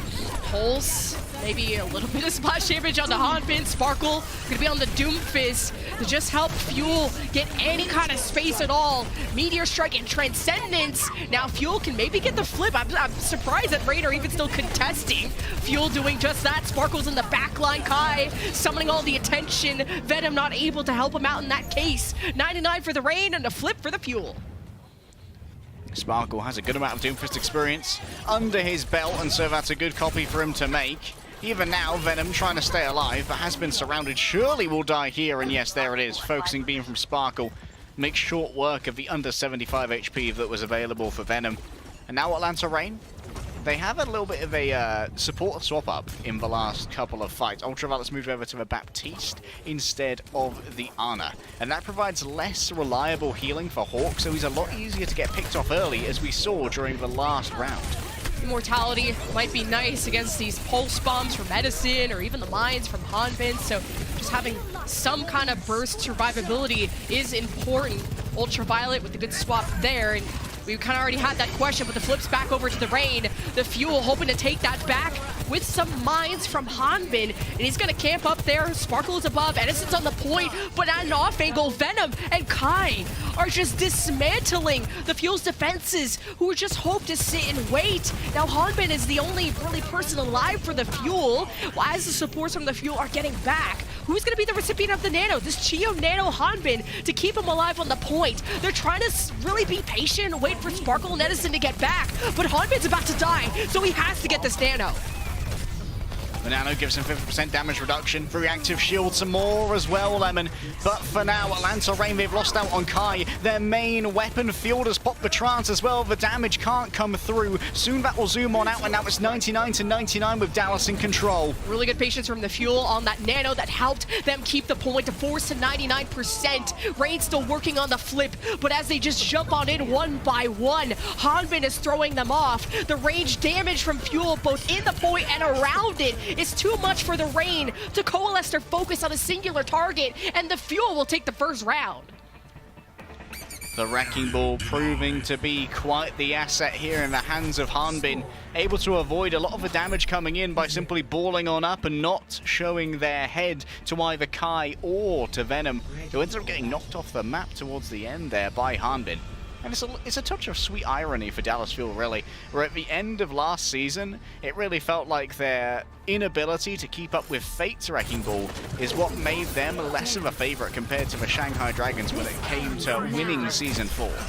And you kind of had that question at the start of the series, right, of what is Hanbin's role going to be in this meta? Of when we talk about off-tanks, you know, you think about Sigma, D.Va, and now that Hanbin's picking up the Hammond, it's sick. But this is Kai's meta. This is Atlanta Reign's meta. And I think the only reason they lost that round was just a really late call on the Nano from Chio, and Dallas Fuel was just a better support ult sustain. But we go into Well, and Sparkle's Echo returns. He had maybe some struggles kind of approaching Kai, especially with the hit scan and the charged up beams. Sparkle's just has to be so careful on these approaches. And now that Kai doesn't have as much of a dominant high ground to stand on like on Lighthouse, maybe Edison can have more access to him as well. OG removed from the main spot onto the Zenyatta instead. This means that Edison's going to be in significant danger. Can get one shot by a body shot from that railgun if he is discorded. And Hanbin taken out this time as Hawk chases down the Wrecking Ball.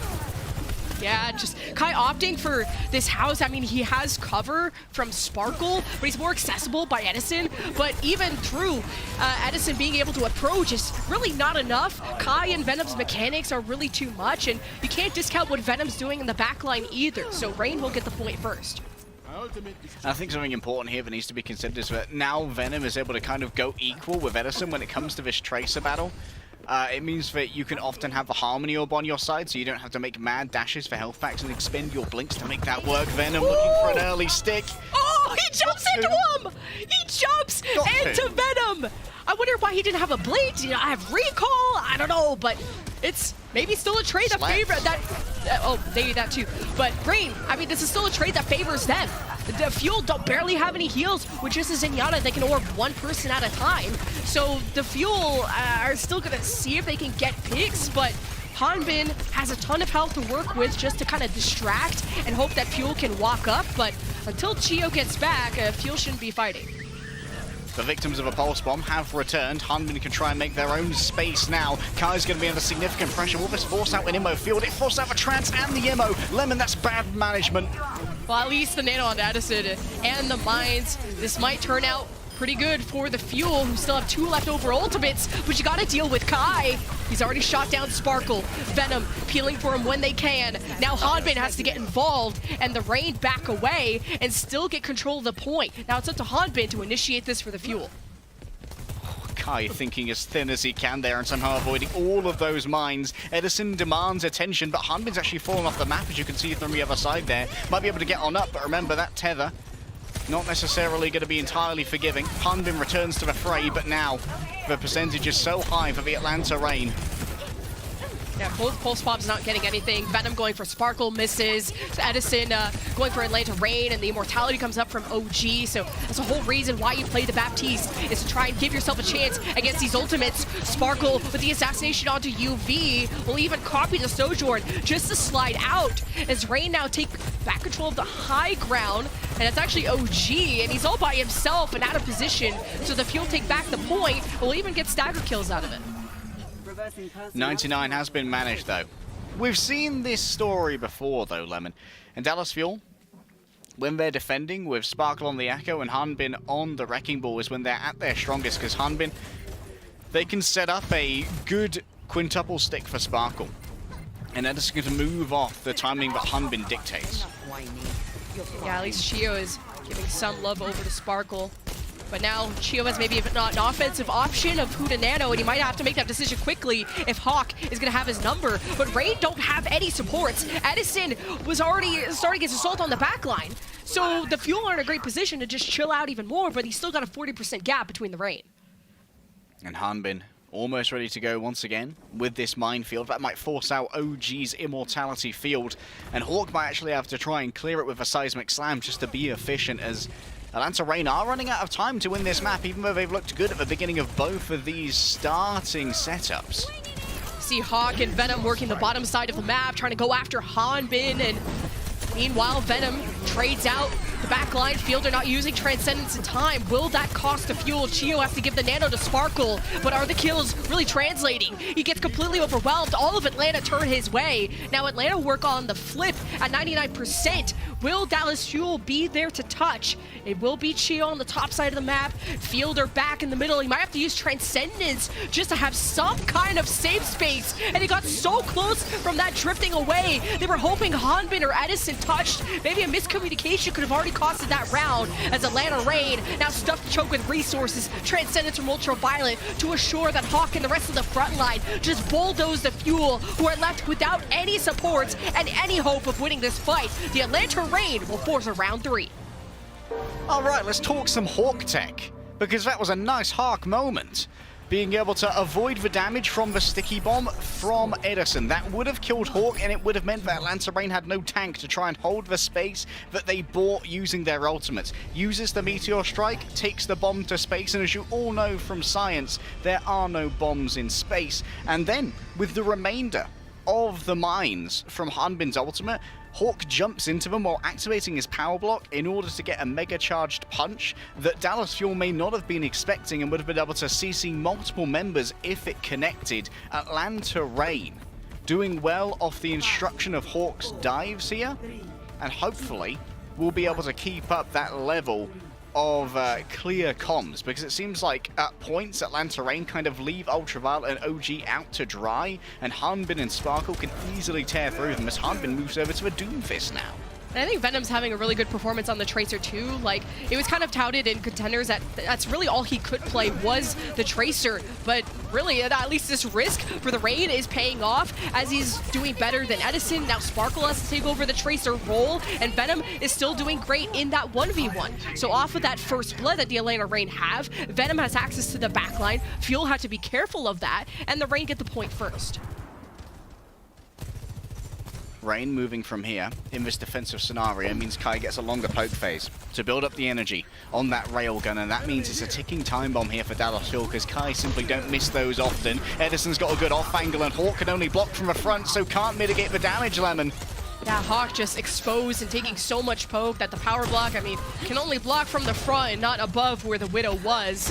But the Rain can still hang out on the point. From there, not going to give this up easily, even without their tank player, as Venom's in the back, 30 HP, is going to get some help from Kai, and still through Dallas Fuel getting a nice first pick on the Hawk. Hawk's getting closer to being back in the picture, and Fuel haven't gotten a flip yet. Venom steals away the Mega Pack. Dallas Fuel, they do have their presence here, and baiting people into Edison's sightline would be great. However, that's a miss there on the Pulse Bomb. Means Venom can't chunk down Hanbin, and the Fielder and Chio healing should be able to keep him healthy for now. Edison's found Kai, and I think that's going to put an end to this particular fight, Lemon. Now Dallas Fuel, they move into a defensive mode where Edison's going to project a zone of control with this Widowmaker, and that's going to force Atlanta to take more circuitous routes that provide more physical cover, but also make them easier to dive for Sparkle with this Pulse Bomb. Yeah, we'll be up to the Fuel now with Infrasight. We'll force already Atlanta Rain through this corridor, but still, as they are going through that corridor, now you got to deal with the ranged damage of someone like Fielder, as Sparkle's in the back, throws a pulse, forces out the immortality, and Hanbin isn't, I mean, it wasn't enough of a distraction to get Hanbin out of the picture, who had Meteor Strike and could have gotten out of it, not quick enough on the punch, so Transcendence v Transcendence, this is all benefiting the Dallas Fuel, who still have control of the objective. Now the Matrix from OG is nice, you clear yet another lane for the Rain, as the Dallas Fuel are losing a ton of space quickly, and it's not getting any better now that Chio is gone. Hanbin hits for Seismic Slam, but is too scared of UV. He's a chunky boy, this Zenyatta, with 25 extra HP and some hamstring muscles to back it up. Edison gets up too close, and Kai can score a hit onto Fielder too. Alas, Dallas Fuel remain in control for but a moment. Hanbin will sacrifice their life to move on through here, but they are far from guaranteed to die until Kai, of course, locks onto his target. 69% for the Dallas Fuel. A nice beginning to the map, but will it be a nice end? And you kind of look at the ults in this case where they had Atlanta Rain have DPS ultimate, and it's all, I mean, Sparkle having the Pulse Bomb too. It's about can you actually hit that stick, and is it going to be used to draw out the Immortality field? Can you use it after the fact? Maybe the Doomfist can draw that out, but Edison with a great first pick, and if you're going to commit to the Widow, you need to have those picks or else you're just playing a 4v5. So I'm glad that Edison is showing his prowess, but now he's gotten the attention of Hawk and the rest of the Rain, so that gets traded right back out. You look back at the point, it's a 2v or 3v2 in favor of the Fuel, but it's not looking good now that Venom's in your backline. Venom needs to deal, however, with Sparkle down so low, surrounded by so many. Hawks arrive too late, and the power block simply can't save her from this. Another hit from Sparkle as 99% and overtime was secured by the Atlanta Rain, but it was not cheap. The overclock was invested. Kai and OG made a high cojones move of diving Edison together, both moving up to the high ground using the Exo Boots and the Slide. However, now they've been clocked by Hanbin. Informational advantage to the Dallas Fuel, and Edison knows where everybody is now with the Infrasight.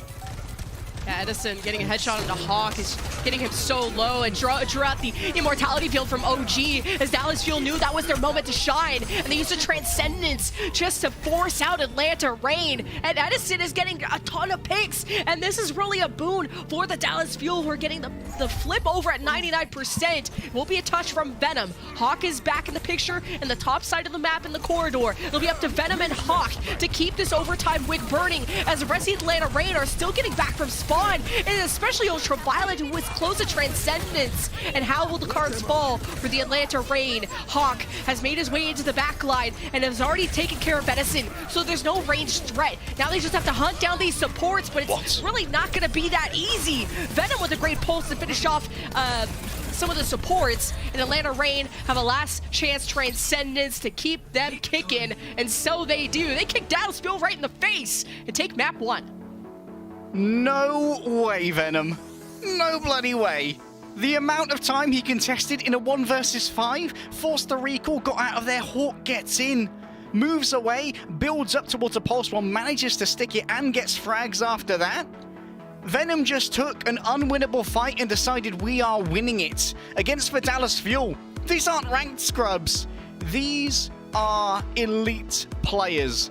And Venom just took them to the cleaners at the end of Ilios there. And while it's all squeaky clean, Dallas Fuel might be left feeling a little bit dirty. So you go wash your hands, boys, during this break.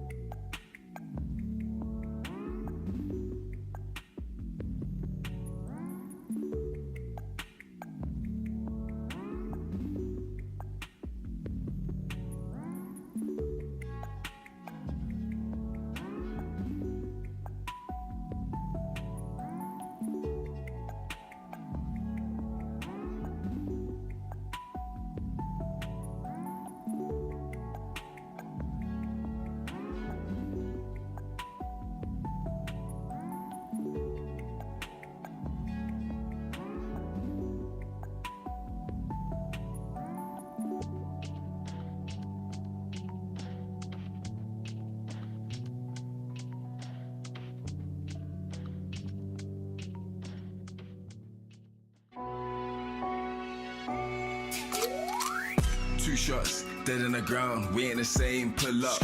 3 rounds, bro, you done. We let it rain, head pop. So look out when we in the zone, don't play around. I got a strap, put to your back, tell you now, we laying it down, yeah. Bands up, trapped out, I bring the dogs, gang out.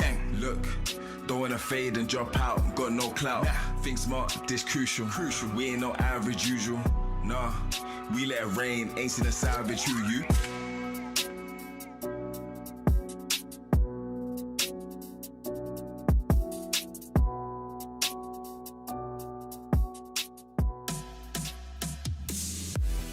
I'm glad we're not showing cameras because I was just bopping to that Atlanta Reign hype track.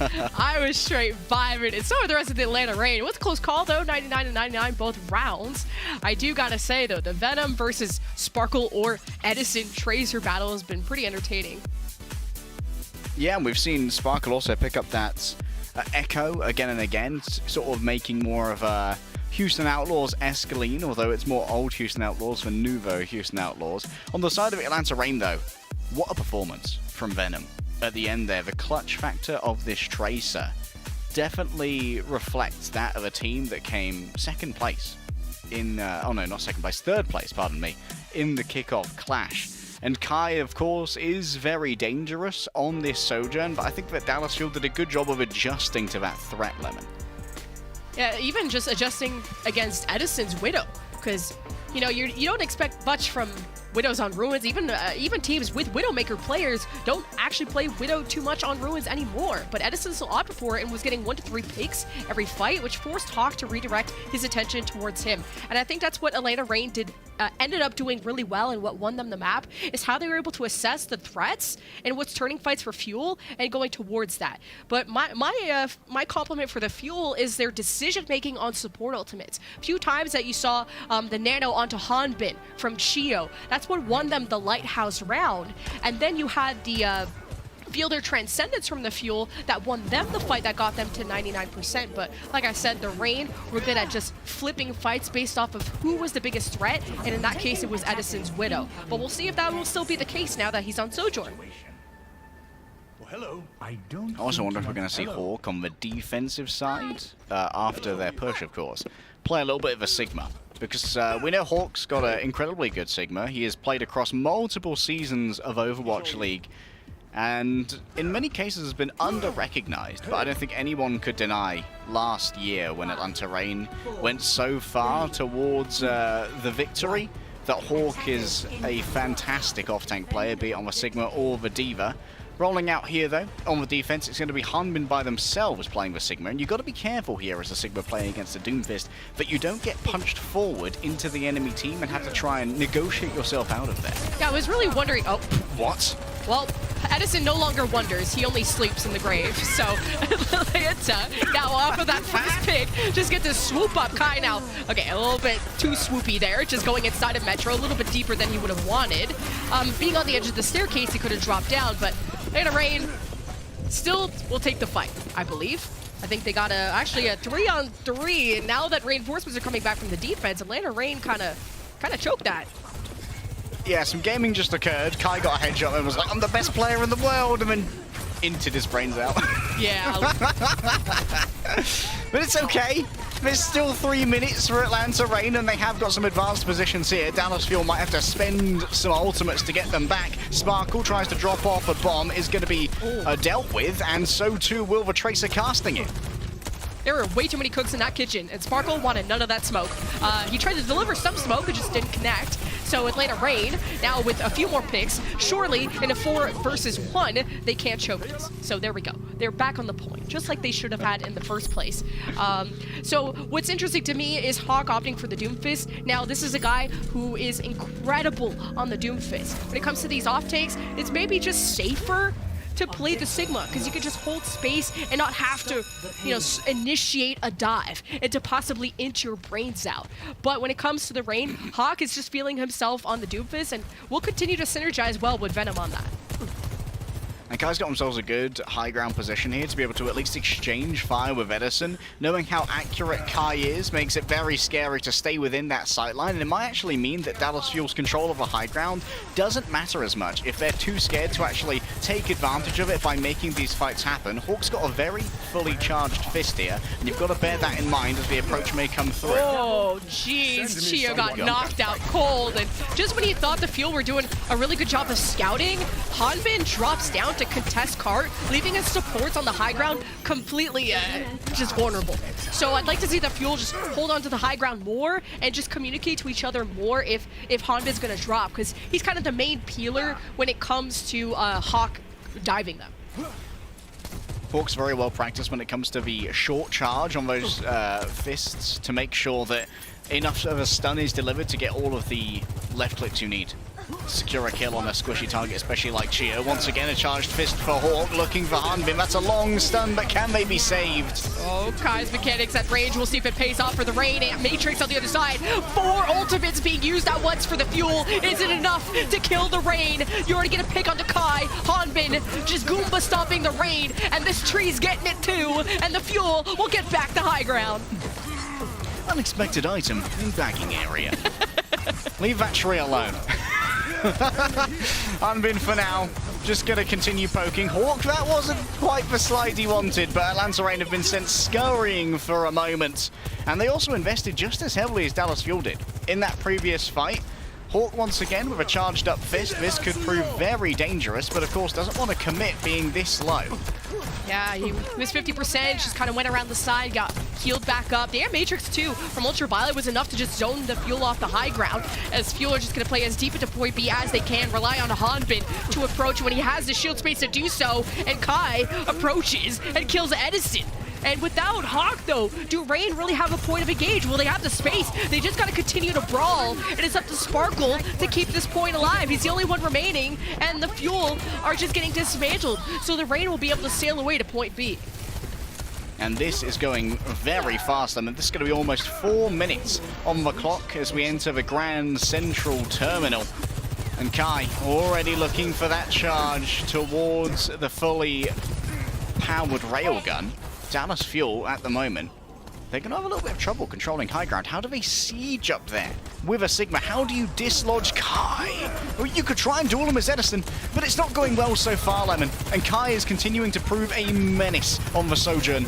Yeah, I don't think the Fuel can really go on that high ground, except if maybe Sparkle got lucky on that pulse bomb, which he didn't. It hit the fire twice. So, and later Rain will be able to control that space with Hawk and Kai, who's in a great position to get angles. Now on the right side, charged up, gets Dallas Fuel's backline really low. Ant Matrix from Fuel as Atlanta Rain are getting really close, so I'm not sure how much Chio's comfortable sticking around the Ant Matrix. Meanwhile, the Rain are just pushing and trucking away, and the Fuel just barely have any defenses left. It's not even fair to do 520 damage to Edison. He's only got 200 health. You don't need the Ant Matrix, but you're going to use it anyway. Kai backs off for now, knowing that Dallas Fuel, they have a respawn advantage here, and Hawk cannot afford to be surrounded while Sparkle is scurrying around in the back on that Tracer. Might need to remove himself from this area as Hanbin's going to start crunching in from the other side, but a consistent healing from Ultraviolet will be enough to keep Hawk relevant before making an engagement with that Seismic Slam. Yo, the pole set should finish off Hawk, and so it does. Rain don't really have a point of engage, but they can try and poke away, and it's just no chance as the Fuel, especially Hanbin, they use that frontline advantage just to bulldoze the rest of the Rain, and that got really scary if you're a Fuel fan. Rain were feeling themselves.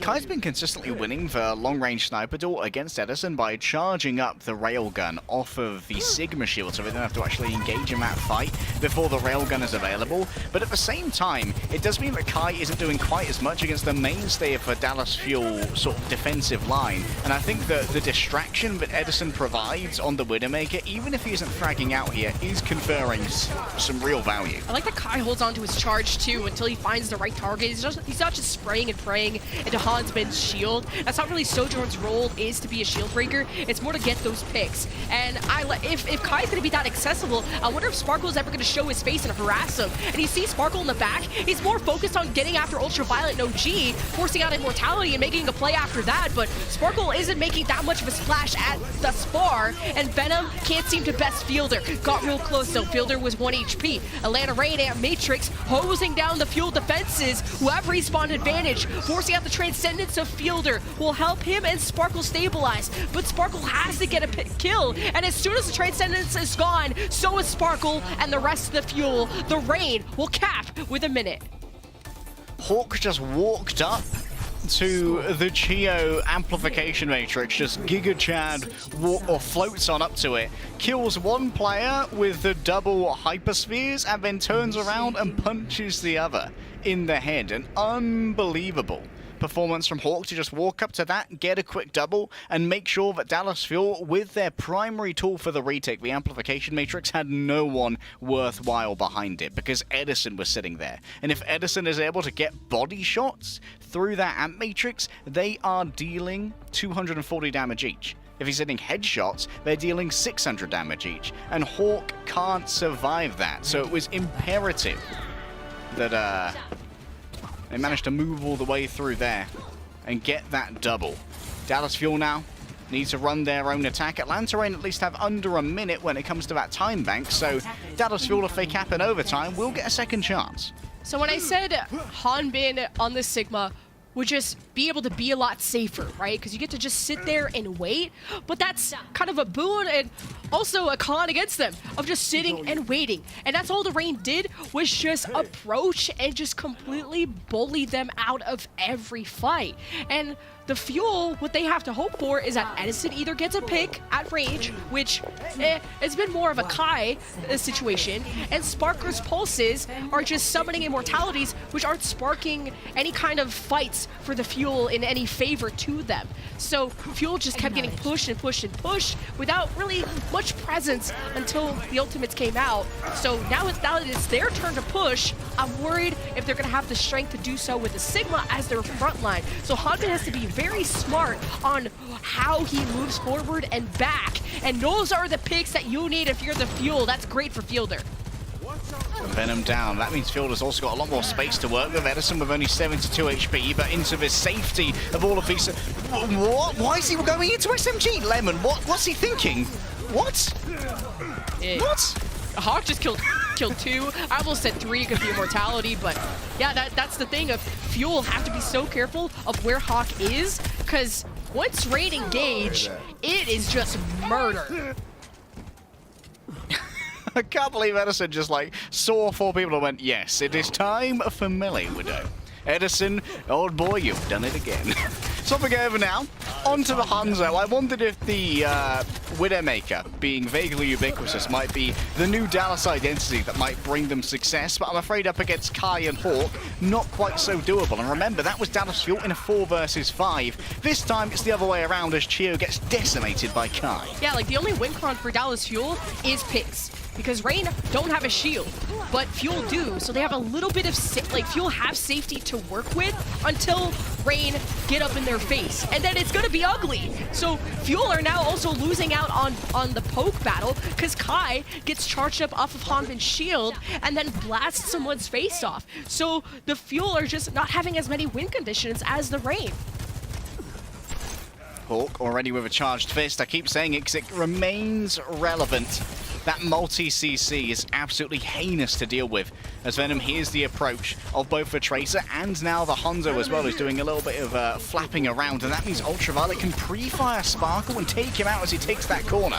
Yeah, Fuel are getting first blooded, now second blooded. As soon as they just try to go into that back alley, Atlanta Rain, that's when they initiate. So it's a really good window of opportunity for the Rain to identify that you can't let Fuel get into that alley, because then it just, you're only limited to kind of one main choke that the Rain can go through. And as soon as Rain cut off those rotations, that's how they're winning fights after fights. Hanbin should be safe with a Gravitic Flux here. unless he dies midway through it to, say, an overclock. But it shouldn't do a huge amount of damage, Lemon. Should be safe. Hawk might be able to get a mid-air punch to try and cancel it, and now it's a reconsideration from Medallisville. They may consider actually moving through the subway here, believing that it might be the better option, but now they can all get punched from behind. And Edison is close to Dragon Strikes, or are they baiting Atlanta Rain into a tough situation? The Transcendence is enough resources for Fuel to get through. Hanbin, grab Flux, working out. The Rain, though, are getting those trades. Kai swoops in, thanks to the Immortality Field, got a second life and a second pick out of it. So the Dallas Fuel had an interesting approach of just going in and then backing away, seeing if they can bait Hawk into being out in the open, and then Fuel rotate to the Metro, and it costed them a Transcendence just to be able to get positioning. So Fuel are now left with only 22 seconds.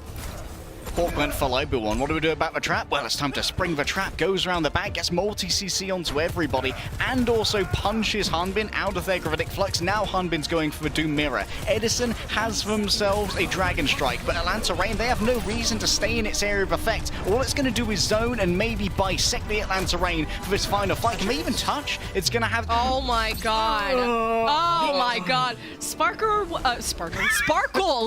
was 1 HP and heading back to Metro. It's his job to touch. It's his job, and Sparkle needed to be immediately healed up for him to do that, and it just took so long. And he went all the way behind Metro to get those heals, because that was the only safe position Sparkle could be in. Sparkle is just taking so much heat right now, and he just can't live, and he can't make the plays without those resources. That happened. So Atlanta Raid, take it back, by the way. Not like for any surprise. No surprise there. I mean, Atlanta Raid, this is their meta.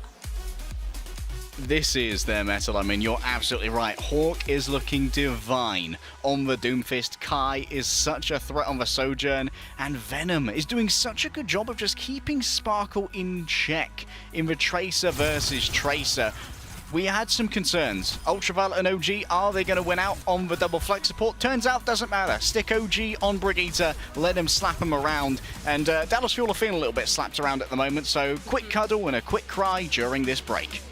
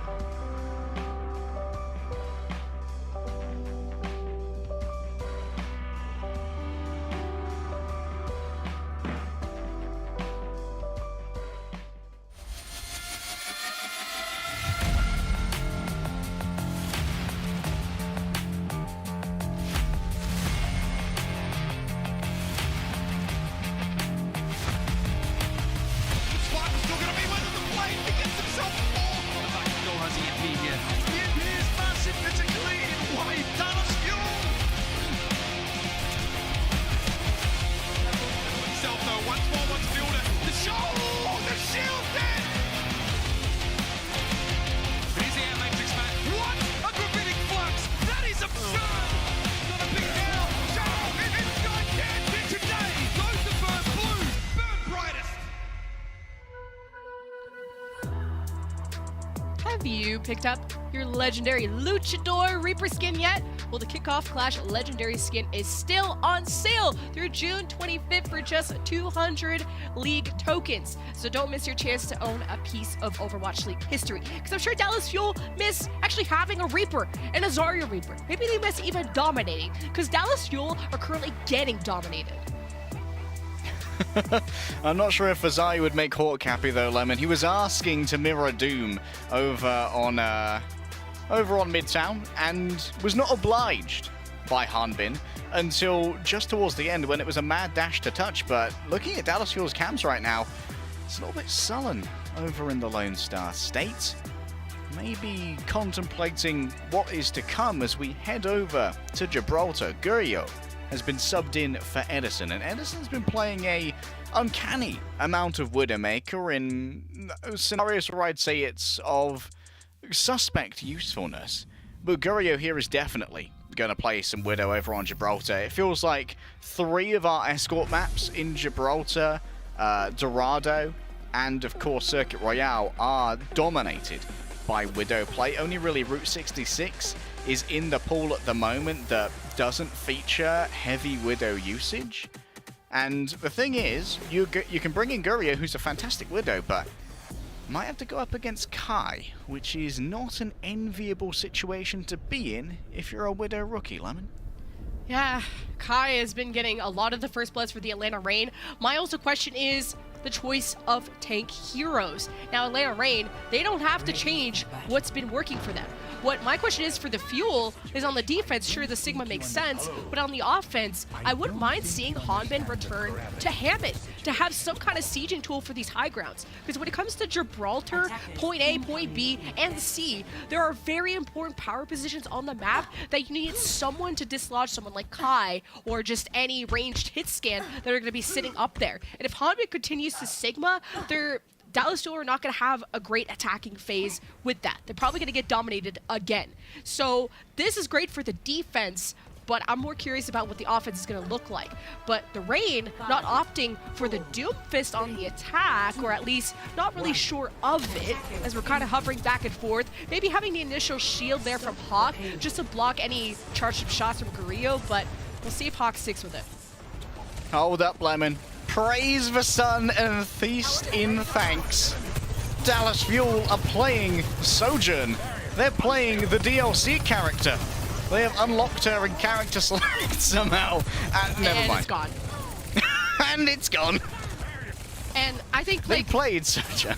Well, like talking about Dallas Fuel's win condition from Midtown, it's about those picks, and I think like using the Hangzhou and stuff is great if you have the lineups, but the charge up shot, you can't deny how impressive that is from the Sojourn, and Kai is proving that once again, sniping away at the supports, and Hanbin is getting tossed in the bin. So Atlanta Reign will get control of the card. Kai, 4 kills in that fight, and I figured that Gurio was going to come in to play Widowmaker simply because I assumed if they had a Sojourn plan, they'd be using it everywhere else as well. She's not really limited by the map topography.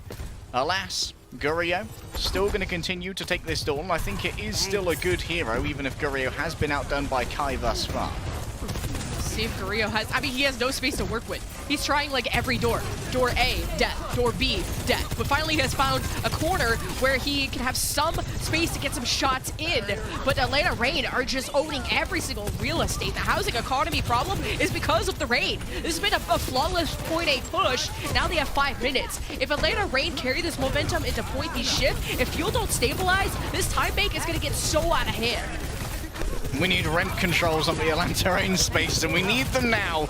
Kai with an overclock ready to go, but of course no need to use it yet. Venom can just hang out, let the cart heal him up. There's going to be a hostage execution in here as Gurio loses for 1 versus 4, of course. Dallas Fuel, they have been fighting as they die, which means they're going to have 5 ultimates ready for this next fight. And honestly, they might need to use every single one of them, Lemon, just to get control of the high ground and force a defensive position where they can bog down Atlanta Rain in those 4 narrow doorways. Yeah, and if I had to really nitpick at perfection of the Atlanta Rain, they fed like once on Midtown.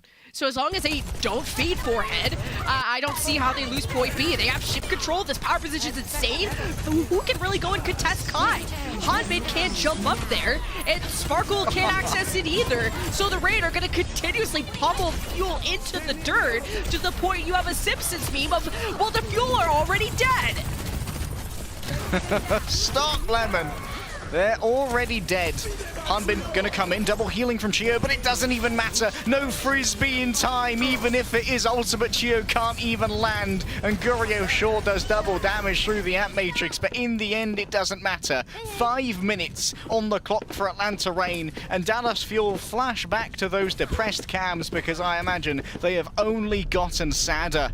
It's another rotation. Chio now playing the Zen. Fielder on the BAP. Give me that BAP. I can't trust you with that. What's going on in the comms of Dallas Fuel right now? But they have requisitioned this hero from their co-support. You just need Fuel to win the shield war. Maybe that's what slows down the Raid. But Kai has killed 2 people. He's in your backline. And he almost charged up and ready for a third. He's like slamming his keyboard because he wanted another ace. You got a grab flux from Hawk. He's going to finish what Kai started. I don't remember the last time Fuel have won a fight, if at all, this entire map. 4.5 minutes, one last fight before the end. I'm just feeling it right now. Atlanta Rain are so clean with this comp, they could be the mid-season Mad Lads that we've been looking for. Hawk gatekeeping at this beginning. There is going to be a Reinhardt coming on through, but this means that Kai's going to be pretty untouchable if he can get up onto high ground and can freely charge up the railgun off of that large shield the Rhine provides. Venom caught on the flank by Fielder. Yeah, was Venom slept. I mean, there's just so much pummeling happening from the Rain. But at least Fuel killed something. Smile. So are we stabilized? Now Hanbin goes to the Reinhardt just to have a better close-range brawl option. But now that Rain are distancing away, you go back to the Sigma to have at least a ranged shield option. Because with Reinhardt, you need to tussle and tango close range. But who is going to, again, the question, who is going to go contest Kai up here? It has to be Sparkle. He whips the pulse bomb. He gets backhanded. Sparkle go back to the grave. Atlanta Rain won't stop dominating, and Fuel have no point presence. 3.5 minutes for the Atlanta Rain? It's just over. Oh my goodness. That feels like, this feels like a world champion team versus Vancouver Titans at their worst, Lemon. I thought this was going to be what last match was, to be quite honest. The fact that our last match This was is what we closer. thought would happen in Paris versus Glads. And this is number 2 and number 3 from the kickoff clash. Atlanta Rain, their thirst for revenge is all-consuming. And the Dallas Fuel stand in their way, but they may not stand for long. It needs to be not only a full completion, Lemon, but a bloody quick one if Dallas Fuel stand any chance of remaining relevant in this series. And honestly, this is probably going to strike a nerve with the fan base as well. They've come to expect a level of success from the Dallas Fuel that currently is not being delivered. I mean, this is the stage of the Atlanta Rain. I mean, this is Fuel trying to fit into those shoes that Rain have been wearing since the womb. You got Venom, you sign him as your Tracer, almost one trick, who's now growing into other roles, of course, but Venom is the Tracer superstar. You're throwing Sparkle on that, who flexes to a whole bunch of things, and it's still a good Tracer, but I don't know if really can cough at someone like Venom. Then Kai is like the whole reason you're nerfing Sojourn left and right, because he's just that good at it. So I think Fuel, with time, can maybe hold a candle to the Rain on this composition, but for now, Atlanta Rain, they're gonna dominate, and for a very good reason. Gurio charged up, want to get a first pick, but you gotta hope that it can break through the shield of Hawk first.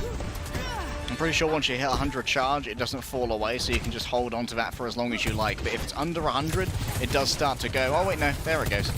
I have been able to play a little bit of Overwatch 2 myself, you know. Ultraviolet taken out by Gurio, and now Atlanta Reign finally are feeling a little bit of pressure. And if Gurio can prove themselves to be pretty adept on the Sojourn, maybe there's still quite a bit of hope for Dallas Fuel's other games. Never mind. Hello. Maybe the Genji, maybe for some deflect, and clearly a hero maybe he's more comfortable on. And when the whole house is on fire, you do anything. You try something. And it's better for the field to try something than to go down laying down. And Atlanta Reign, they get wiped away, so the Fuel be able to get the point, and at a similar pace in the Reign, so it's not all over yet. You know, I'm kind of vibing with the Genji as well, just being able to get on top of Kai and forcing the supports to split their healing between Hawk and Kai means that Ultraviolet can't keep both up, and that means that you might be able to win that frontline battle where Hanbin should be at least able to draw equal with Kai when it comes to Sigma prowess, right? Like this world-class tier off-tank going up against Hawk, who is in his own right incredibly good at this. Kai, fully charged up beam, looking for some victims. Won't find any of this shot. Yeah, I think you bring up a great point about Genji's verticality and just needing a close-range hero that has verticality, which Tracer doesn't have that verticality. Still able to get on top of ship, it's just a long road to get there. And Sparkle, as soon as he does get close, he will execute. So the Fuel have maybe found something that works for them. They have top ship control, and they have a ton of momentum behind them. So if they win this next fight, they'll be on pace with what the Reign's doing. Here's Sparkle managing to catch out Ultraviolet. I'm not sure if there was simply no Immortality Field available or didn't believe that Sparkle was enough of a threat, but goodbye to the entire backline. Now the overclock is going to be exchanged.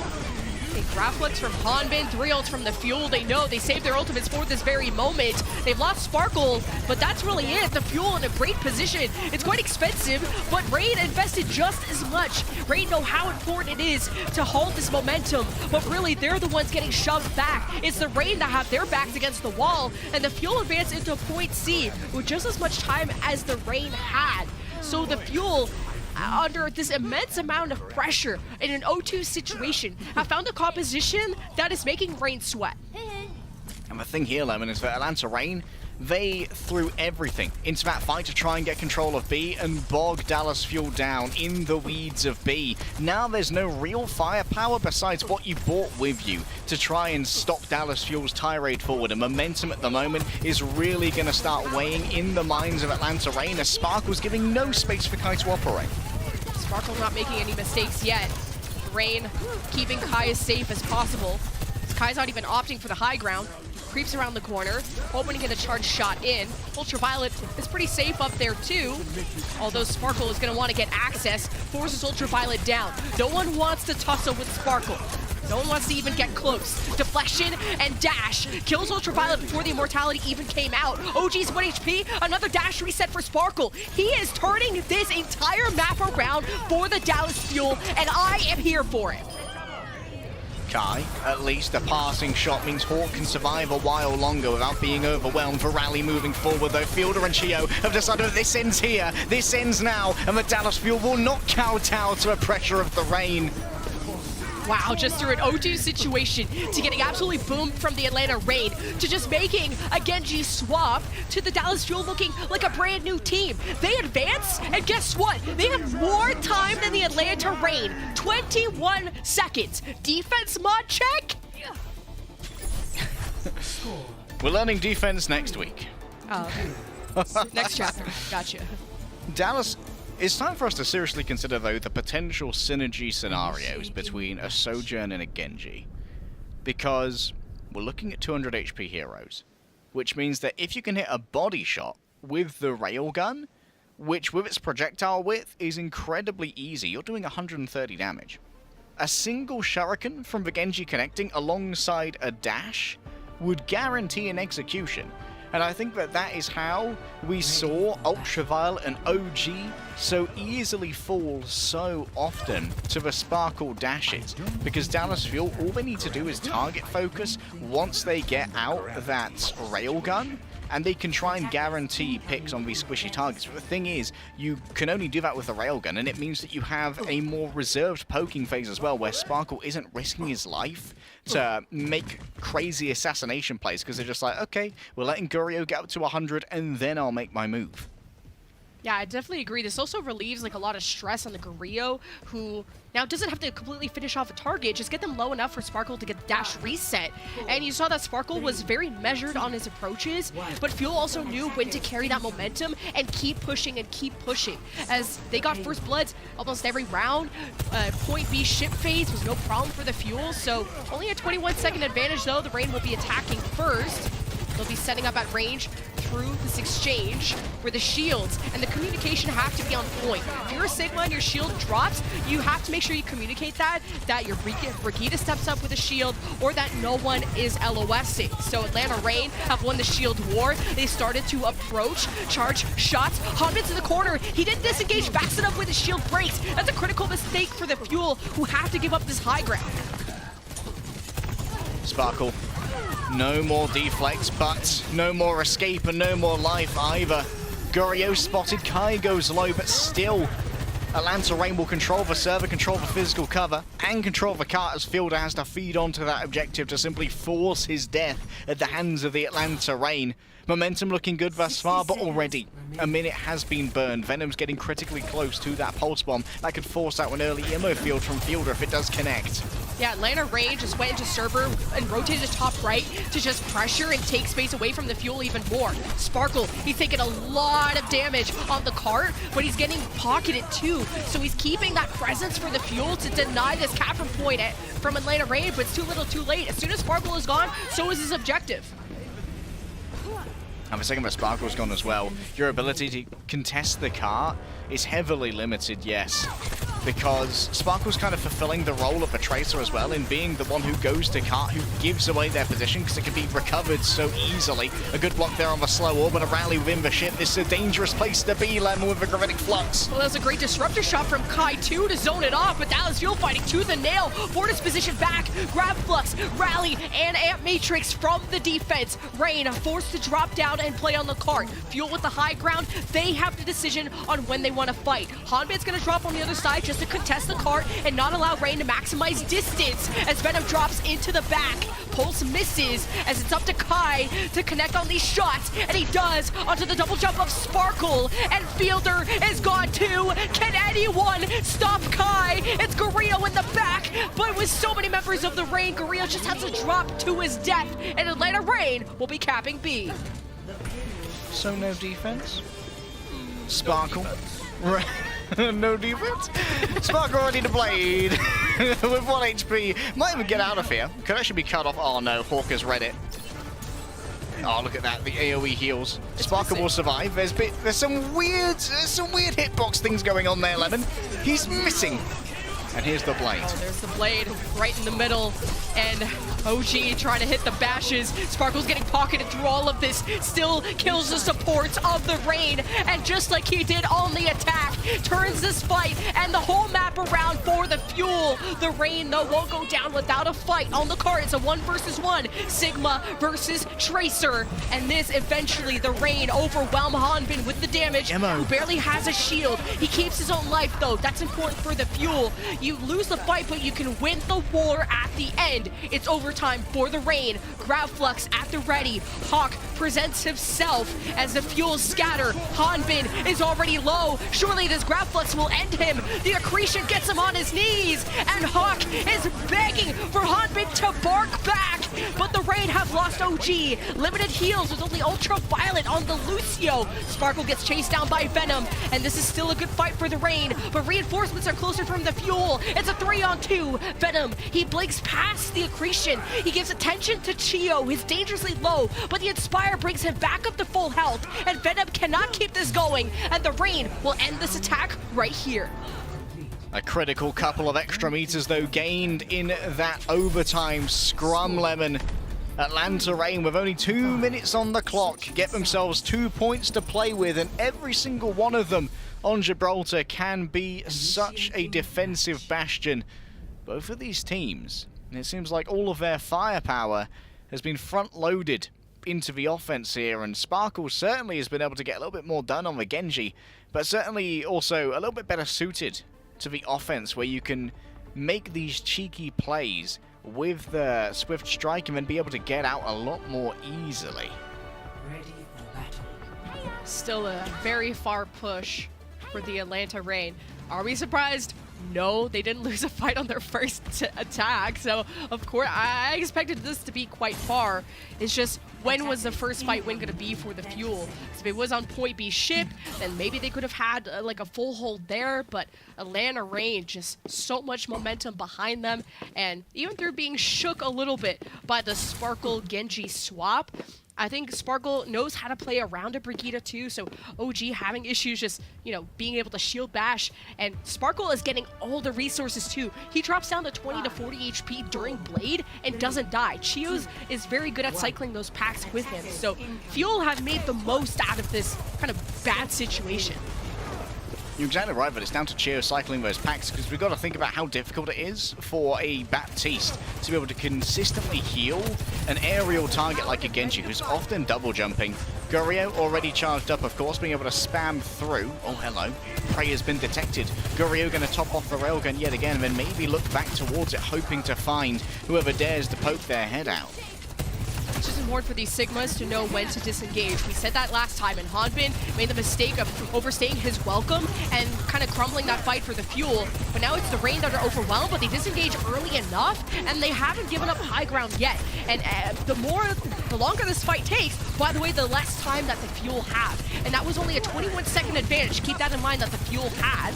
So now approaching, using the disruptor shot of Gurio to buy space. They've lost Sparkle, but they haven't given up hope, as now Ultraviolet and Kai and OG all working together as they drop down to get picks as Dallas Fuel emerge from the doorway, and Kai is sniping people like Duck Hunt. So the Reign have stabilized.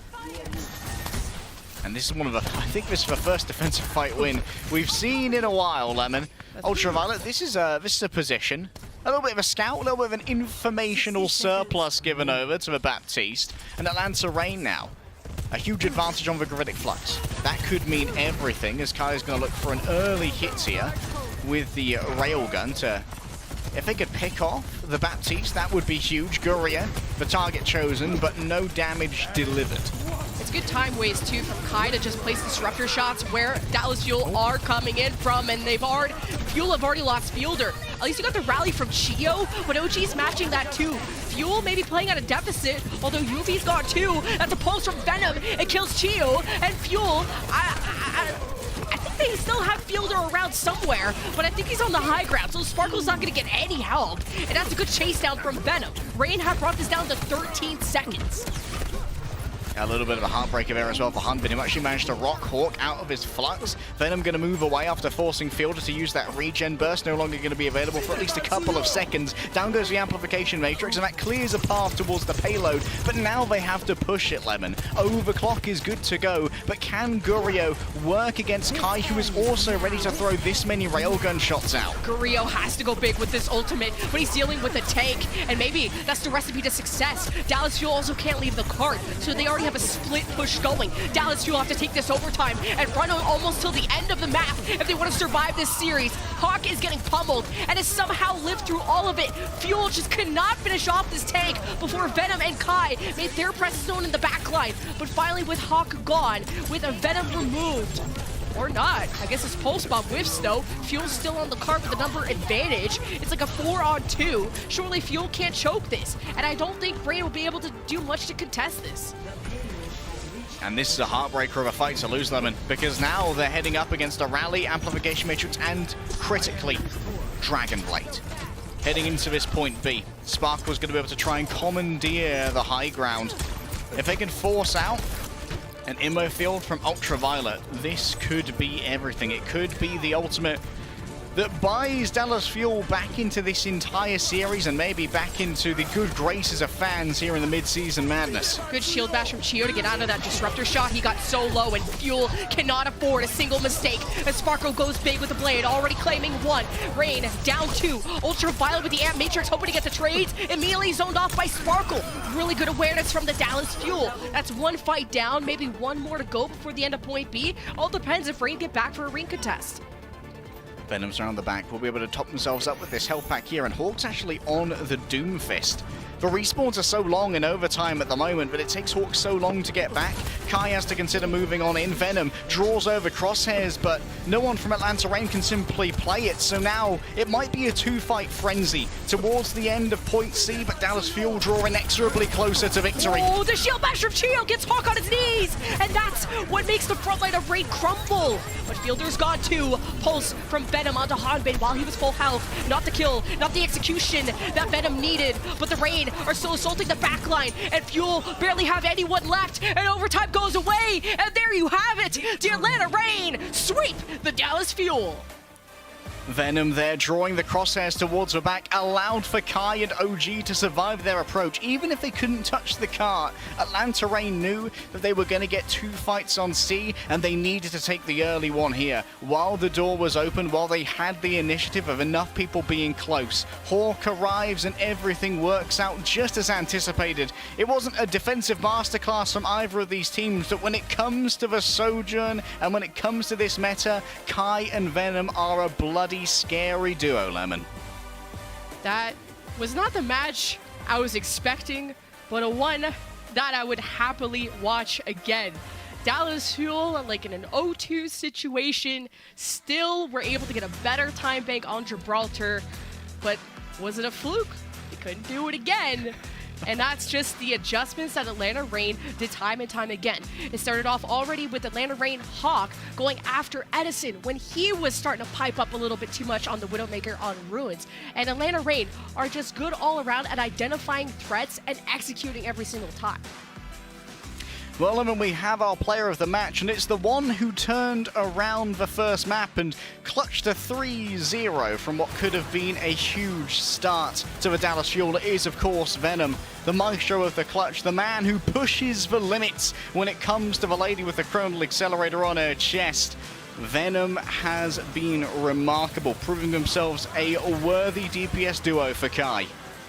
I mean, you throw Sparkle at him, you throw Edison at him, and Venom will slap them away every single time. That's the whole reason that teams were looking at Venom, was just how incredible he was on, or he is and was on the Tracer. I mean, this guy kind of came out of nowhere in contenders, starting off on a Korean team, but his Tracer was just smashing in people left and right. And we were going to wonder, was that going to translate into the Overwatch League? Well, the stats speak for themselves. Venom is a star.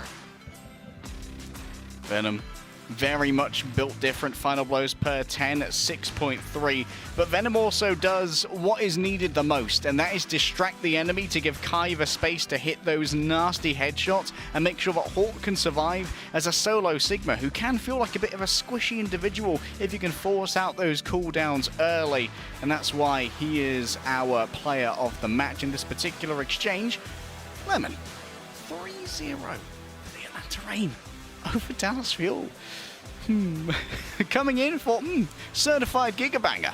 However, Atlanta Reign are looking too damn hot right now. The Fuel only makes them burn hotter and brighter, and everybody in North America needs to be bloody scared of the Atlanta Reign. The Atlanta Reign, the Gladiators look really good. This meta, it's kind of crazy. We got some great upcoming matches tomorrow too. Got Florida versus Toronto, Shock versus Boston, New York versus Paris, Vancouver versus Houston. So the kind of only returning teams being Paris to see, are they going to continue to upgrade? Because Paris still took a map from the Gladiators. So we have some surprises here and there.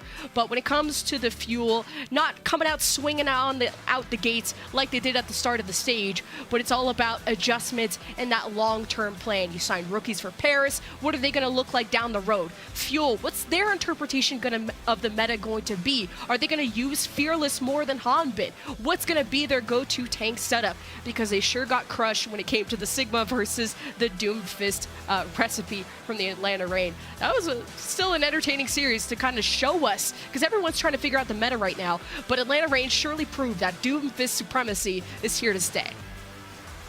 Yeah, the Doom Supremacy is here to stay, but we are ready to go. So we're going to throw you to a quick break, and then the Watch Point desk will take you home. The Overwatch League is brought to you by Upper Deck, the official trading card of the Overwatch League. and by TeamSpeak, the official voice supplier of the Overwatch League.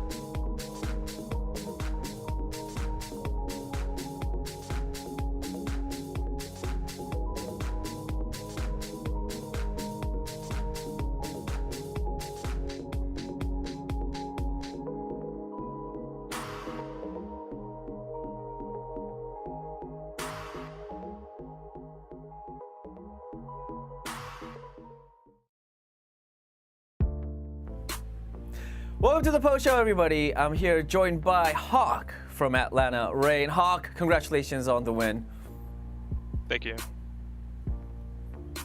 All right. I mean, I thought this was gonna be a much closer match, but you know, it was a 3-0 for the Atlanta Reign and for you. You guys did an amazing job putting down the Dallas Fuel. How'd you guys get it done? I mean, was there anything that you guys learned from Dallas's previous match from San Francisco Shock that helped you guys get the win? We saw that they played a couple of comps, but they switched up a lot of things today, and we kind of just like played our own game because we think our comps are pretty good, and we just kind of played our own thing.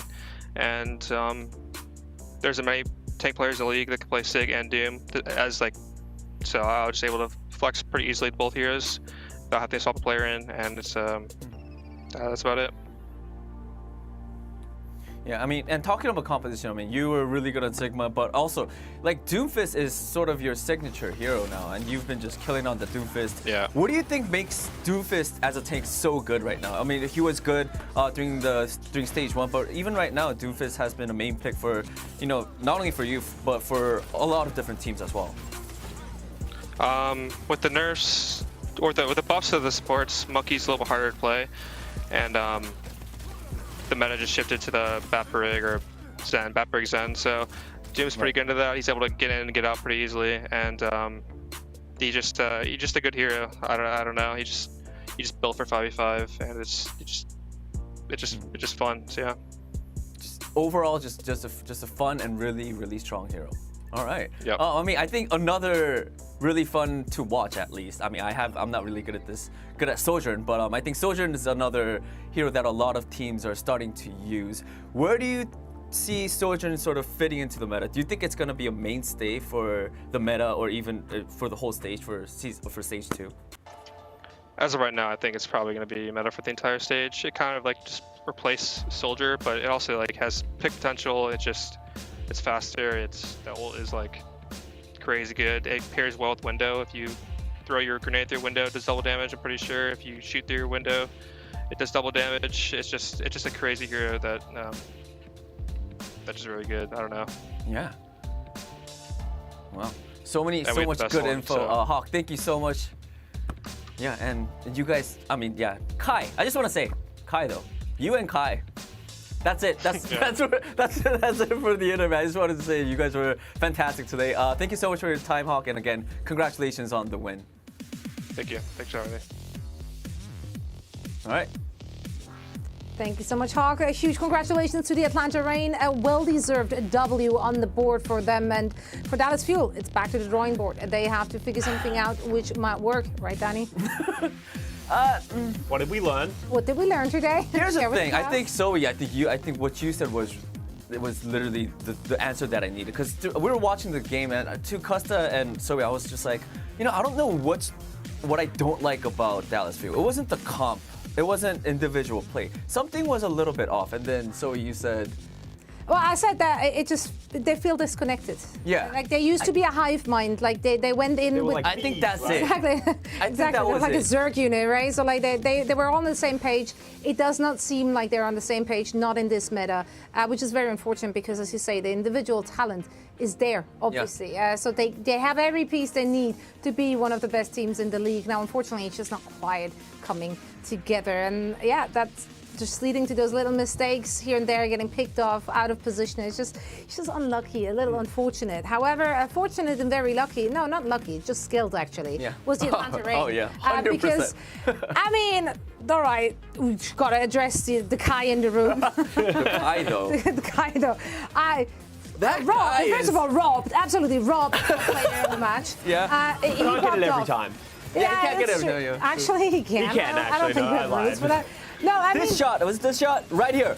Oh! It's just so evident, Costa, that everyone on Atlanta Reign gets to play their comfort hero, and it shows. Kai in the kickoff clash got stuck on the soldier, and he is a good soldier, don't get me wrong, but that's not really where his strengths are. When he is able to get on these pop-off heroes like Sojourn, he goes absolutely crazy, and he does it again in this series against the Dallas Fuel. And Gurio did a good job on Watchpoint Gibraltar, but other than that, they didn't really have an answer to it. And as Hawk just said in his interview, the ability for him to be able to play Doomfist and then also switch to Sigma, they can literally play the meta and multiple different looks of the meta right now without making a single substitution. And that's what's going to make Atlanta Reign such a difficult team to play against in this tournament. Excited to see more from them and just watch more Kai on Sojourn. He's showing how good this hero is, and it just makes me want to play Sojourn, like so much. Like I'm so bad at her, but I just want to play her. Just hold your breath until October. Well, no, we have a beta coming up, Danny. Oh, it's true. Or just hold it for a couple of weeks. Are you gonna get into beta? Am I getting into beta? We'll hook you up. Everyone. But yeah, we hook you up and you owe us, right? Thank you. Exactly, that's how it works. Why not? No, but this is looking really good, like a really good stage for Atlanta Rain. I'm very excited to see more of them. Also really happy. I think Lemon Kiwi and Leg Day talked about it at length as well when they went over their player of the match, which was Venom. Phenomenal showing. That's a great debut performance for a player like that, and he's been killing it ever since his debut. And even like I think they Lemon Kiwi and Leg Day, like they mentioned, you know, I think Kai was able to get those 6 shots thanks to a lot of plays that Venom was able to put out, you know, be constantly on the backline, just being annoying for the Dallas Fuel. So I think he is actually another really great player for the Atlanta Rain.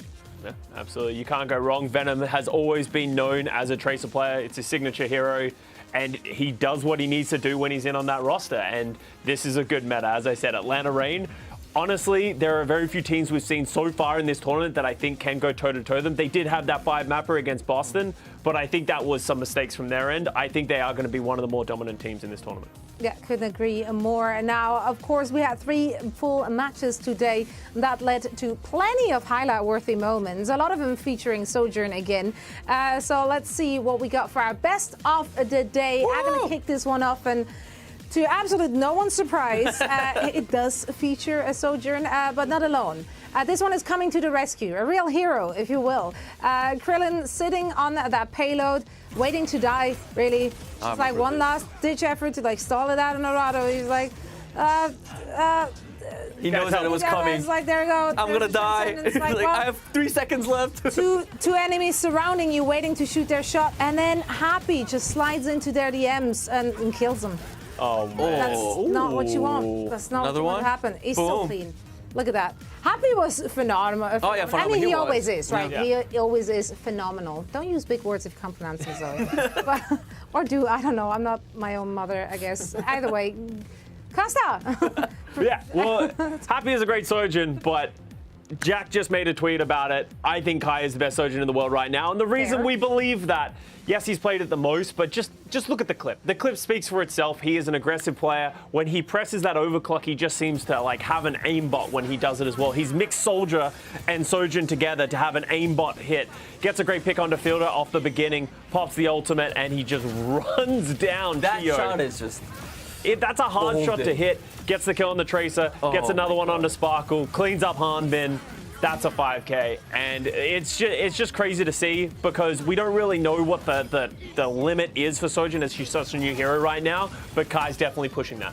I think they should check his PC for sure. That's not normal, right? It's not normal. It's a game deficit. As this was happening, like 2 kills in, Costa already started screeching across the truck. Hex! That's what we usually do, guys. If we see something really sick, then we're like... As soon as Hex hears like weird sounds coming from this room, it's probably us requesting something. So just this beautiful Kai play. Now, Danny, what got you screaming like a little... I mean, you guys all know I screamed top of my lungs. I was screaming for this play. Like, I talked about a big Houston energy, and that big Houston energy today stemmed from big Lastro energy. I really wanted this play, and it happened. So thank you so much, Houston. Thank you so much, Lastro. RS Nano's Lastro, and then big Nano energy, huh? There you go. Yeah, there it is. Great one, Hex. Yeah, and he just goes crazy. I think, like I said before, I think, right now it's a really good meta for supports to be in that spotlight, to get those kills, and also for Lastro. Great Zen. He said he's so happy that Zen is now meta. He was getting a little bored with playing too much Lucio. So yeah, more big Lastro Nano Houston energy to come, guys. Yeah, in your regular game, you think if you nano your support, that was a mistake. No, not anymore. Not anymore. What a time to be alive. I mean, I'm support. I'm good. Yeah. Then again, I'm not hitting my shots when I get nanoed, so maybe I'm not good. There is that. Now, people who definitely hit their shots are, of course, our players, and we got more of those on our imaginary stages heading into games tomorrow. I just forgot that we were still offline because we're online. No, we're offline. They're online. Anyway, we have schedules for you coming up. Right there it is.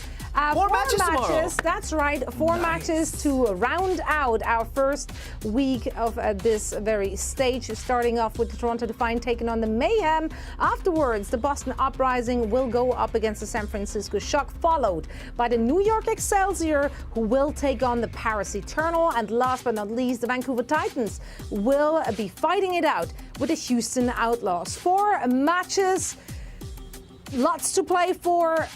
Which of these is the most exciting for you? I'm actually very excited for the last match of the day, Houston Outlaws versus Vancouver. You know, they actually looked pretty decent yesterday, to everyone's surprise. So I want to see if that was a fluke or not, and see if they actually improved. I think this will tell us. The Houston fans are coming for you, Danny. Don't put that energy. Don't put that energy into the world, Danny.